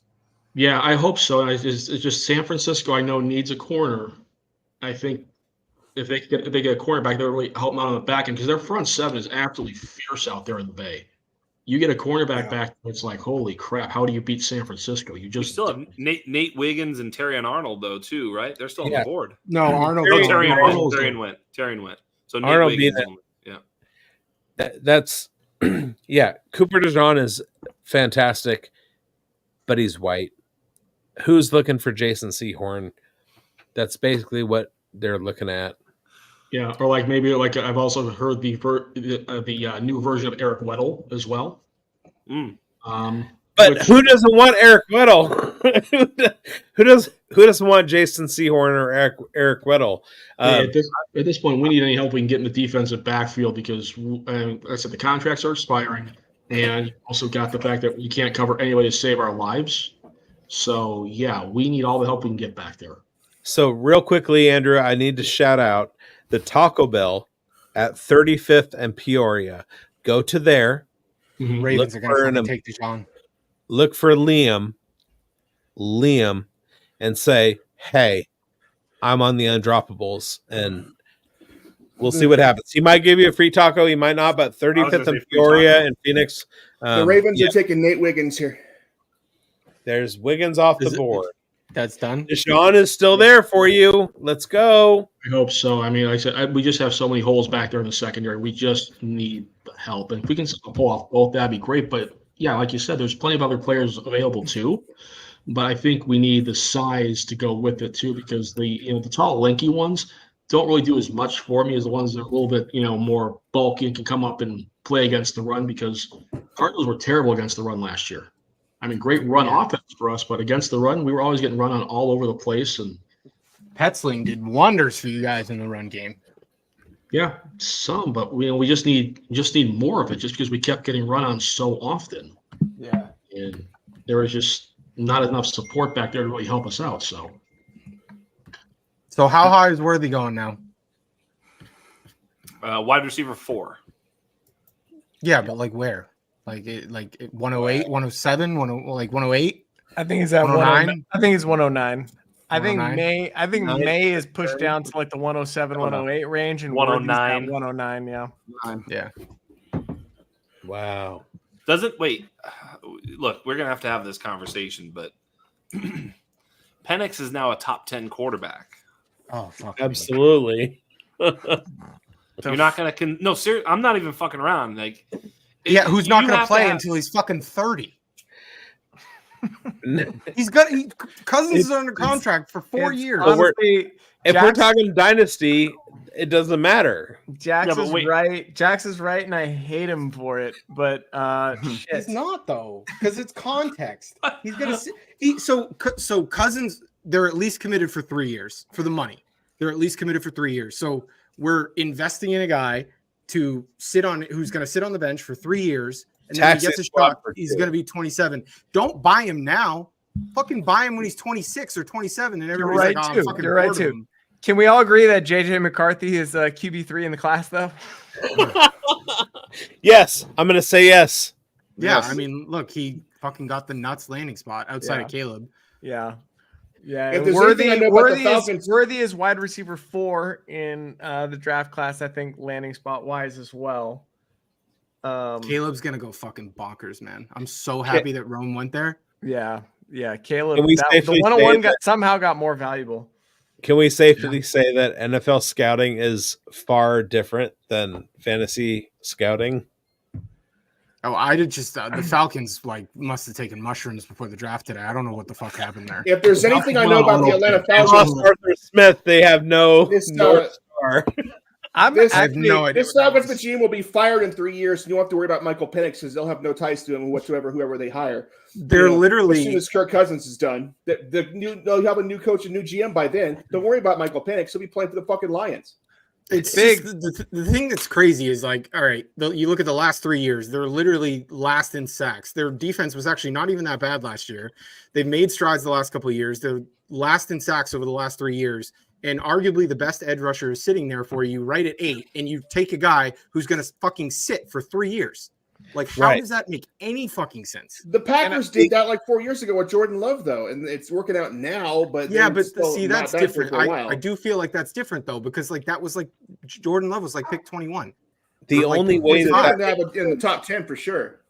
The only way that makes sense is that they had guys who could start on the defense on other teams that they let go, and they're still okay. They were last in sacks though the last 3 years. Like they could have used an edge rusher in sacks, but some of their games were not sacks away from wins. They were quarterback play and offensive play away from winning those games. Sure, that's fine. But like, what does Michael Penix do to like help you in the next 2-3 years? You've just signed Kirk Cousins to like $100 million guaranteed, and you want to maximize that window. And the way you're maximizing that is spending the 8th overall pick on a guy that's not going to fucking play. Right? Dunze would have been a better pick. Understand that. Oh my god, I know. I understand that. I get that. It's the guys like Michael Carter in the linebacker position that they let go. That's what I'm talking about. But no, that's fair. Drafting Penix is crazy. Yeah, that's crazy. I'm not defending the Falcons. I wasn't defending the Falcons last year. I'm not defending them this year. They're crazy. I don't know who is making the decisions there. Arthur Smith was probably hamstrung. Arthur Smith phoned it in today. He phoned in the Atlanta pick. Look, here's the question, Wiz, though. All that's well and good. We can call Atlanta stupid, which I will revel in doing so on the pod as soon as possible. But the question is, what does this really mean? And you're saying 3 years max. I'm saying, are we sure? I mean, look, if they're so sure that Kirk Cousins is going to play 3 more seasons, then I have a hard time believing they would have made this pick. Why? Yeah. They financially they're committed to him for 3 years, like they are. Like that's just. I know what you mean. I know what you mean, but like, so the pick is so stupid. It's actually like it's getting my galaxy brain going, where I'm like, wait a second, what does this really mean? I don't think you have to galaxy brain this one though. I think this is. They're just stupid, and they were just like, let's pick a fucking 25-year-old backup quarterback, and this fucking might just be like a fuck up. Like it really might just be a fuck up. I don't know. Like it is definitely a fuck up, but what kind is what I'm wondering. We're not going to know for 4 years. I'm just wondering what variety of fuck up this is. I know it's a fuck up. That much is fucking in the books. So listen, for this pick to work out for Atlanta, Michael Penix has to be basically Warren Moon in 2027. I mean, he has to be so good for this to make any sense whatsoever. So it doesn't make any sense. If you look at this, it doesn't make any sense. What I'm saying is, what the fuck were they doing? Like, from their perspective, like, yes, they made a mistake, but what kind of mistake? In other words, are they thinking that they couldn't have drafted a backup quarterback for 3 years? They couldn't be thinking that. Is my point. Does that make sense? There was one. Do you know what I mean? Like, that can't be the reason. I'm like, well, 4 years from now, they can't be it. That's it. It can't be. That's it. So, it is, and then it's the dumbest thing ever. Then the front office should be fired because, like, they will be fired by the time Penix is starting. That's what I'm saying. They won't have to worry about this. No, but unless atrophy, is kicking in fucking Kirk Cousins' leg. He's 35 years old, coming off an Achilles. Maybe they're concerned. Maybe if he gets hurt, they better not pay be him the money. Maybe if he retires, maybe if he sucks and I don't know. Like maybe this is a backup plan. He had 90. I'm not sure what's in his contract. Maybe we have a surprise pick for the 49ers. Is it guaranteed? The 49ers it's 90 million guaranteed. Wide receiver from Florida. No fucking way! Let's go! Oh my God! Let's go! Everybody crazy! I love it. I love it so much. Holy oh my God! Yes. Getting the draft Yes. Capital over Lad McConkey. Oh shit! What just happened? Let's go. What the fuck, Ricky? You know what? So we were talking about how dumb the NFL is. Listen, Adonai Mitchell has not been picked yet. Maybe the NFL is actually getting better. Right? No, there was enough of a smear campaign on Adonai Mitchell that fucking people The noticed. fantasy community pushed Adonai Mitchell out of the first That round. is exactly and for that, it, Joe. I am That is proud. exactly it. To your point, We Jeff, did it. that's exactly where my flag plan is on Braylon Allen. I wish the Colts guy that we had on earlier was still here because Ricky Pearsall is the only reason Anthony Richardson got drafted. Every single highlight of Richardson was him throwing up some ridiculous suicide ball and Pearsall making some ridiculously athletic play to get it. That's only half Anthony Richardson looked palatable. That's Ricky only in the half first true. is phenomenal. I love this so This much. is so fucking good. That This draft is capital on great. Pearsall is That's incredible. gonna fuck with the model. That is gonna fuck with the model. What if you Why already do they had keep Ricky going Pearsall for at number Cameron 7? How about that? Cameron Latu is obviously the tight end to own on the Niners. Why do they keep showing George Kittle? Wow. Look at Ricky John Lynch. Pearsall. Just Oh, Brett Whitefield is fucking over his fucking tree right now. I guarantee it. Oh my god. I thought early second. Hey, let's chalk one up for one of the best players at the Senior Bowl, shall we? Ricky Pearsall left after day 2. Hey, they just drafted a wide receiver. Carolina. Ayuk is gone. Gone to where though, and for what? That's the question. He's gonna be Drake May's fucking number 1. That's what he's gonna be. Wait, I don't know if that's gonna be. Carolina That's moved not up to the terrible. back end. I love this. Oh my god, please take Xavier Legette so bad. Please. Please. Please. I need What it is so bad. happening right now, boys? Oh, what up, Trav? We're being surprised. Better late than never, huh? He's Yeah. He's not in Dirty Laundry Studios. He's off site. No, I'm down in the living room tonight. Wifey does not want to listen to this. I want a show on Undroppables where it's just Raider fans and Eagles fans talking shit about the Patriots for 2 hours. That's what I want to do. Yeah, that's called Raiders We obviously have the Uncovered. personnel. 100%. Trav, did you catch the back and forth between me and Bradley? Did I ever? Yeah, that was hilarious. good. Absolutely hilarious. I'm totally with Wiz and Dan though. Good. Like prospect eval, sure, whatever. You know what I mean? It was the Good. right move, and they have to live with it. You know what I mean? Great. Josh Allen, he might not be Josh Allen, but Josh Allen had a fuckload of question marks when he was coming out. Yeah, that's true. And look what he has And- turned into with some And good he coaching. fucking So sucked those first 2 years. He did. Like- So won't Drake May. it's The just Panthers so have hard to traded rely up on the to coaching. 32. The Panthers coming up. Okay, Ricky fucking Xavier Pearsall. Leggett. Xavier Yeah, Leggett. Xavier Ricky Leggett is the Pearsall last back pick to in the back, first round. dude. I need it so bad. Time to In wrap my it up blood, here. I need this. Let's go. This draft needs this so bad. Oh we my had very God, few yeah. surprises up top aside from I actually think it's probably AD Mitchell. I think it's probably AD Mitchell. Both are kind of funny. Both are kind of funny, but that's okay. I mean, no, both are kind of funny though, because like Yes. they both kind of suck. But what's the Trading reason up- to make trading it up into Carolina the got a first. wide receiver if you still have Bryce Young at quarterback? I mean, you still have What? Adam going down there. You've got Deontay Oh, Johnson Adam Thielen's down dust. there. It doesn't matter who catches the ball if no one's throwing it.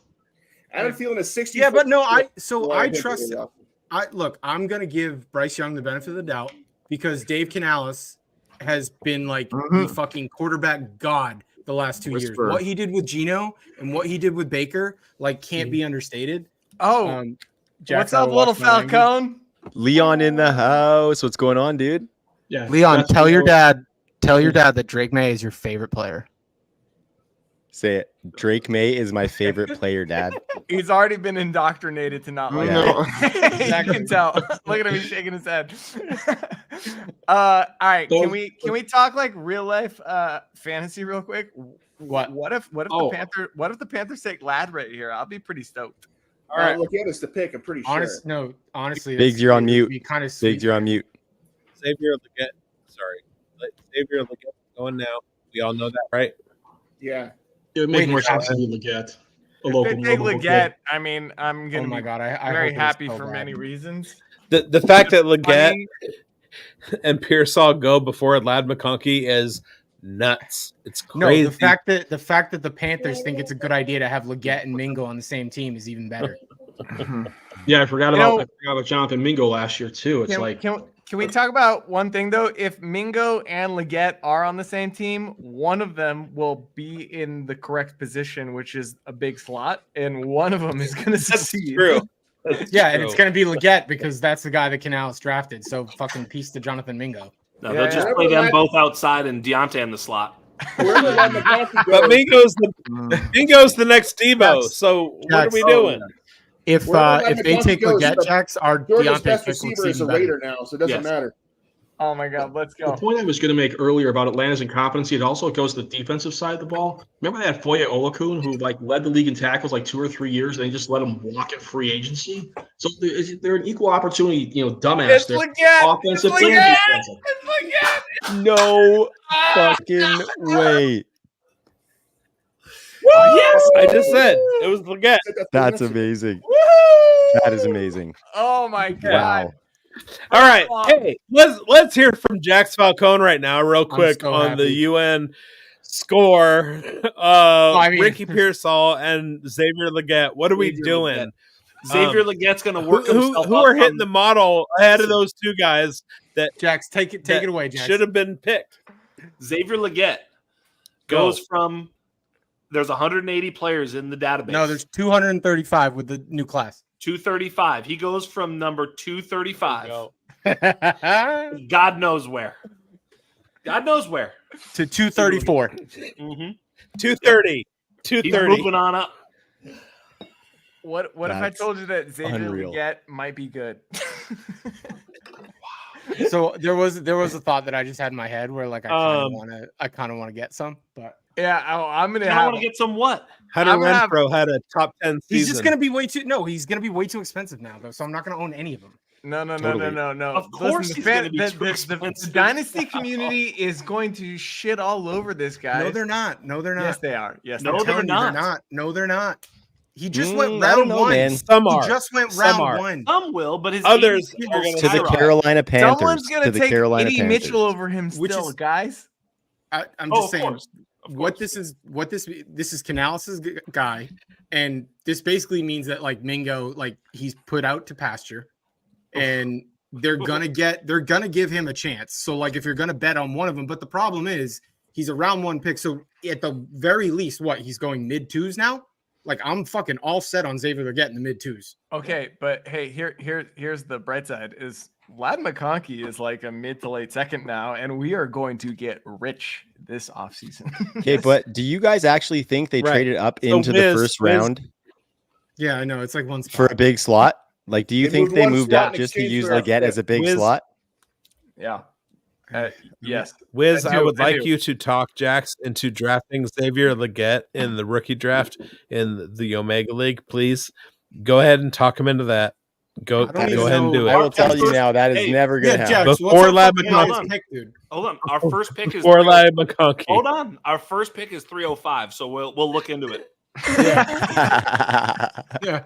Okay, so all we need to keep do is taking all pick these- Ladd McConkey before the 305, and we're good. No, Wow. just keep taking all these fucking other people over him, so that the other guys get steamed up, and Jackson and I will get the guys we actually want at 305. Yep. Guys, I'll have to say Okay, so you guys get Leggett at 305. We're good. my pre-draft in. rankings are not as messed up as I thought they were going to be. That's all I'll say. I think I'm pretty close. I moved Pearsall up an irrational amount. He shouldn't have been as high as he was in my rankings. So that is not bad. Xavier Leggett was banished to fucking exile in mine. I think I had Leggett and he at still will be. I think I have Leggett at 11 and Pearsall at 7 or something like that. They're both between 8 and 12. We'll put it that way. And yeah, they're not going to move that much. I'm pretty. That's I'm just bold on Leggett. Pretty Look, proud man, of myself. Something else that got pointed out was that Carolina, by making that deal, actually they get an extra year of the contract and a 5th-year option just by trading up that one spot with Buffalo. Yeah, Legett's That's going to what be I'm saying. 30. Legett's going to be 30 years old at that 5th-year option. By the Then way. he can catch passes from Penix at this point and call it the ARP connection. There you go. Or maybe he can just have his. wide He can have receiver. his. There it is. He can have his second, 5th year breakout at 30 years old. That's what he can do. I have Xavier Legette at wide receiver 24. He'll move up. There you go. I think, have him eh? at 23. I have him at 23 right now. So There you I'll go. put him Damn. at So 23. Jax, move tell up. us, He's going to move up. Yeah, Jack, he has to. Jackson Wiz, how are these draft positions going to help or hurt the UN score? Because we have guys that we know are good, Javon Baker, Lad McConkey. They could have been fringy first and second round guys, but I mean, you see Legette going. So how is that going to change everything? Legette is the same exact pick as Jonathan Mingo was last year. It's a mistake by a poorly run franchise. Clearly, they're making the wrong picks of the wrong types of players with the wrong type of data that is telling them to take these players. They're literally misguided in doing so. There's almost 0% chance Xavier Legette will be good in the NFL. Betting on him is betting on an outlier, and 100%. And we've looked at it. The model is interesting because I'm wondering what the model is going to say, because the model specifically hates these types of guys in the first round because they've consistently always busted. So the model looks at that prototype and thinks this is the worst type of prototype you can have. It doesn't factor in the draft capital and say, oh yeah, this helps him. This is the worst. You almost rather him be a 3rd round pick. No, you much would have rather had him be a 3rd round pick. Yeah. Absolutely. Yeah. This is awful for Xavier. Unless you're fading him. Right. Then it's perfect because he's going to get great. oversteamed. His ADP will rise above where we really feel comfortable taking him. That's totally fine. That's actually great because then we don't have to make a tough decision. We can make an easy decision on Xavier Legette. We don't have to make a hard decision because hard decision is in that 2-3 turn where you go, hey man, this kid's got upside. It's really he's a physically gifted player. Clearly, he's a fucking monster. That much is certain. Tape loves him. No doubt. But it's like Kadarius Toney was this type of player, and we faded Kadarius Toney because Kadarius Toney was this athletic kid that everybody was like, we'll teach him how to run routes. It'll be neat. And then, of course, he can't run routes. It's like this is the NFL. You're going to have – you know who's going to be attached to Xavier Legette? Another fucking exemplary athlete. So your athleticism means less at the NFL level. That's why Keenan Allen can go there and be a stud for 10, 15 years, even though he's not athletic because he's a fucking pro. And he Xavier ran like Legette a 4.65 turning into a 40, pro, and he's always open. Good luck. Yeah, Good see, luck. look, and that's Jax. We talked about it a couple times on some of the pods that we've done. It's like, look, we're not in the business in betting on outliers, right? It's like I'll let somebody else go do that and look like great. At the end of the day, if you hit on Xavier Legette, I'll fucking give you your flowers. But like more often than not, like you're not gonna fucking hit on that player, right? But Right. I'll let you take him, but he's not going to be on my team. So what you're saying is that Terrace Marshall Jr. and Xavier Legette, like the Panthers are making a mistake again. Yes. Don't forget Don't about Jonathan Mingo. Shocking. And Jonathan Mingo. Shocking. Mingo, Chenault, Shocking. Terrace Marshall, and Legette. They have a type. 4 years in a row. They have a type. type. A miss is their type. They're trying to fucking Carolina and Atlanta. Across regimes, they have a type. Unreal how bad. Biggs, I'm going to take. It was nice seeing all you guys. I will hopefully see some of you later. We're good on Thursday, Tyler. I'll see ya. All right, take care. Yeah, like, and the only reservation that I have about like totally dismissing him is like trusting Canales, right? Because like I think that guy is like, he's not Steichen level for me because like Steichen's like the elite of the elites right now, like up there with the McVays and Shanahans. But like what Canales has done these last couple of years and how he's getting the most out of his guys, like I don't know. Like, if he does actually embrace it. Look, I'm not saying that it's gonna happen. This is how it happens. This is Talk yourself into it, baby. Talk yourself into it. Of the guy who works his way into the 2.03. No. Click the button. There is Get the zero fuck outta here. chance. There's Just zero don't chance. Do it. Don't do it. Don't even think about it. I'm not. Don't even think about it. I'm talking. You about guys drafted a whole team together. Can I isn't that can I fucking make a amazing? counterpoint? Can I make a pro Legette argument? Is that allowed? Yes, I love these. I got one too if you want. They're like little comedy. All of bits. them. All right. So Legette played quarterback in high school. He shows up in Probably college. should have played By quarterback the in way, college. his mom died in high school. He shows up. Jesus Christ. His freshman year. You're taking Travis's fucking thing right now. My mom died before he was born. Come on. All right. His freshman year, he shows up. He's transitioning from quarterback to wide receiver. That makes a lot of sense when he was transitioning. 2020, COVID happens. Also, in his freshman year, his dad dies too, right? So he loses both parents and is converting from quarterback to wide receiver. I get it. But like, yeah, I mean, there is a better story there than most. We don't have that stuff in the model. This isn't the Olympics. It's hard to score that. It's hard to score no that. death in the All I'm family. saying No is, death in the family in the model. when No, he got no disrespect. when he got his shot though, when in the he got, model. but when he got his shot, the peak was so high that, like, I get it if you're like, all right, he barely hit the threshold in his 5th year. He didn't barely hit the threshold in his 5th year. He smashed everything.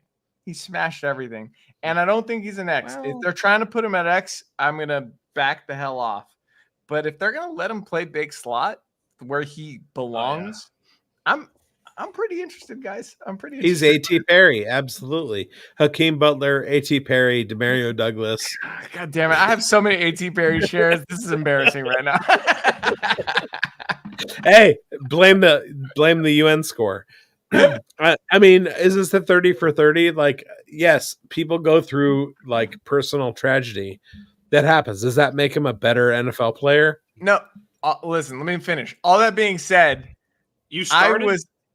all that being said, I was stoked about Xavier Legette going somewhere in the mid-second and us being able to get him in the late second or early third of fantasy drafts. But if he's going to get steamed up to like the late first or early second, he's going to get steamed up to like that 203.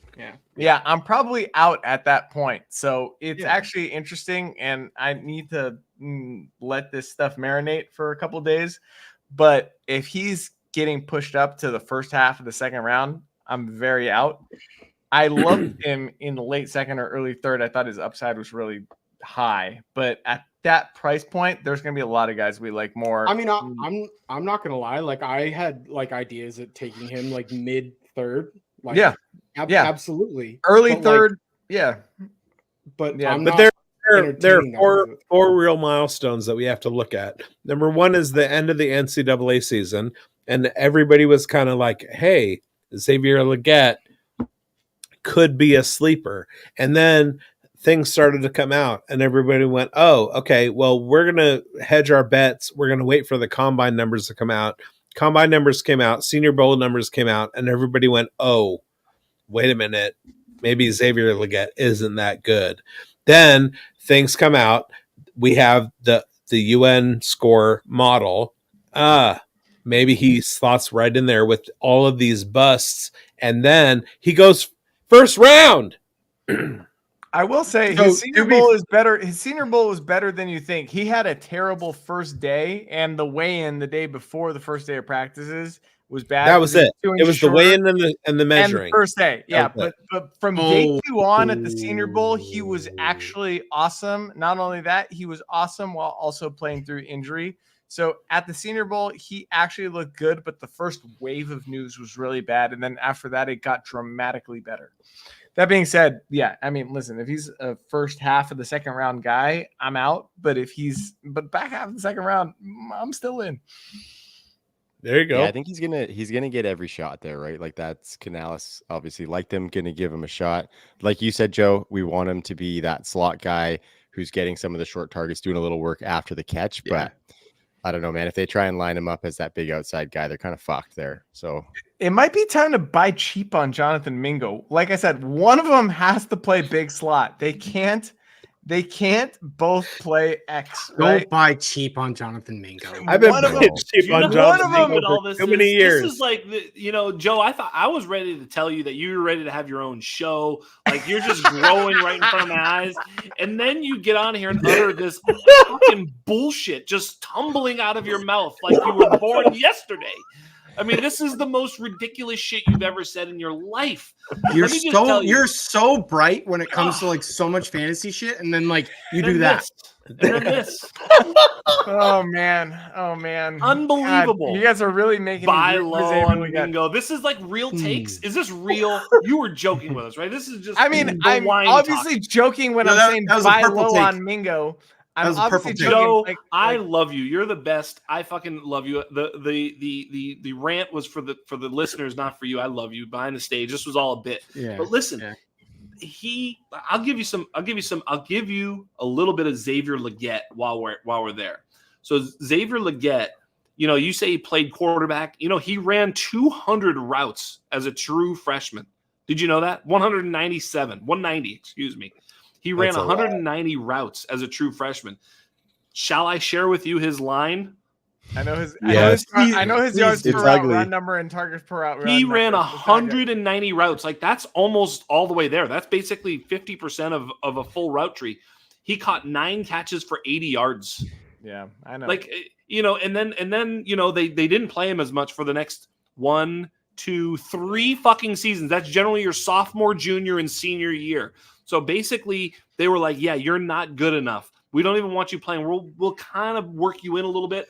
He went 7 catches for 113 yards, 8 catches for 63 yards. Then his senior year, big numbers. 18 catches for 167 yards. The guy was utter dog shit for 4 straight years, did absolutely nothing, blows up as a senior, and you're going to say that this is a bet you're going to make as a first-round talent at the wide receiver position? 0% chance. This is the worst bet you can make in fantasy.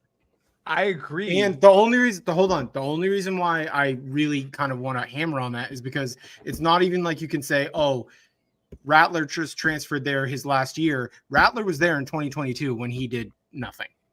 Right? Like, so this wasn't just like Rattler showed up his last year. Maybe he actually got a real quarterback. Kind of like the argument that we make for Malik Washington, right? Like he leaves Northwestern. As soon as he goes to Virginia, gets in a real offense, he actually fucking does something. Rattler was there in 2022 and Leggett pretty much did nothing.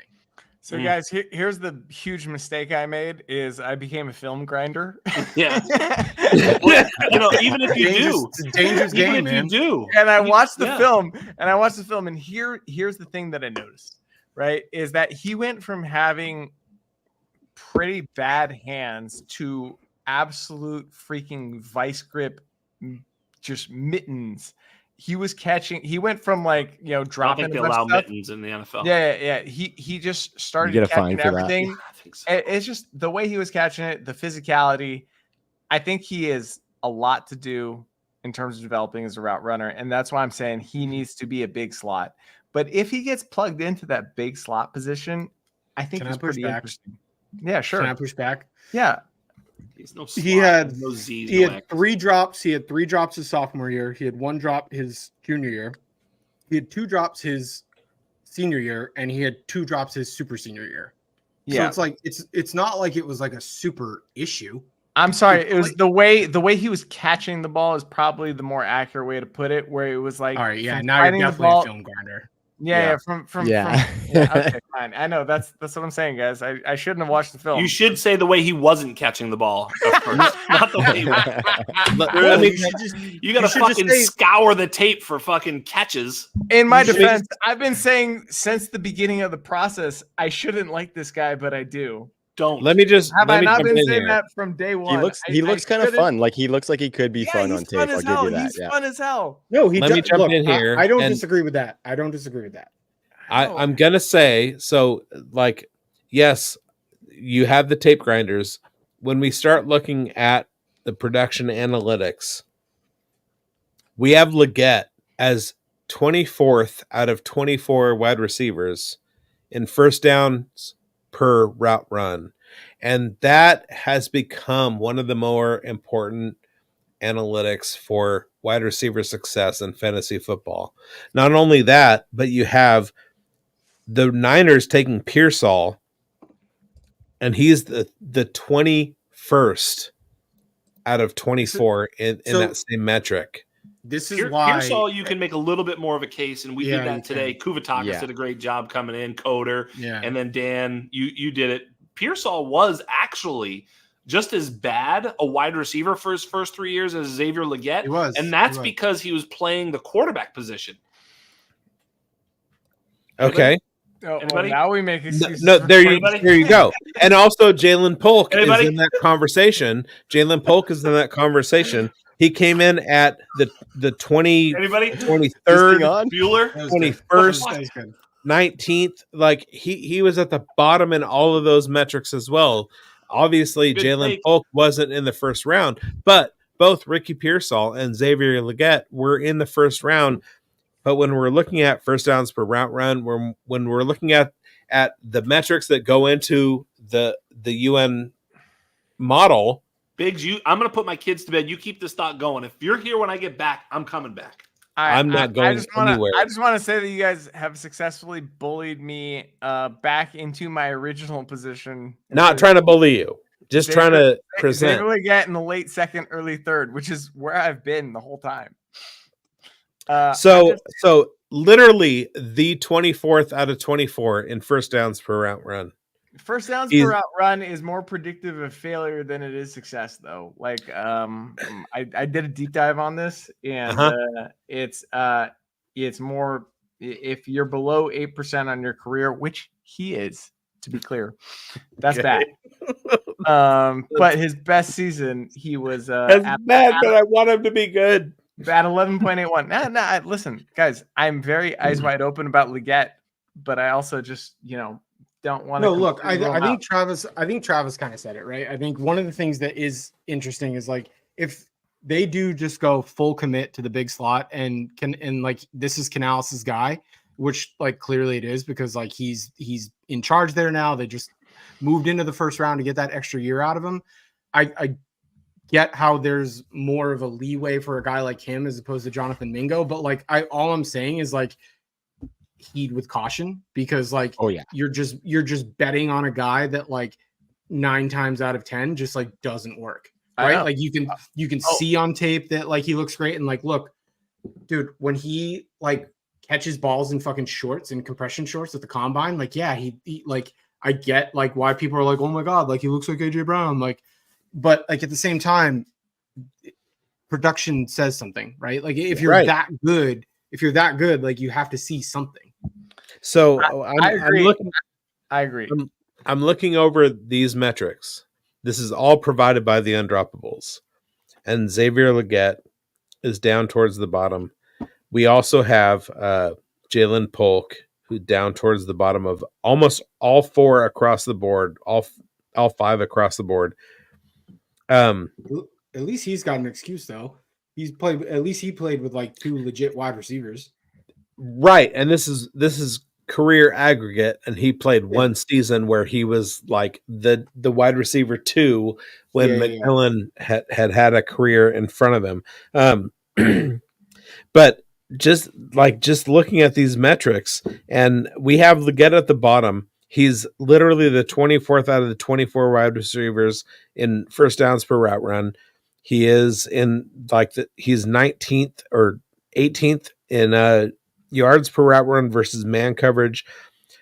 24th out of 24 in yards per route run versus zone. He drops down into the teens against Yak or in Yak and missed tackles forced per route run.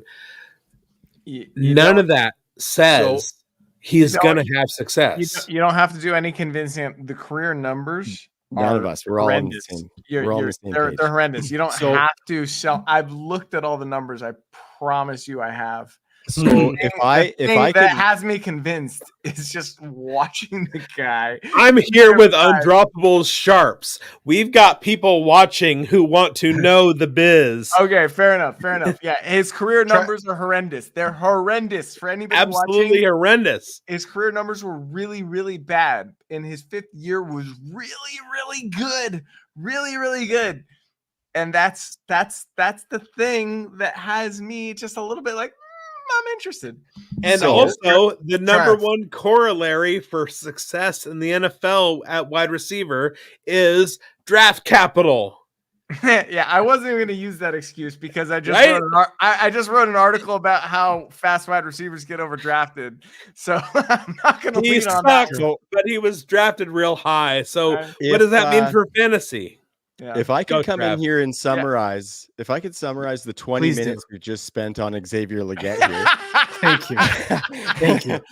I'd like to say that I think my conclusion is the analytical profile is one that you absolutely stay away from like it's the plague. I've been then saying if that you from day one. And then the tape side, which I'm not a tape scout. I've probably watched like 3 Xavier Leggett games. I just listen to people smarter than me. The tape tells you that he has limited ways that he can succeed, and he's going to need a shitload of volume on top of it. I know what you said, Wiz, about Rattler being there the year before. I might give a little bit of grace of a season to kind of get used to that new offense, but that's neither here nor there, because that could indicate a little bit of a need for upper level quarterback play. And he's not getting that in Carolina. So I think we're all in agreement that he has very, very limited ways to succeed when into a bad situation. So probably a pretty solid avoid at cost, especially versus some of these guys that we're going to get coming in the next 15 picks starting on day 2, right? Like I'm going to probably like those guys a lot better than Xavier. That's why I love you, Trav. You just fucking nailed that. So I will be right back. I'm going to get a beer. Trav, you did absolutely just nail that. And like I said,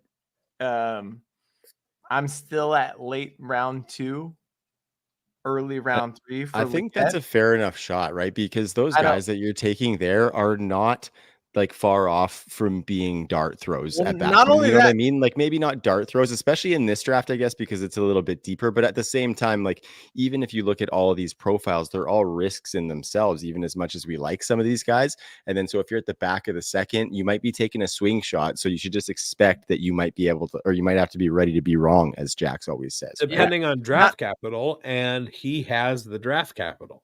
Fair enough. That's why I'm going to let other people steam them up, because I've listened to people and their tape stuff, and I've looked into some of the analytics and I don't like it. So I'm going to trust in that to go against him and let somebody else take that shot. Right, Biggs? Right. And you look at Ricky Pearsall to the 49ers, and I have Ricky Pearsall, 7 wide receivers who have not been drafted yet. That's the best spot for him. Right. So Pearsall goes to the Niners. How much do I want Pearsall on the Niners now when I still have 7 guys who are in front of him with talent versus draft capital? But I think like draft capital is sticky. Draft capital is corollary. Draft capital helps. They're still they don't all hit though, right? And so it's on us to try and discern which guys are going to do that. And I think like if we're looking at Ricky Pearsall, like we talk about his first downs per route run being super low, that's super surprise pick on Pearsall there. But I mean, if you offense adjust his first downs per route run, being that he's in San Francisco, that bakes in him being wide open all the time. I think that's like the best atmosphere for him to succeed and pay off on that draft capital. Because like Ricky Pearsall, teams are going to take Ricky Pearsall in the first round in rookie drafts for sure. But Yak is his best analytic. That's it. Yak per reception. Yeah, and he went to the best spot for that. He literally, that's exactly it. There's right? no like, better. This is a prime that's what they want to do. This is Travis making such a good point. This is a prime example of teams overlooking maybe some of the analytical profile because they know what this guy does is what they value, right? Like you hear McDaniel preach it all the time in Miami, but he came from that same system in San Francisco. And one of the things that they do, and because of the scheme that Shanahan runs and the way that like they bring these guys in, the yak per reception guys, like if you show that there, like that's why they're willing to take a chance on them. So like Trav, that was a really good point that like I honestly wasn't even on my radar.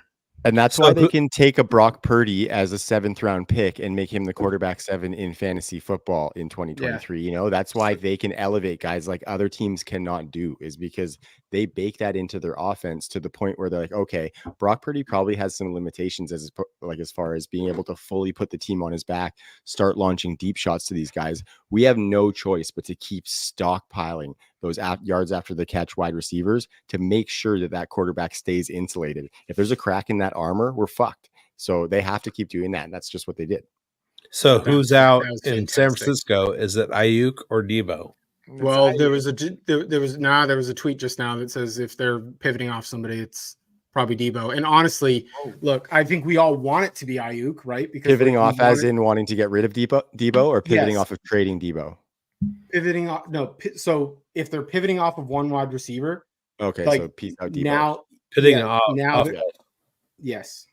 And look, if we've all wanted Ayuk to go somewhere else, right? Because like he's competing with all these guys for those targets, and we've seen what he can do. Like, you know, and all we dream about is like a bigger volume. But I think the 49ers group is a smart group. And I think if they look at the way guys age, like, yes, Debo is super important to them and super important to what they do. Bingo. But like, he's a guy that's not going to age as well as Ayuk. Ayuk's one of the best route runners in the league. He's 2 he's years so younger slick. than Debo. He's so slick, and he doesn't take the beating that Debo takes, right? Like, the thing with Debo is like, look, he's awesome, man. He has been so good for them. He unlocks stuff for them that like literally no other team has, because there's no other Debo Samuel. But I really do think that like when it happens, like Debo's fall off is going to be quick. Jonathan Mingo has entered the chat. I also think that there's if the Niners trade Debo, I mean we've made the joke about the Malachi to Debo comp all offseason and like said it all tongue in cheek and like there's no way this guy's Debo, but if they're trade Debo, I would bet that they're probably taking Malachi in round 2, right? Because that's a guy that can do a Debo impression at the very least. But I think I don't necessarily know if they're going to trade Debo though, because like if you look at his contract, so they've got an out in 2025 with only 15 million of dead cap. So basically what would happen is, because if you look at the way that they're structured right now from a payroll perspective, like they really can't, like they're all in for like right now, because they've paid guys up to the teeth because of Brock Purdy being on that rookie contract. Yes. So what this would mean is like they're having back channel conversations with like Brandon Ayuk saying, look, at the end of the year, we're probably going to be moving on from Debo because it's only a $15 million dead cap hit. And we're going to roll with you going forward. And that's where they can just give him the extension at the end of the year. That's like, if they're truly thinking about moving off Debo, I don't think it's via trade. I really think it's like they're handshaking Ayuk saying, look, you're our guy going forward. We're likely moving off Debo. And that's going to create an interesting, like, if that's truly how this plays out, that's going to create a really interesting dichotomy like throughout the season, because like if the success isn't there, or if Debo's not getting his touches or whatever, like I wouldn't be surprised to see some of that actually like play out in real time. Yeah. And I misunderstood your comment. I thought you said you saw a tweet that they're trading Debo. Like no. Basically, they want to, like, if they're going to move off of one of the wide receivers, okay. like in the future. Yeah. Okay. There were huge rumors today that they were moving off Ayuk, and so they would be dumb to do that. So that'd be a bad call. But it was basically like they're going to trade away Ayuk or Debo. Who are they going to trade away? Then they go out and they draft Ricky Pearsall. So do they trade away either of those guys, or I mean, because they're in I think they got a year with all three for sure. Yeah, I think they can roll with all three this year, and unless I mean they're probably just putting Ayuk to the test and saying, hey, you're going to play one more year with us because you're under contract. So I think that's my guess is what's happening. And testing out that window. And what about Ronnie Bell? Yeah. That dream's dead. Yeah. He goes the way of Jalen Hurd. He's a practice squad guy. That's fine. That's a dream. All right. Can we talk for I guess we did talk about it a little bit. Xavier Worthy to the Chiefs, though, I think was one of the more underrated selections in the late first round. That's exciting. That's exactly where I wanted him to go to the Chiefs. Depends on who you root for. I root for the Raiders, but I was looking through a fantasy lens, and I wanted Worthy to be on the Chiefs or the Dolphins. And given BTJ's landing spot and our other first-round wide receivers, which were Xavier Legette, who we've talked about ad nauseum, I think Worthy has now moved into the the number 4 wide receiver slot pretty comfortably. We'll see who goes 201. We'll see who goes 202. But Worthy on the Chiefs, tied to Patrick Mahomes, feels like pretty comfortably good fit. The fourth wide receiver you want to take in Dynasty right now. It seems like a good fit, and I want to say that anybody who is a wide receiver or a tight end, anybody who is a pass catcher who goes to the Chiefs seems like a good fit. Yeah, but this is the first time they've actually done it in the first round, right? They've taken second round shot after second round shot after second round shot and missed, and then finally hit on Rice because of what? Volume. Worthy is the first bona fide first round pick that they've taken in a long time at that position. And he also has the production profile to match that selection. If anything, he probably should have been drafted earlier based on that production profile.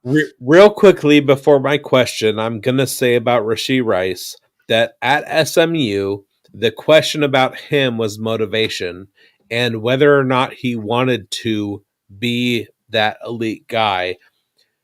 When it came down to it, he wanted to be that elite guy. Now, my question for Wiz is, when we're looking at the UN model,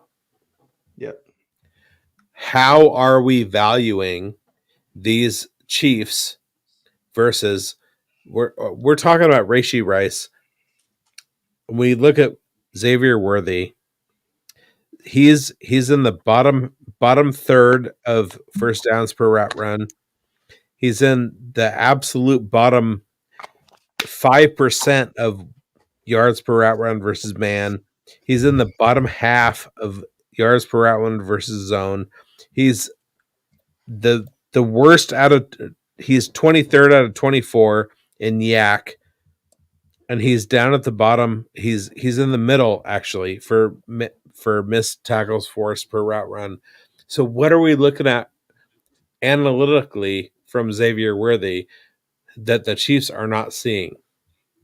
No, so I think it goes back to them just looking at guys differently, right? Because like, what was Rashee's calling card coming out of college last year? He was supposed to be this downfield threat, right? Like he was supposed to be this guy that like he could potentially be their X guy, but like his thing coming out of SMU was winning downfield. I mean, he had 1,400 yards or something like that his last year at SMU.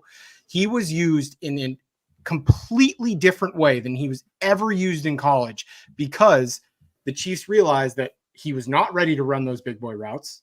And so what they did was they made the best out of what they had.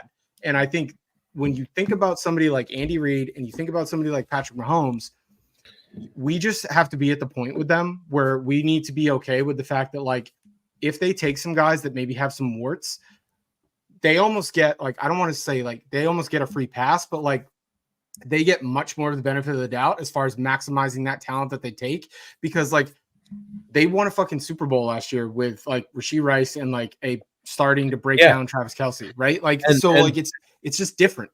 Yeah. And Patrick Mahomes having his worst fantasy season in 3 years. It's From a counting all stats of it's perspective, trending up. yeah. I would like to point out that Worthy is very capable of playing on the outside, even though he doesn't have the prototypical size in the NFL. The things that he does they will still work on the outside in the NFL. He has elite stopping ability. And so depending on how a corner is playing him, he's going to attract a lot of attention. And when he plays on the outside, free up the middle of the field even more. And then when they move him around in motion or in the slot, he's going to have opportunities there as well. So that's where I think the cheat code is with him, right? Yes. Because I think when you think about Worthy and like, we see him win at the outside at the college level, but he's going to get jammed by NFL cornerbacks like he was not jammed in college, right? And so like that's a thing that you have to take into account. Like he is now the lightest round 1 wide receiver ever taken. Wow. Right? So what you need to think about is like, all right, the Chiefs fucking know that, but they also know that he's got like, shout out Liam Neeson, he's got a very particular set of skills, right? Like that's what he has. Right. And shout out Liam Neeson and Andy Reid. Well, but I think Joe started to nail it, right? And like you look at the best offenses right now, and Trav, Barrett brought this up last night on the pod, and I thought it was like a super good point, is like getting guys in motion, especially like these quicker, faster, smaller guys that would struggle like trying to get off the line, being press coverage or anything like that. You give them a head start, and it's a fucking cheat code. And I think that you started to see that a little bit with like how much they used Rasheed like towards the line of scrimmage last year, and like really not making him go downfield because they were putting him in motion, putting him in the slot, getting him these easy looks, and then letting him make yards after the catch.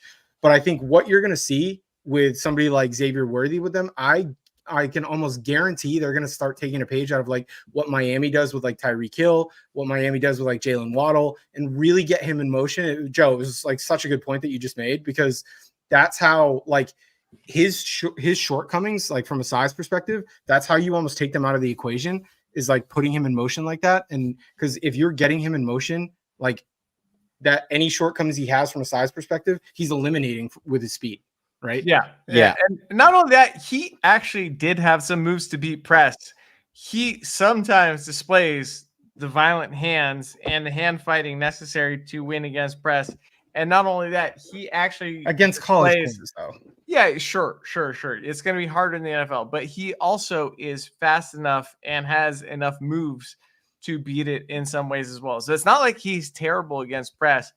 I just wanted to see more consistency, but that's why I'm saying he can play on the outside, and depending on how they're playing him, he can win there. And I think that's what the Chiefs liked, is the versatility. They're like, we can play him outside, and we can also move him around, and we can also play him in the slot. So Andy Reid's looking at the game in a different way than most coaches, and he's like, oh, I've got a piece I can move around, and oh, by the way, he's got a superpower. The thing that I would worry about, that's a good point, is that everybody who's been successful in Kansas City has been able to do multiple things. Yeah. He's Sky Moore on steroids, right?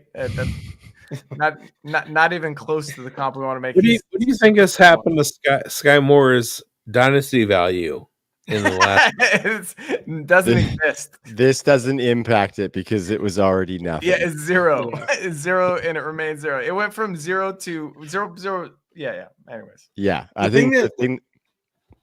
Go ahead, Riz. No.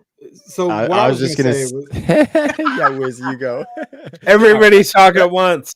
What I was gonna say was, there is an element here though that I would take a look at as far as like what this means for Rashee Rice, because when you do look at like the totality of Xavier Worthy's profile, like 41% of his catches were at or behind the line of scrimmage. Like that's like a thing. Like I know that he can be downfield. He's this burner. Yes, he ran, he set the combine record and everything like that.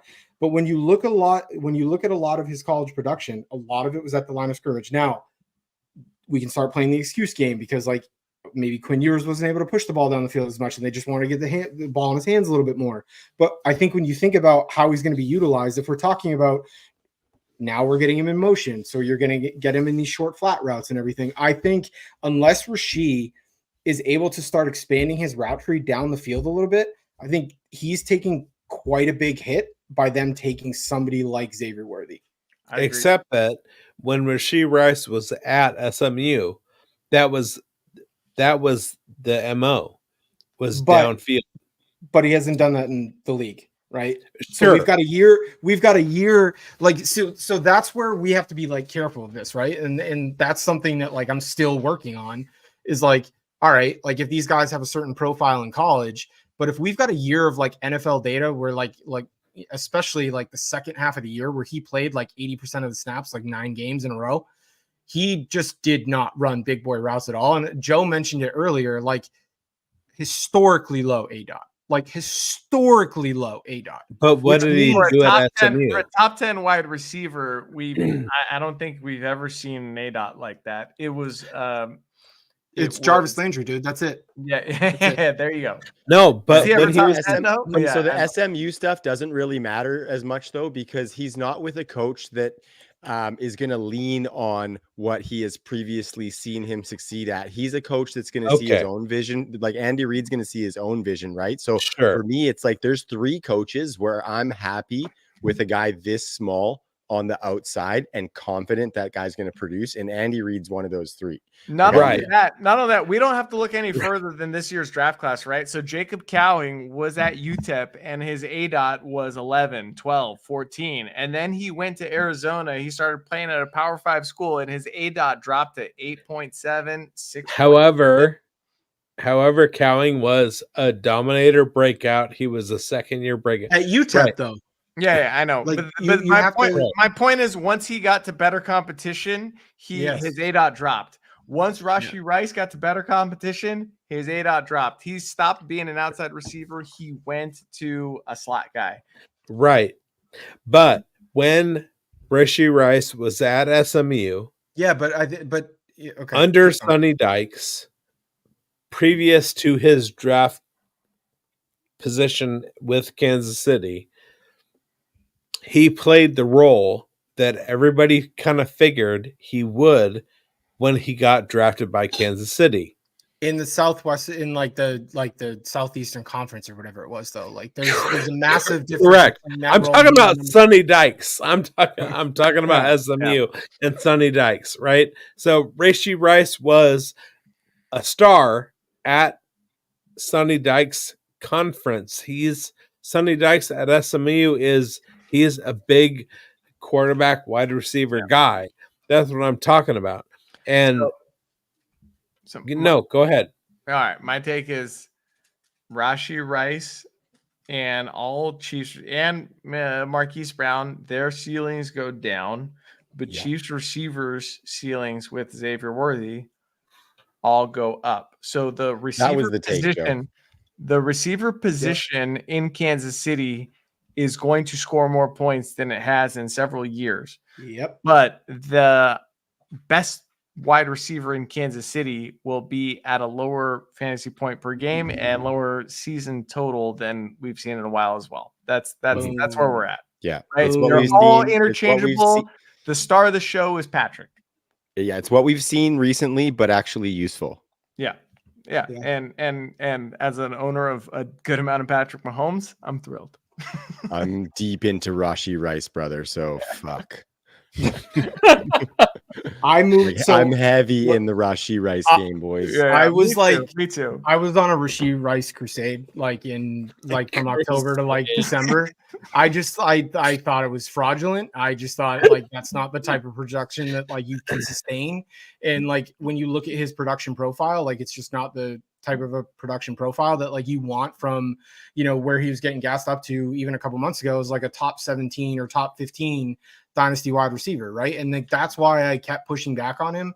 I'm not gonna victory lap by any means, but what I am saying is if I did not move off of my Rashee Rice, which I already moved off of all of it, if I hadn't, I would have probably wished I would in some places, because I think with the suspension with Marquise Brown, because there's first of all, dude, there's fucking overlap with Marquise Brown, right? Now you add in now you add in Xavier Worthy, what if you look at Rashee's second half of the year last year, I pulled it up and it's honestly that's where I was once we got to December, I was fuck, I actually might have to eat some crow here, because you look at week 12 on, right? Here his finishes week 12 on 24-7, 14-4, 18-2, 24-1, 11-7, and 17-7. That, and he's playing 75 to 85% of the snaps every single one of those weeks. But you look at the target volume, 10, 11, 12, 13, 10, 11. That's what I'm worried about. Whereas he was the only guy there that could do that last year. Now they've just brought in 2 guys that can kind of do what that role is. And that's where I think that Joe just made a perfect point, where it's those points are still going to come, but they're going to be spread out between like 3 fucking guys now. Well, and it's all contradictory. Like are if they you going to be see- points or targets? That's the question. It's the same Well, fucking thing. Yeah, they're correlated.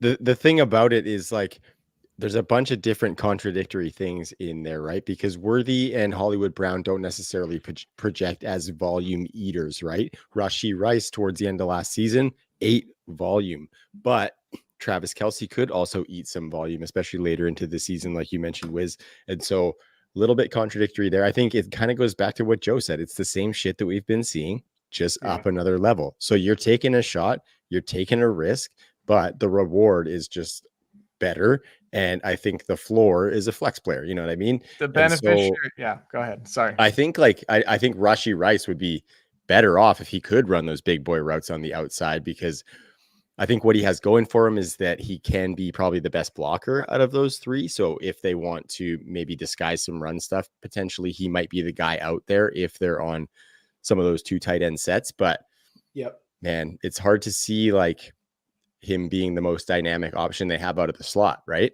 So Hollywood Brown, like back in his Baltimore days, was incredible scoring touchdowns out of the slot. And then I think Xavier Worthy and an Andy Reid offense out of the slot could be fantastic too. So I think it's just the dynamism the other guys might present. And then the question is, what's the ceiling is just kind of gone, right? Because he's not gonna, No, to jump off of Travis's point, because it's like literally fucking perfect. Because the way that they're looking at this is how do we make it harder to defend us? And that's all they fucking care about. They don't care about like who scores the fantasy points, right? Like they're trying to do is be more. They were so predictable last year, but like Patrick Mahomes and Travis Kelce, like when it mattered and the chips are down, like they're just so fucking good, like it didn't matter. But like they killed you by death by 1,000 cuts last year, which is just like not how the Chiefs fucking operate. It was like we were not used to seeing that. And now having multiple options, like, okay, you're replacing MVS and what fucking Justin Watson? Juju. Like, or no, because Juju was in New England last year. The year before. Yeah, but like so you're replacing those 2 guys with Xavier Worthy and Marquise Brown, and Sky and Tony and all of those fuckers, right? Yeah, exactly. Yeah, exactly. I think we've covered this kind of ad nauseam. The beneficiary here is Patrick Mahomes and the Kansas City offense, right? And I also just one more thing is I think they're going to have nasty little plays at the goal line where they're sending Worthy in motion and Rice over the middle and Kelce over the middle. It's going to be shovel sweeps and stuff like that, like little no lookers where Mahomes is looking over here and he just flips it. I want to say that everything in fantasy football over the next season, year, whatever, I'm looking for is for Wiz to have an emotional reaction. I want Wiz to be emotionally reacting to whatever happens. Whatever happens. Your best bet right now is for Drake May to be good. Wiz will exactly. Yeah. If Drake May hits, I'm fine. If Drake May is good, happy. And if Xavier Legette is good, me and Wiz are going to be losing our minds in 2024. If Drake May is good, I'm going to wear a Drake May jersey on every fucking podcast I go on. Every single one. All right. So boys, go ahead. I was going to say, I got to bounce. Do you guys want to stick around? Do you want me to ride us out? What are you thinking? I'm here till the end. Well, the end is Wiz, it's like right 6 now. at your time, right? Like, yeah, I'm probably calling it here soon. Let's call it a night, guys. Just one more thing I would like to say. You call it a night, guys. Before we sign off, just RIPE. All of you, get out of here. I'm just so sad about Brian Thomas ending up in Jacksonville and being stuck in that limited Calvin Ridley role. I think that he can find a way to excel regardless, but I'm depressed about it. I'm not going to lie. I'm a little more. The thing that I worry about it though is it's not he's not even getting the full Calvin Ridley role though, right? Like he's splitting the Calvin Ridley role with Gabe Davis. Yeah, right? And it's like not that's good. that's tough. But It's not good. It's not good. It is one of the worst case scenarios. I was hoping that's where Adonai was going to go. I did not want Brian Thomas to end up there. So that's my parting thought is ouch on BTJ. And I'm pretty stoked on just about every wide receiver that got drafted. Rome hurts a little bit, but long term we're gonna be fine with him. Great. No, dude, Rome is That's like a nice spot. We're happy about that. Yes, we are happy about that. Yeah, it's good. It's money long term. Yeah, Just, and that's this season. This season is gonna be a little annoying, but we'll get over it. As Travis said a couple episodes ago, though, buy low. If you find somebody that's annoyed with the situation with Rome right now, buy low because he's attached to Caleb Williams for the next 5 years, and Keenan Allen is their max 2 years. He's going to be 33 going into 2025, right? Like which amounts to like 13 games. Yeah. Exactly. If you're annoyed with anybody, draft Brock Bowers. I'm pretty stoked on. Can't believe we're gonna ride out on that disgusting note. I can't believe Brock Bowers is a Raider. God. Yeah. Hell yeah. I love it. Yeah, so if I could ride out this episode of Raiders Uncovered, that's what we're here for. Okay, boys. So I'm gonna take us out of here. I watched Travis. And it was really hard not to dive in here with you guys. I was in the chat pretty fat, so I think you guys did a great job. I was, yes. And so I had to jump in for a little bit. I know it was only the end, but you guys were pumping the UN score. Everybody look out for that bad boy. It's coming on April 30th, available for purchase at the undroppables.com. Highly encourage getting into the Patreon. Might be some of them exclusive benefits coming your way. Go follow us on the socials at the Undroppables. Right now, we're really putting a lot of efforts into our YouTube channel, which you may or may not be watching us on right now. I don't know how that makes sense because you would be watching us on YouTube. So make sure you hit subscribe if you're there. Leave a comment too if you liked what all of us dumbasses were saying tonight, because we had a good time. I know the boys had a good time before I showed up. That is for sure. Biggs was mixing drinks. Joe had his first 2 cups of wine ever, apparently, according to Jack. What happened? What happened? We almost had a Patriots virtual brawl. We almost had Bo Nix's Hall of Fame ceremony on this episode. We covered a lot. You guys were pretty wild. You really did watch the whole thing, Trav. Yeah, you guys were pretty wild tonight. So great work, everybody. For Joe, for Jax, whose lights have been turned out, for Wiz, for Biggs, I am Trav. We will see you on the flip side. Peace. Later, gang. Wiz, you're on the